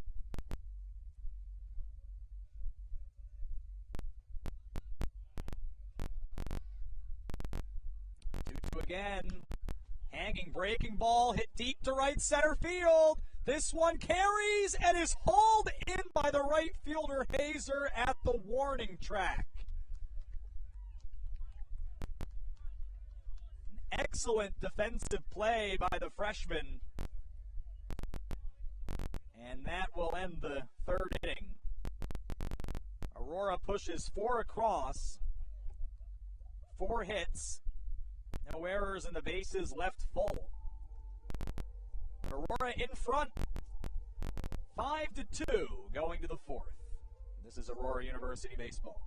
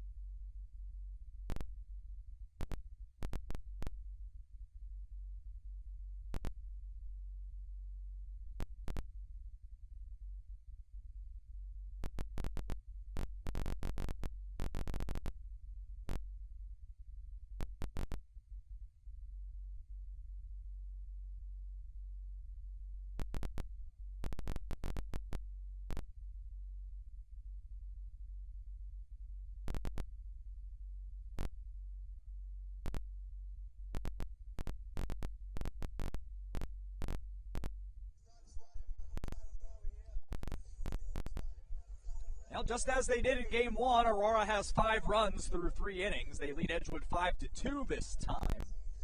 5, 6, 7 coming up for the Birds. On another crisp, I almost said fall day because that's what it always feels like here. Another crisp spring day at Jim Schmidt Field. You have fans in varying states of keeping warm here. I see blankets, lots of blankets. Some of them are, there's actually a fan near me who actually has a towel really kind of wrapped around his neck, which is a pretty good idea and one I might borrow for the next Aurora baseball game here. Ball 1 here to Jackson DiCristina. We're all in it together. Malmberg misses with the first 2 here to Christina. That was pitch 50 for Nick Malmberg. 3 innings of 2-run ball. He scattered 4 hits. Issued 1 walk, struck out 3. Right back to work here and fires in a strike to DiCristina. Struck out to end the first and is trying again here. A number of players on this Edgewood roster out of Arizona or California. Strike 2 to DiCristina.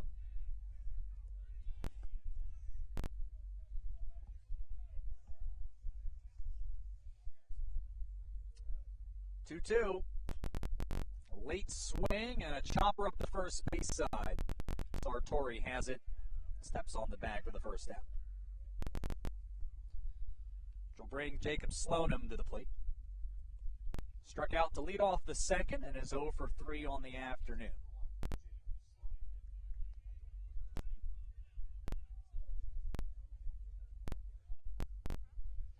Malmberg with a comfortable, if not particularly large lead. Gets a swing and a miss on the bunt. Can you call it that?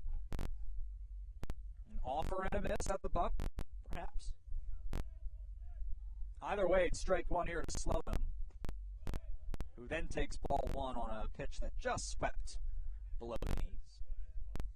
Slonim, one of a number of players with the high stirrups, and can almost in some respect provide a marker for where the strike zone ends. may have worked to his advantage there. He fouls off the 1-1.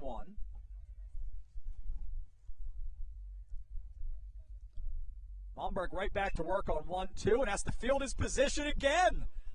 Nick Malmberg and the Golden Glove here on this Sunday. His second 1-3 put out of the day. He gets the right glove up there.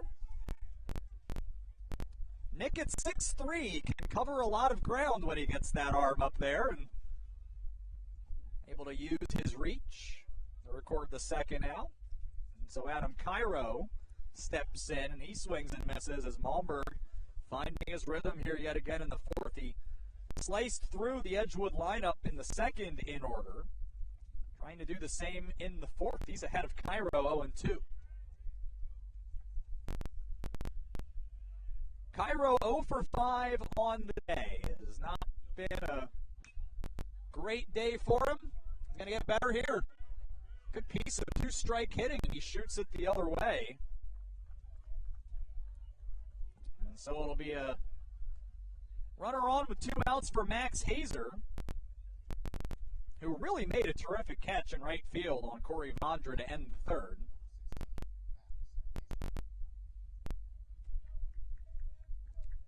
Certainly love to follow up a nice play in the field with a nice hit here to extend the inning. Struck out looking to end the second. Malmberg goes to the stretch here. And first pitch on a rope to short. Minert lays it out and hauls it in. And after Hazer makes a nice play to retire Aurora, he is retired by a nice play by Colin Minert. No runs on a hit. 1 left. 5-2, Aurora in front. Going to the bottom of the fourth.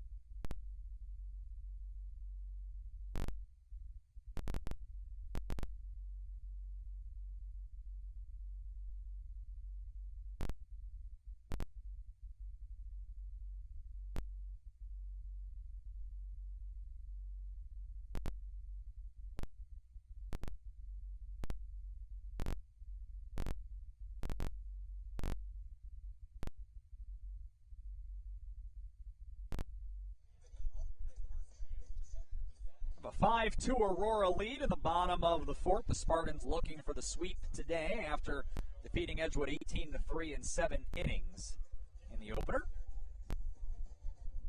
Put up 4 last inning to stretch out an advantage.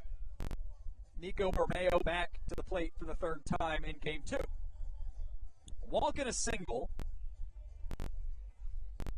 Been a very nice day for Nico. A season full of them this year. First pitcher Kyle Semrad is swung on and fouled away.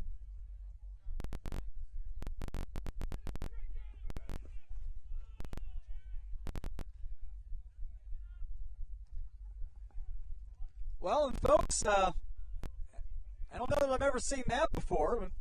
A little bit of a battle there between players looking for that foul ball.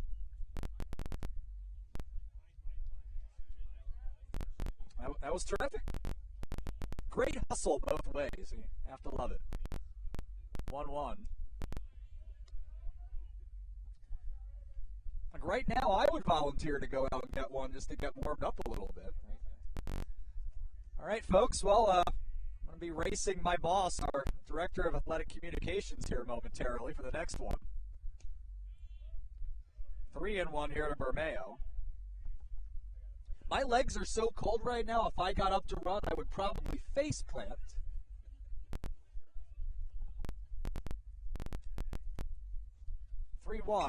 Line drive up the middle. But on a rope, it carries out to Goodwin, who lays out to make another terrific catch in center. Well, how about Connor Goodwin? A couple of very nice catches in game one, adds another one here. Max Hazer made a nice play in the outfield earlier in this one. Edgewood has struggled to field the ball at times, but the outfielder not having any of that today. Justin Sartori now takes ball one. Another race for it. Edgewood wins.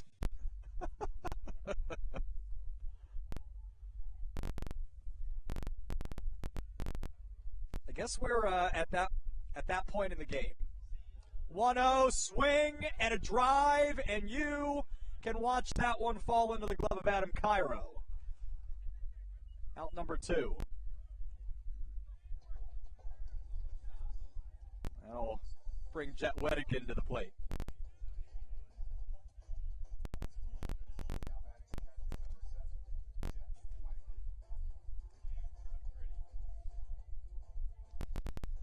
So Sartori is 0 for 2 with a walk. Wedikin is 1 for 2 with a run scored. And he is brushed off the plate. Up and in breaking ball.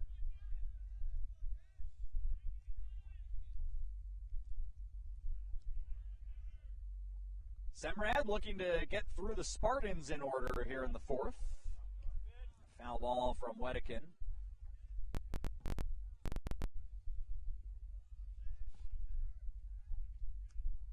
Meanwhile, Jacob Ambule's in the hole right now, needing to be on his toes if there's any foul balls back here.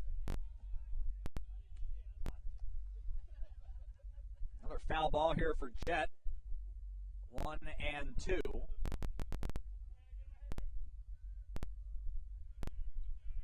Two outs here in the 4th. Bender off the plate. Count even.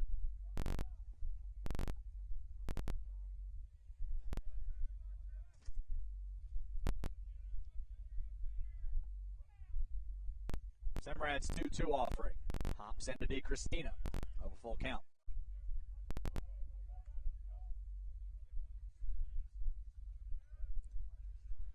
That was pitch number 80.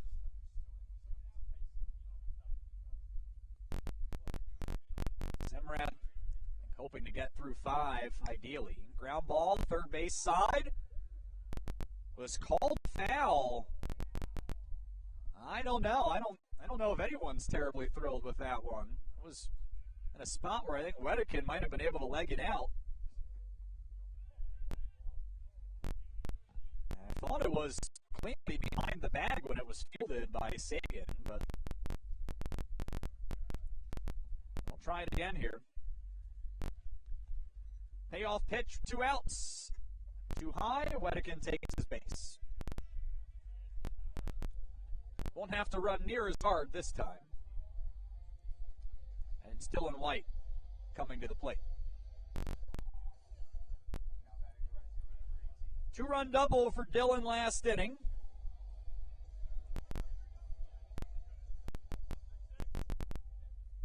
Looking for his second hit of the day. And I mean the day, not just the game. Wedikin out at the edge of the cutoff. First pitch swinging, popped up foul, and out of play.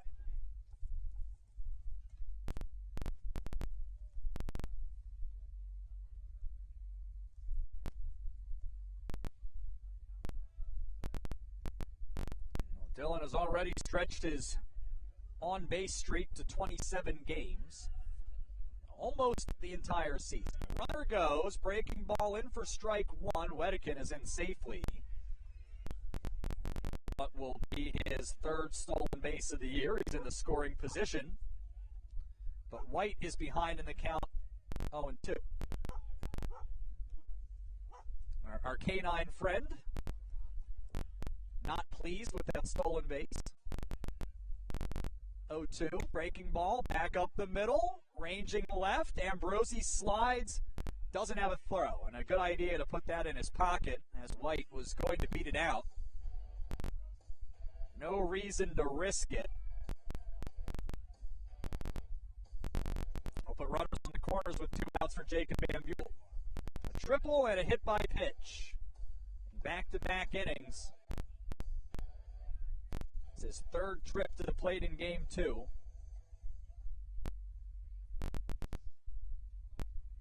His streak already up to 15. Don't have to worry about that. He has driven in 4 already today.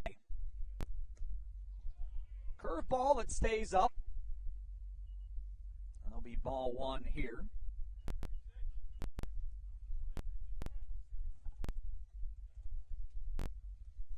Spartans trying to do damage and extend their 3-run lead here in the bottom of the 4th. 5-2. Runners on the corners with 2 outs. Line drive into the left field corner, base hit. Cut off by Cairo. Will come up throwing to 3rd, but White will be in to 3rd safely.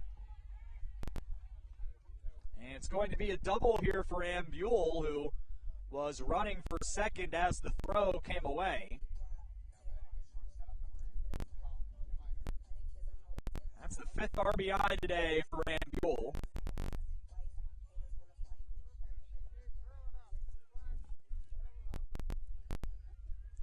Colin Miner steps to the plate here with a couple in scoring position, and Aurora now up by 4. He's the 7th, make that the 6th batter of the inning. Semrad starts him off with strike 1. Now the pitch count getting sufficiently high enough that you wonder if this is it for Kyle Semrad here in the 4th. He's closing in on 100 pitches, in the cold, no less. Breaking ball was hung but popped up. Shallow center, second baseman Slonim goes back and gets it and ends the inning. Aurora gets 1 in on 2 hits. 2 left. 6-2 through 4 innings here at Jim Schmid Field. This is Aurora University Baseball.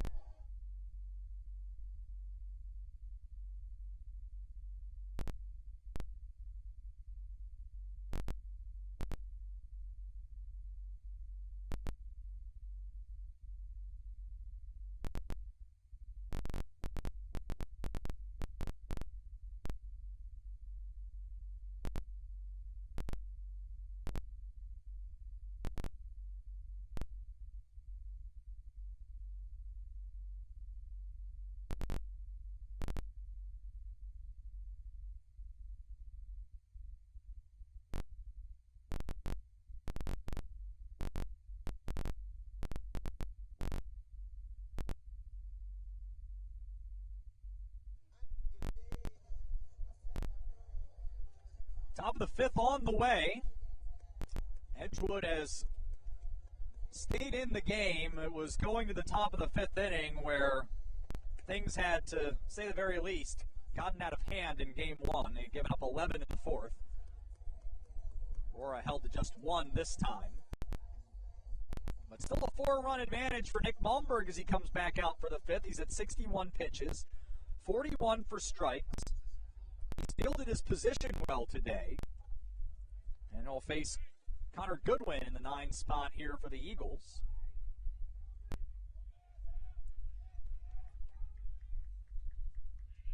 Jet Wedikin gets into the crouch. Wedikin looks for the sign. First pitch here to Goodwin in the lefty-lefty matchup is a good breaking ball in for strike 1.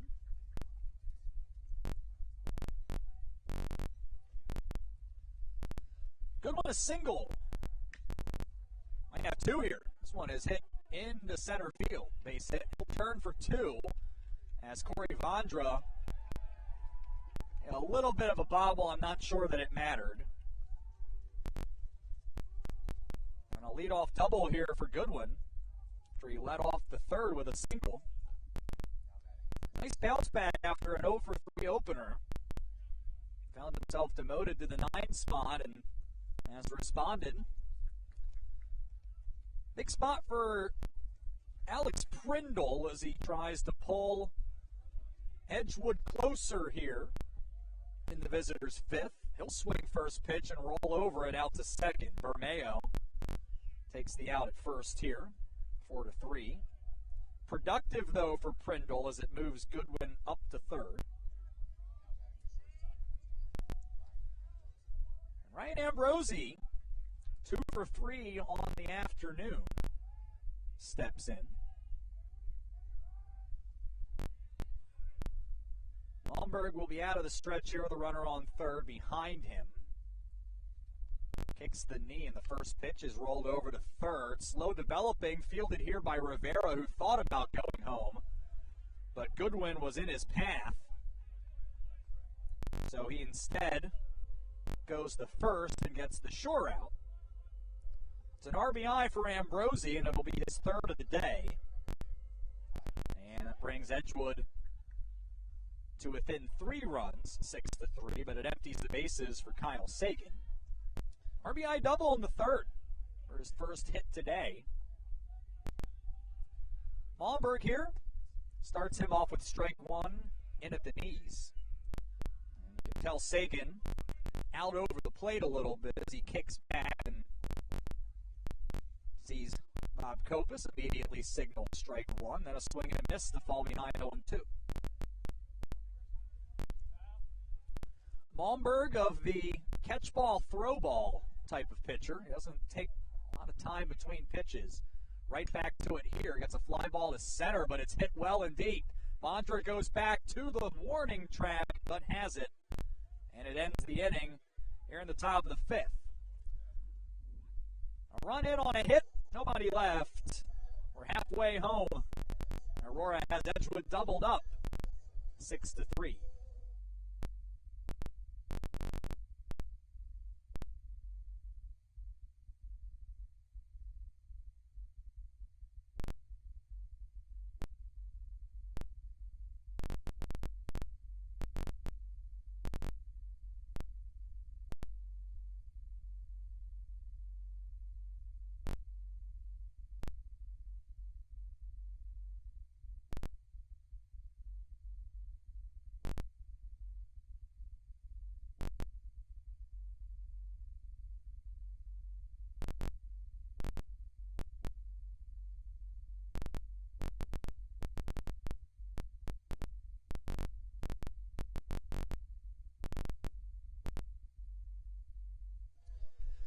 Some score updates here. Benedictine lost to Concordia, Wisconsin in Game 1, 5-4 in Lisle. They're trailing early in Game 2, 1-0. We will keep an eye on that one. We saw Wisconsin Lutheran win at Illinois Tech 9-5. MSOE pick up a 2-0 win at Lakeland. Marion rout St. Norbert 15-3. And I think a little bit of a surprising one, as that was a 7-inning game against a team that came in third place in the conference. Rockford also has defeated Concordia Chicago 12-5. Dominican gets the day off. And then Aurora softball with a sweep today at Edgewood, 9-1 in 5 innings and 5-1 in the full 7. Spartans up 6-3 here in the bottom of the 5th. Kyle Semrad back out at 89 pitches to face 8-9-1 in the Spartan order. Brendan Naylor first pitch swinging and a roller out to short. Ambrosi has it, and the throw is in time for the first out. And now Sean Rivera, who after reaching every time up in the opener, has struck out swinging twice here in Game 2. Corey Vondra set to bat for the 4th time this inning as well. First pitch to Rivera. Fastball that rides up and above the zone. Now, while Semrad is throwing, there is activity in the Edgewood bullpen. But Semrad, a very quick first out. Rivera tries the bunt, fouls it off. And it's 1 ball and 1 strike here.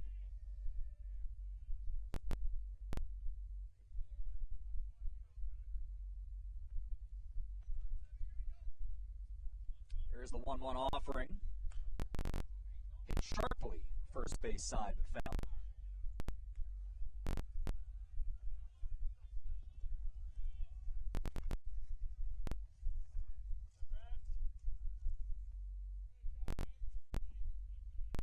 choked up here on 1 and 2. Semrad winds and deals. Tried to bring the breaking ball in over the outside corner. At least one fan who indicated from a poor angle that it looked pretty good from there. 2-2. Line drive through the whole right side. Rivera has his first hit of game 2, third of the day. One on here for Corey Vondra.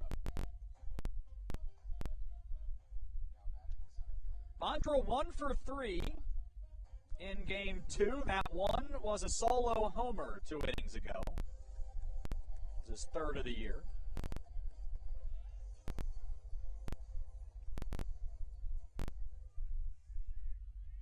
Vondra now at 29 RBIs on the season. And he has 15 extra base hits on the season. A throw over at Rivera at first.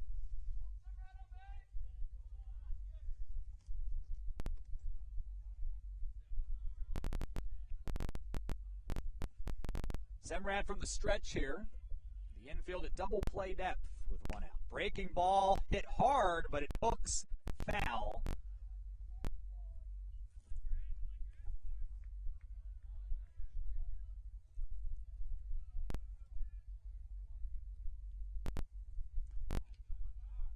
Oh and 1. Vondra 4 for 7 on the day. Another day at the office for Vondra. Rivera bounces around a few times, and Semrad leaves the 0-1 pitch off the plate.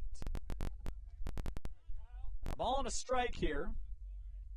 Aurora is at 9 hits, put up 14 in the opener. They've reached 10 hits in all but 6 games this season, and have now put up double-digit hits in 6 straight. They're about to improve on that number by 1. Maybe not necessarily here, but certainly the Edgewood pitchers would like to say something about that, but they need just 1 here over the final, it's like 3 innings here. Vondra will have a hitter's count. Semrad misses yet again here. It's 2 and 1.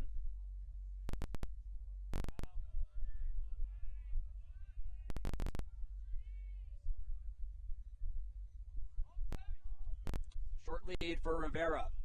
2-1 is sprayed foul. And Semrad's 100th pitch is coming up. Seem to indicate that this will be the final inning for him.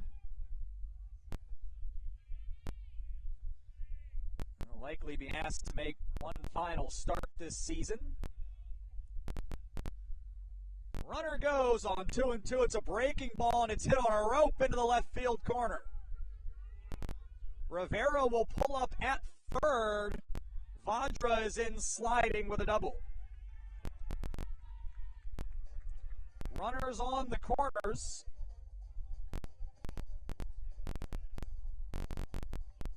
One out for Nico Bermeo. Bermeo a single and a fly out as far as his at-bats. He's also walked once in game 2.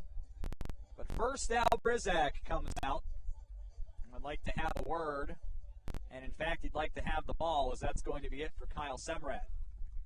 Pitching change here with 1 out in the 5th. And Aurora threatening up 6-3. This is Aurora University baseball.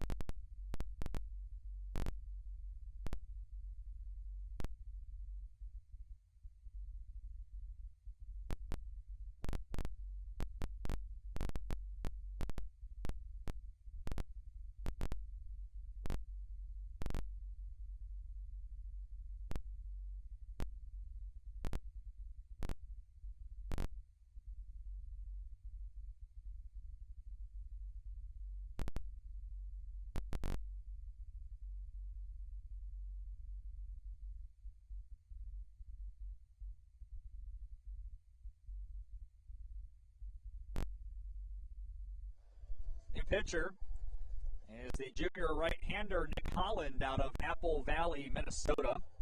Got the win on Wednesday in relief with a scoreless inning. 2 hits and a strikeout. He got the win because he pitched the 10th inning, and Daniel Bentavenu picked up the game-winning hit there. So for Holland, he enters here for the 11th time and 9th out of the bullpen. He has a 7.43 ERA in 13 1/3 innings with 6 strikeouts and opponents hitting .339 against him.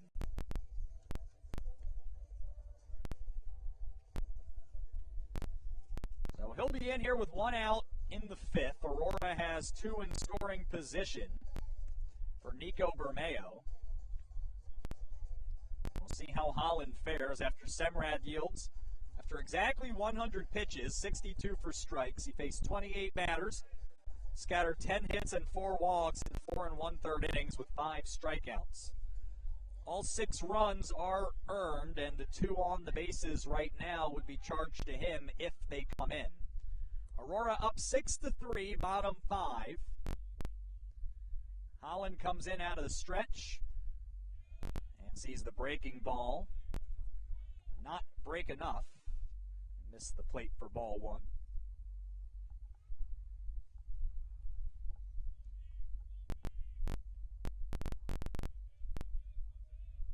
1-0 pitch. Bermeo out in front. Foul ball.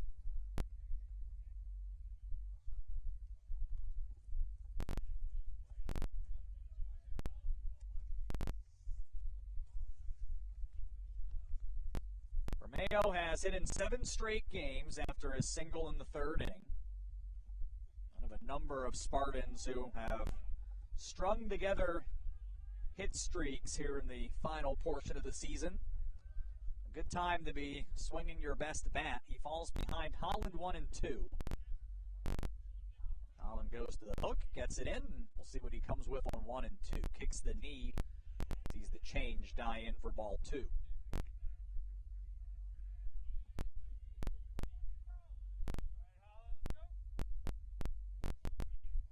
Against all odds, a calm moment here at Jim Schmidt Field, where it's just cold, not necessarily breezy. 2-2, hit sharply off the glove of a diving Sagan. That will score Rivera, and Bermeo will be on first with an RBI single. It's a tough play by Sagan, who very nearly made it. And it'll be 7-3 now.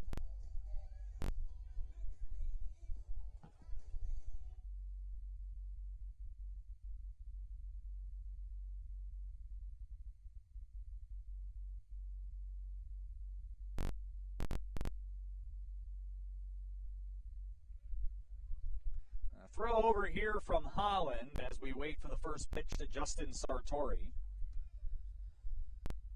A walk between a couple of flyouts in game 2. Did drive in 3 in the opener. He has a chance to add to that RBI total here. And he'll take strike 1. Sartori at 56 RBIs. He started the weekend in the top 10 in the nation. Very well be climbing that list here after today. As Vondra on first, Bermeo on third. Ground ball to short. Sagan try to goes around the horn here, but he will not, as Sartori beats it. And it'll be an RBI and a fielder's choice here for Sartori. 5-4, Bermeo is retired. But it extends the Aurora lead to 5. And it will be a runner on first and 2 outs for Jet Wedekind. 8-3. And closes the book on Kyle Semrad, as all 8 runs will be charged to him and earned. Wedekin takes a fastball outside for ball one. A single and a walk in 3 plate appearances today. Struck out to end the first. And by today, in this case, I mean here in game 2. Short lead for Sartori off at first. Allen kicks the knee. Misses low and inside with the changeup. 2-0.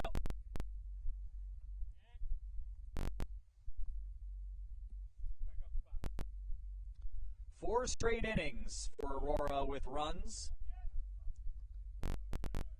Another multi-run inning for the Spartans. 2-0 is hit high to left, and this one is going and gone. An absolute no-doubter, and Jet Wedekin knew it. A 2-run shot that makes it 10-3.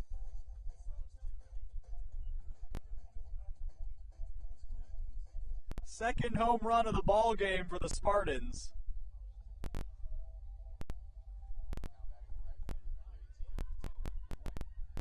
Jet's 7th of the season. He trails only Justin Sartori. And ball one to Dylan White. Has a couple of hits today.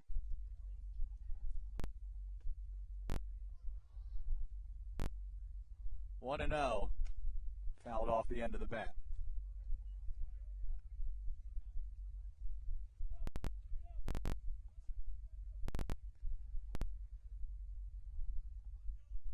Seven-run Spartan advantage.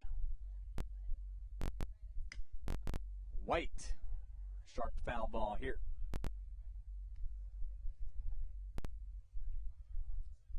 Aurora now with 33 home runs on the season. That's best in the NAC. They've hit just an incredible amount of doubles today to extend their, I think they have 87 now on the season. Plus 3 triples. They're at 15 on the year. I have to take that back. I think they're at 83 doubles now. 15 triples, 33 homers. But White retired here, and that ends the 5th. Aurora plates 4, including the 2-run homer for Jet Wedekin. It was one of Aurora's 4 hits in the inning. No errors. Nobody left. 10-3 Aurora, going to the 6th. This is Aurora University baseball.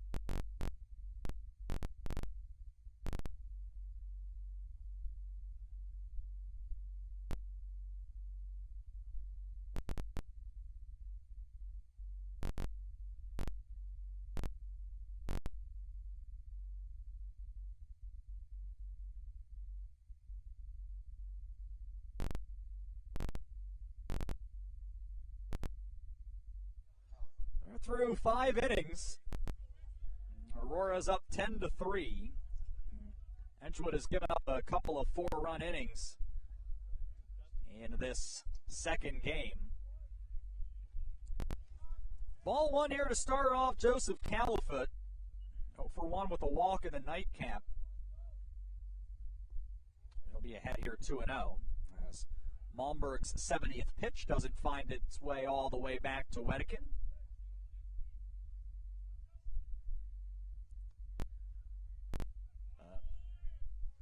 Nick fights back, gets a swing and a miss here, and that'll run the count to 2 balls and a strike.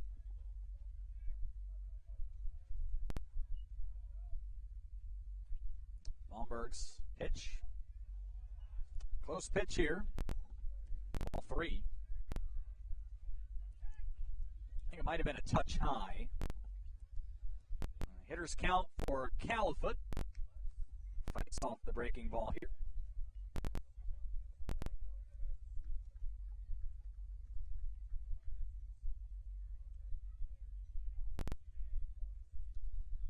Concordia, Wisconsin continues to lead Benedictine 1-0, the top of the fourth. Malmberg from down 2-0 gets Caliphate to swing and miss. One away.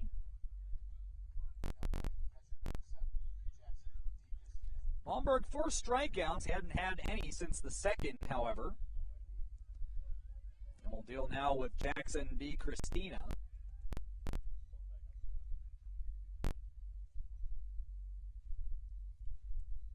First pitch is hit foul.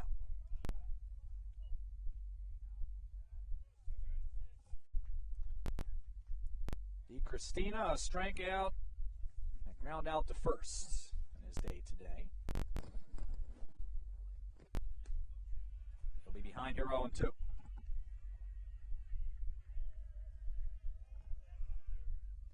Jacob Slonim due up this inning as well. 0-2. Malmberg almost rung up D. Christina. Close pitch. Was trying to bring that one in on the back door, and I think it just bent in around the front of the plate. So ball and 2 strikes to D. Christina, and a pop-up. First base side.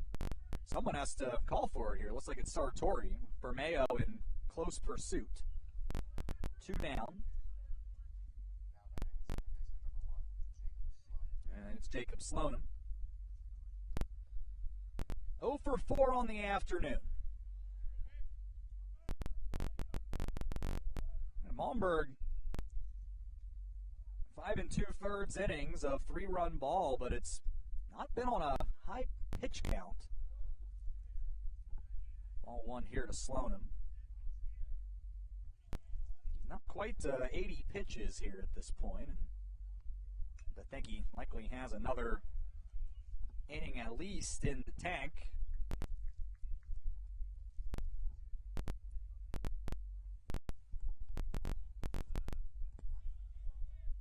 And that last one was number 80. Here is the 1-1. That's fouled off.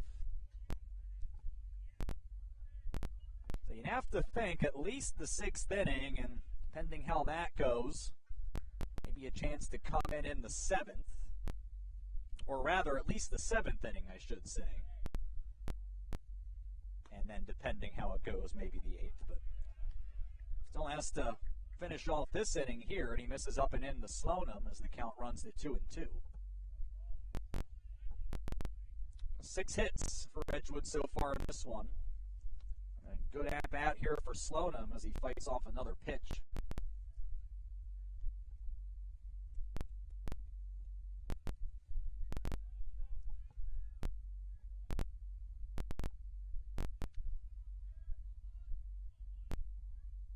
Malmberg astride the rubber, winds and comes to the plate on 2-2.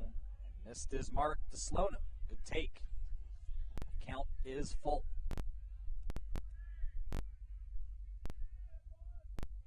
Malmberg, just 10 walks issued this season, including 1 today, and it won't be 1 here either. Swing and a miss. He strikes out Slonim. Eagles go in order in the 6th. 10-3 Spartans. Bottom half on the way. This is Aurora University baseball.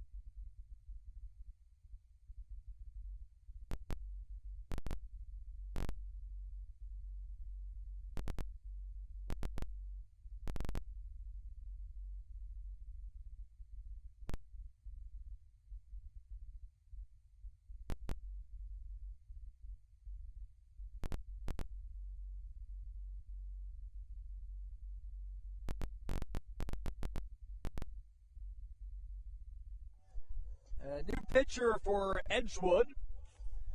It'll be the sophomore right-hander Ben Collier from Cross Plains, Wisconsin. Got his first career start in Wednesday's bullpen game against Carroll. He went an inning, gave up a run. Pitched to a 5.24 ERA as a freshman, and comes into this one with a 5.84 ERA in 12 1/3 innings with 11 strikeouts. Opponent's hitting .352 against him. This is his 9th appearance, 8th out of the bullpen, but again, that start was in a bullpen game. 10 pitchers pitched 1 inning each in that extra inning victory. So someone had to start it, and it was Collier, and he's back in here facing 6, 7, and 8 in the Aurora lineup. Jacob Ambule halfway to the cycle as he begins the 6th inning and takes ball 1 on the fastball from Collier. Has reached all 3 times in game 2, a triple and a double with an RBI surrounding an HBP. 2-0 here to Ambule. Now we're in range here where Aurora could potentially put the 10-run rule in range. And Ambule trying to do his best to get some runners on board here and perhaps do just that, as he is now a home run away from the cycle. 3 for 3 here through 6 innings with the single in the center. And it's Colin Minard coming to the plate here. Now, Aurora cannot end the game here this inning. But if they could plate 3, they would need to get 3 more outs to finish. So a lot of things still have to happen, but up 7, that's something that Edgewood needs to be concerned about here. Collier starts Minard with a breaking ball for strike 1. Minard is 1 for 3 with an RBI here in this second contest. Ambule had stretched out a fairly healthy lead a moment ago, not quite as long this time. Collier misses outside with the fastball.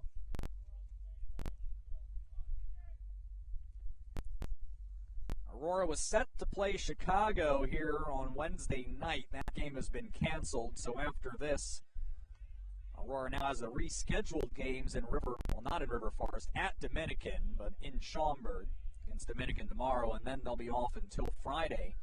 They'll visit Rockford and conclude the regular season on Saturday against Concordia, Wisconsin here at Jim Schmidt Field. Count 2-1 to Minard with Ambule on first after the leadoff single. It's 3-1.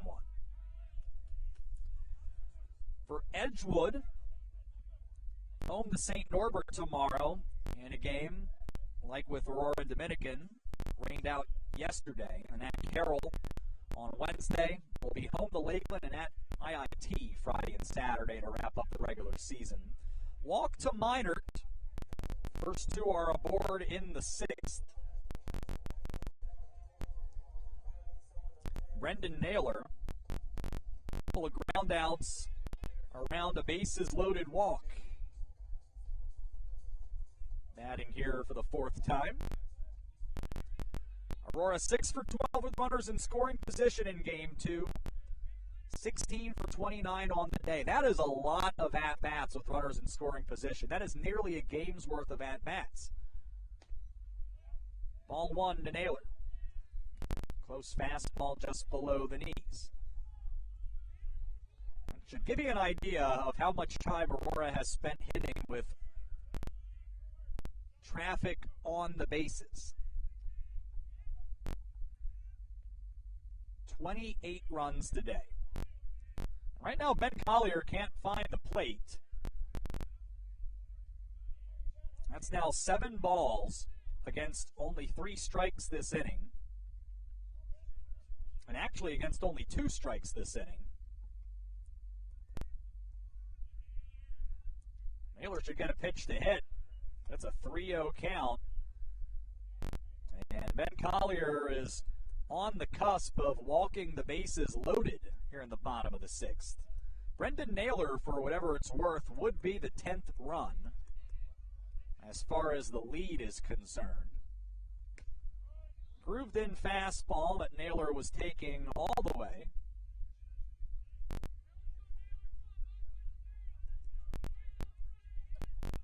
Big count to hit in here for Naylor. 3-1. Collier from the stretch, and Naylor fouls it off. Spartans 13 hits, just one off of their game one total.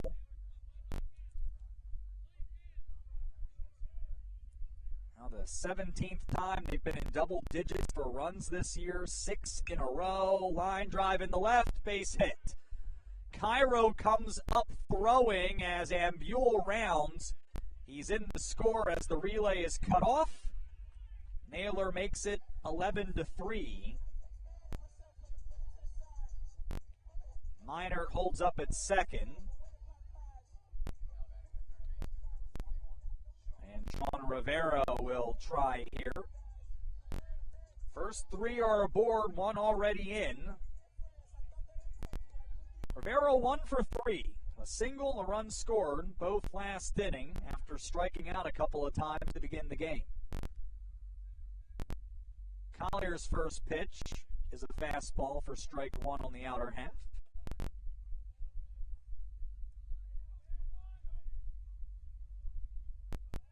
Well, objective number 1 here, keep the 2 on base from scoring. If you're Ben Collier. Dropped breaking ball on 0-1. Now, if you're Aurora, or at this point, perhaps any fan here, maybe you want them to come in here. It's been a cold day. 1-1 here to Rivera. Fastball, wild pitch. And up 90 feet go Minard and Naylor. They'll both be in scoring position now. Count 2-1. Now here's the problem for Ben Collier and the Eagles right now. Corey Vondra's waiting on deck. He's absolutely mashed today. There's just not a point in this lineup where you can really say, well, finally I can exhale. It just doesn't exist in this high-powered Aurora order. It's just a matter of how tough is it going to be, not if it will be tough. Counts 3-1 to Rivera. He gets a pitch to hit here and hits it through the hole on the right side. That will score Minard. Naylor rounds third as well. He'll be in without a throw. Rivera with the 2-run single makes it 13-3. And now Aurora in a situation where they are potentially just 3 outs from ending this one by run rule for the second time. Vondra 2 for 4. A home run and a double.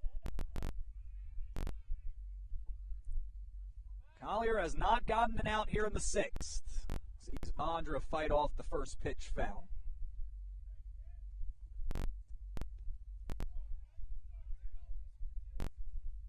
No activity in the bullpen, so Malmberg, it appears, will be given a chance to finish it out. Aurora would love to tack on a couple more insurance runs just to eliminate any doubt. A swing and a miss here for Vondra. And Collier is ahead 0-2, and this sorely needs an out right now. 3 hits and a walk so far.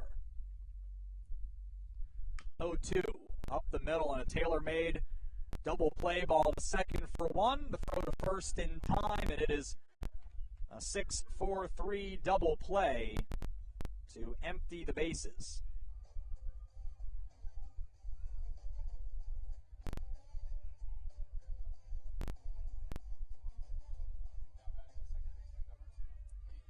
Now it's Nico Bermeo now.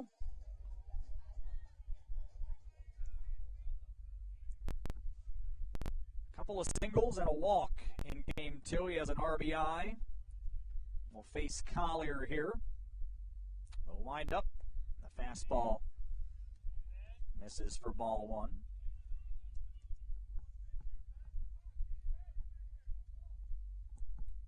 Romeo now with 18 multi-hit games on the season, including 2 today. Check swing, the curveball, the inner half for strike one.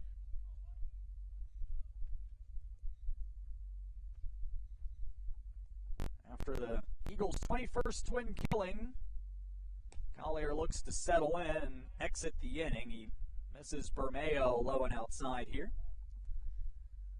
2 balls and 1 strike.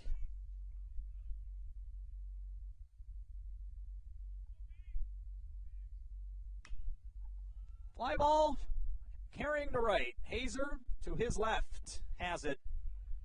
Ends the inning. Aurora plates 3 on 3 hits. They leave the bases empty. And it's last chance time for Edgewood. Down 10. Going to the 7th. 13-3 is the Aurora advantage. This is Aurora University baseball.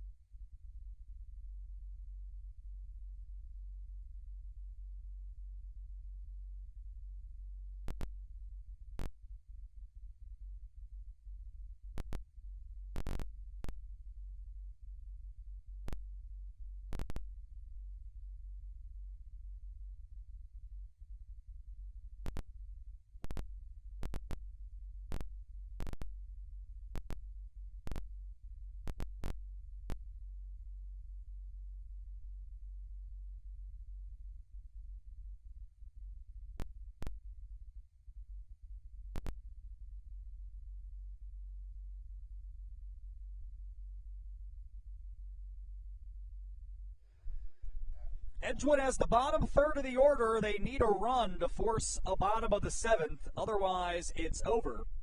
Aurora will have the sweep of Edgewood today. Nick Malmberg back out for the 7th. He's at 85 pitches and sees Adam Cairo hit the first one on a rope to Colin Minert for the first out.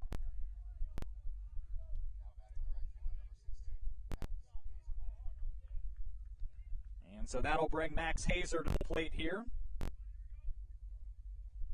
He is 2-0, or rather 0-2 for the day. And he'll take the breaking ball for strike one as Malmberg intent on finishing the abbreviated complete game. Be his second of the year. The other one was also abbreviated. Was on the mound when Aurora finished off MSOE a couple weeks ago by 10-run rule. Fly ball deep to center, carrying all the way to the wall and gone. And we will see a bottom half of the 7th as Max Hazer has connected on his first career home run.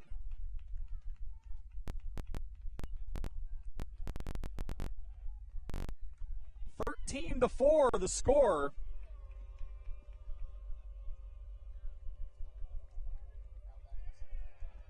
And we will play on.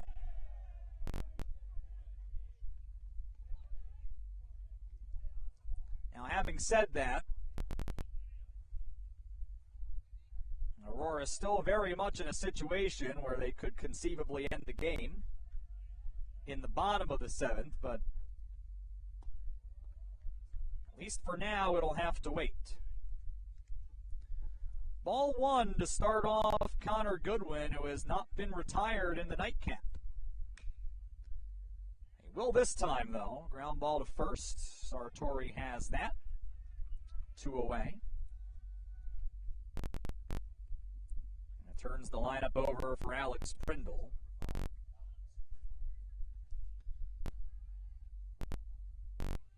Now, Malmberg's still just at 91 pitches, so it's conceivable he could come back out for the 8th if required, but Aurora starting to get some action in the bullpen. Ground ball to third off the end of the bat. Rivera had to deal with a little spin on that one, but he made the play. The throw is in time to end the inning. Solo homer forces a bottom of the 7th.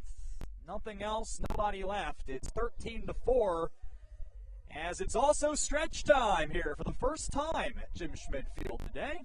This is Aurora University Baseball.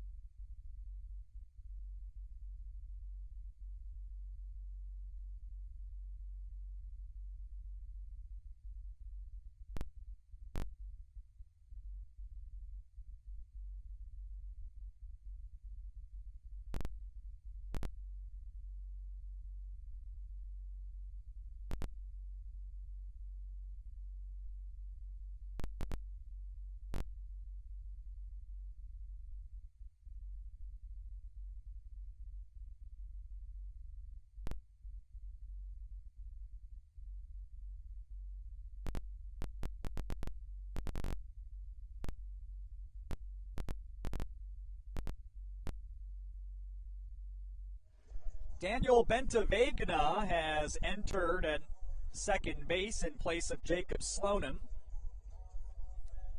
Aurora needs a run here off of Ben Collier to end it. It's 13-4, the bottom of the 7th. Justin Sartori will lead it off for Aurora.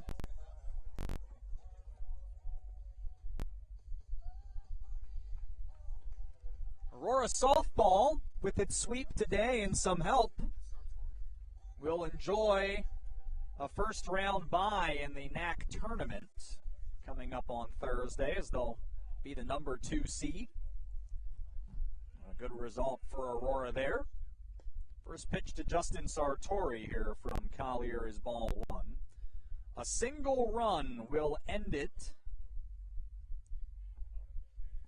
The game was extended with Max Hazer's solo homer. High, slow chopper to third, fielded well by Sagan, and gets Sartori for the first out, which will bring Jet Wedekind to the plate.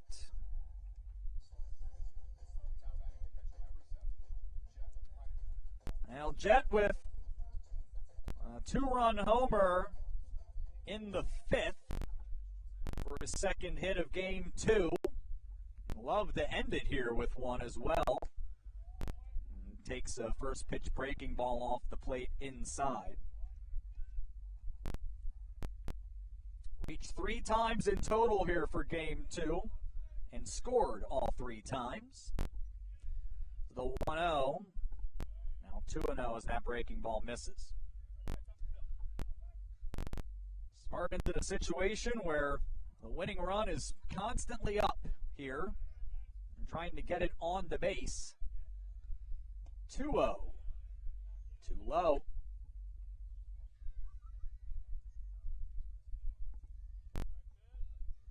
And it's 3 balls and no strikes here to Wedekind. He was swinging on 3-0. I have an idea he was trying to end this one by himself there. You don't often see the 3-0 green light. He missed it. Still get a good pitch to hit here on 3-1 though. 1 out, bottom of the 7th. He'll take his base instead. So Wedekind is the winning run. Dylan White has a couple of hits and a couple of strikeouts. Also a couple of RBIs with a double in the 3rd.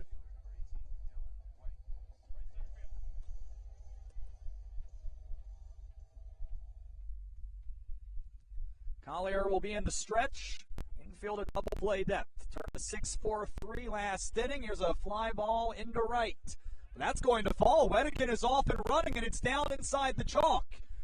Wedekin pulls up at third. White slides in. Jet wants to go the whole way. Here's the throw. And it is going to get him as he tried to step over the tag.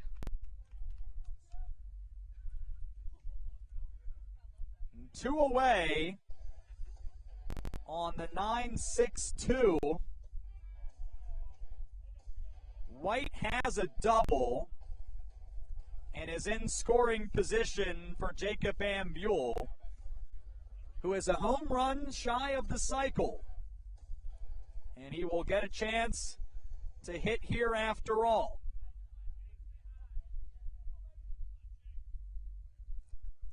Base hit ends the game. First pitch swinging and a pop-up behind the first base bag in the shallow right. If it drops, it's over, and it does. The fielders collide. White comes in and scores, and the ball game is over. 14-4, the final in 7. As Aurora gets it in on the bloop to right. Jacob Ambule wins it with his 4th hit of the contest. Spartans by run rule. Final totals coming up. This is Aurora University Baseball.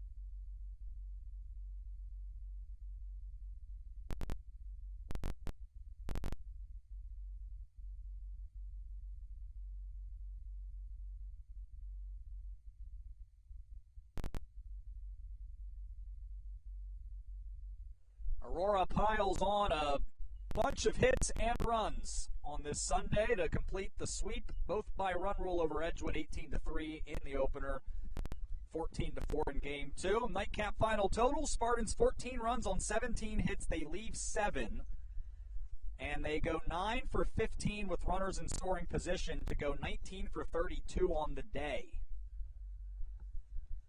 Edgewood 4 runs on 7 hits. They strand 3. 2 for 6 with runners in scoring position, 5 for 20 on the day. Another day of big days at the plate. Jacob Ambule went 4 for 4. A couple of RBIs. He was a home run shy of the cycle and scored twice. Dylan White had 3 hits, 2 for extra bases with 2 RBIs. Jet Wedekin hit a 2-run homer. Scored 3 times. Corey Vondra, Nico Bermeo, and Sean Rivera both with 2 hits. Rivera drove in a couple. And every player in the Aurora lineup in Game 2 had an RBI, at least. For Edgewood, a double for Alex Prindle, RBI double for Kyle Sagan, and a solo homer for Max Hazer among the highlights. Connor Goodwin, a couple of hits, including a double and 2 runs scored. Nick Malmberg, the winning pitcher, he's 5-0. 4 earned runs over 7 innings. He scattered 7 hits and a walk, struck out 5 through 92 pitches, 63 for strikes. Kyle Semrad takes the loss, falling to 2 3. He was chased after allowing 8 earned runs in 4 1/3 innings. There was no save Aurora now 26-7 on the year, 15-3 in the conference, and pending the result of CUW and Benedictine could find themselves in first place in the NAC at the end of the day. Right now, by winning percentage, they are. So actually, Aurora is in first all by itself at this point. Edgewood now a little farther out of the playoff picture, falling to 17-15, 8-10 in the league. Time of game 2 hours and 2 minutes. So Aurora in Schaumburg tomorrow to visit Dominican at 5 o'clock for the first of 2. Edgewood hosts St. Norbert tomorrow for a twin bill beginning at 4. Thank you as always to the entire AU Game Day crew. We could not do it without them. 18-3, 14-4. Spartans win both in 7 today. I'm Sean Fry. This is Aurora University Baseball here at athletics.aurora.edu. We'll see you next time.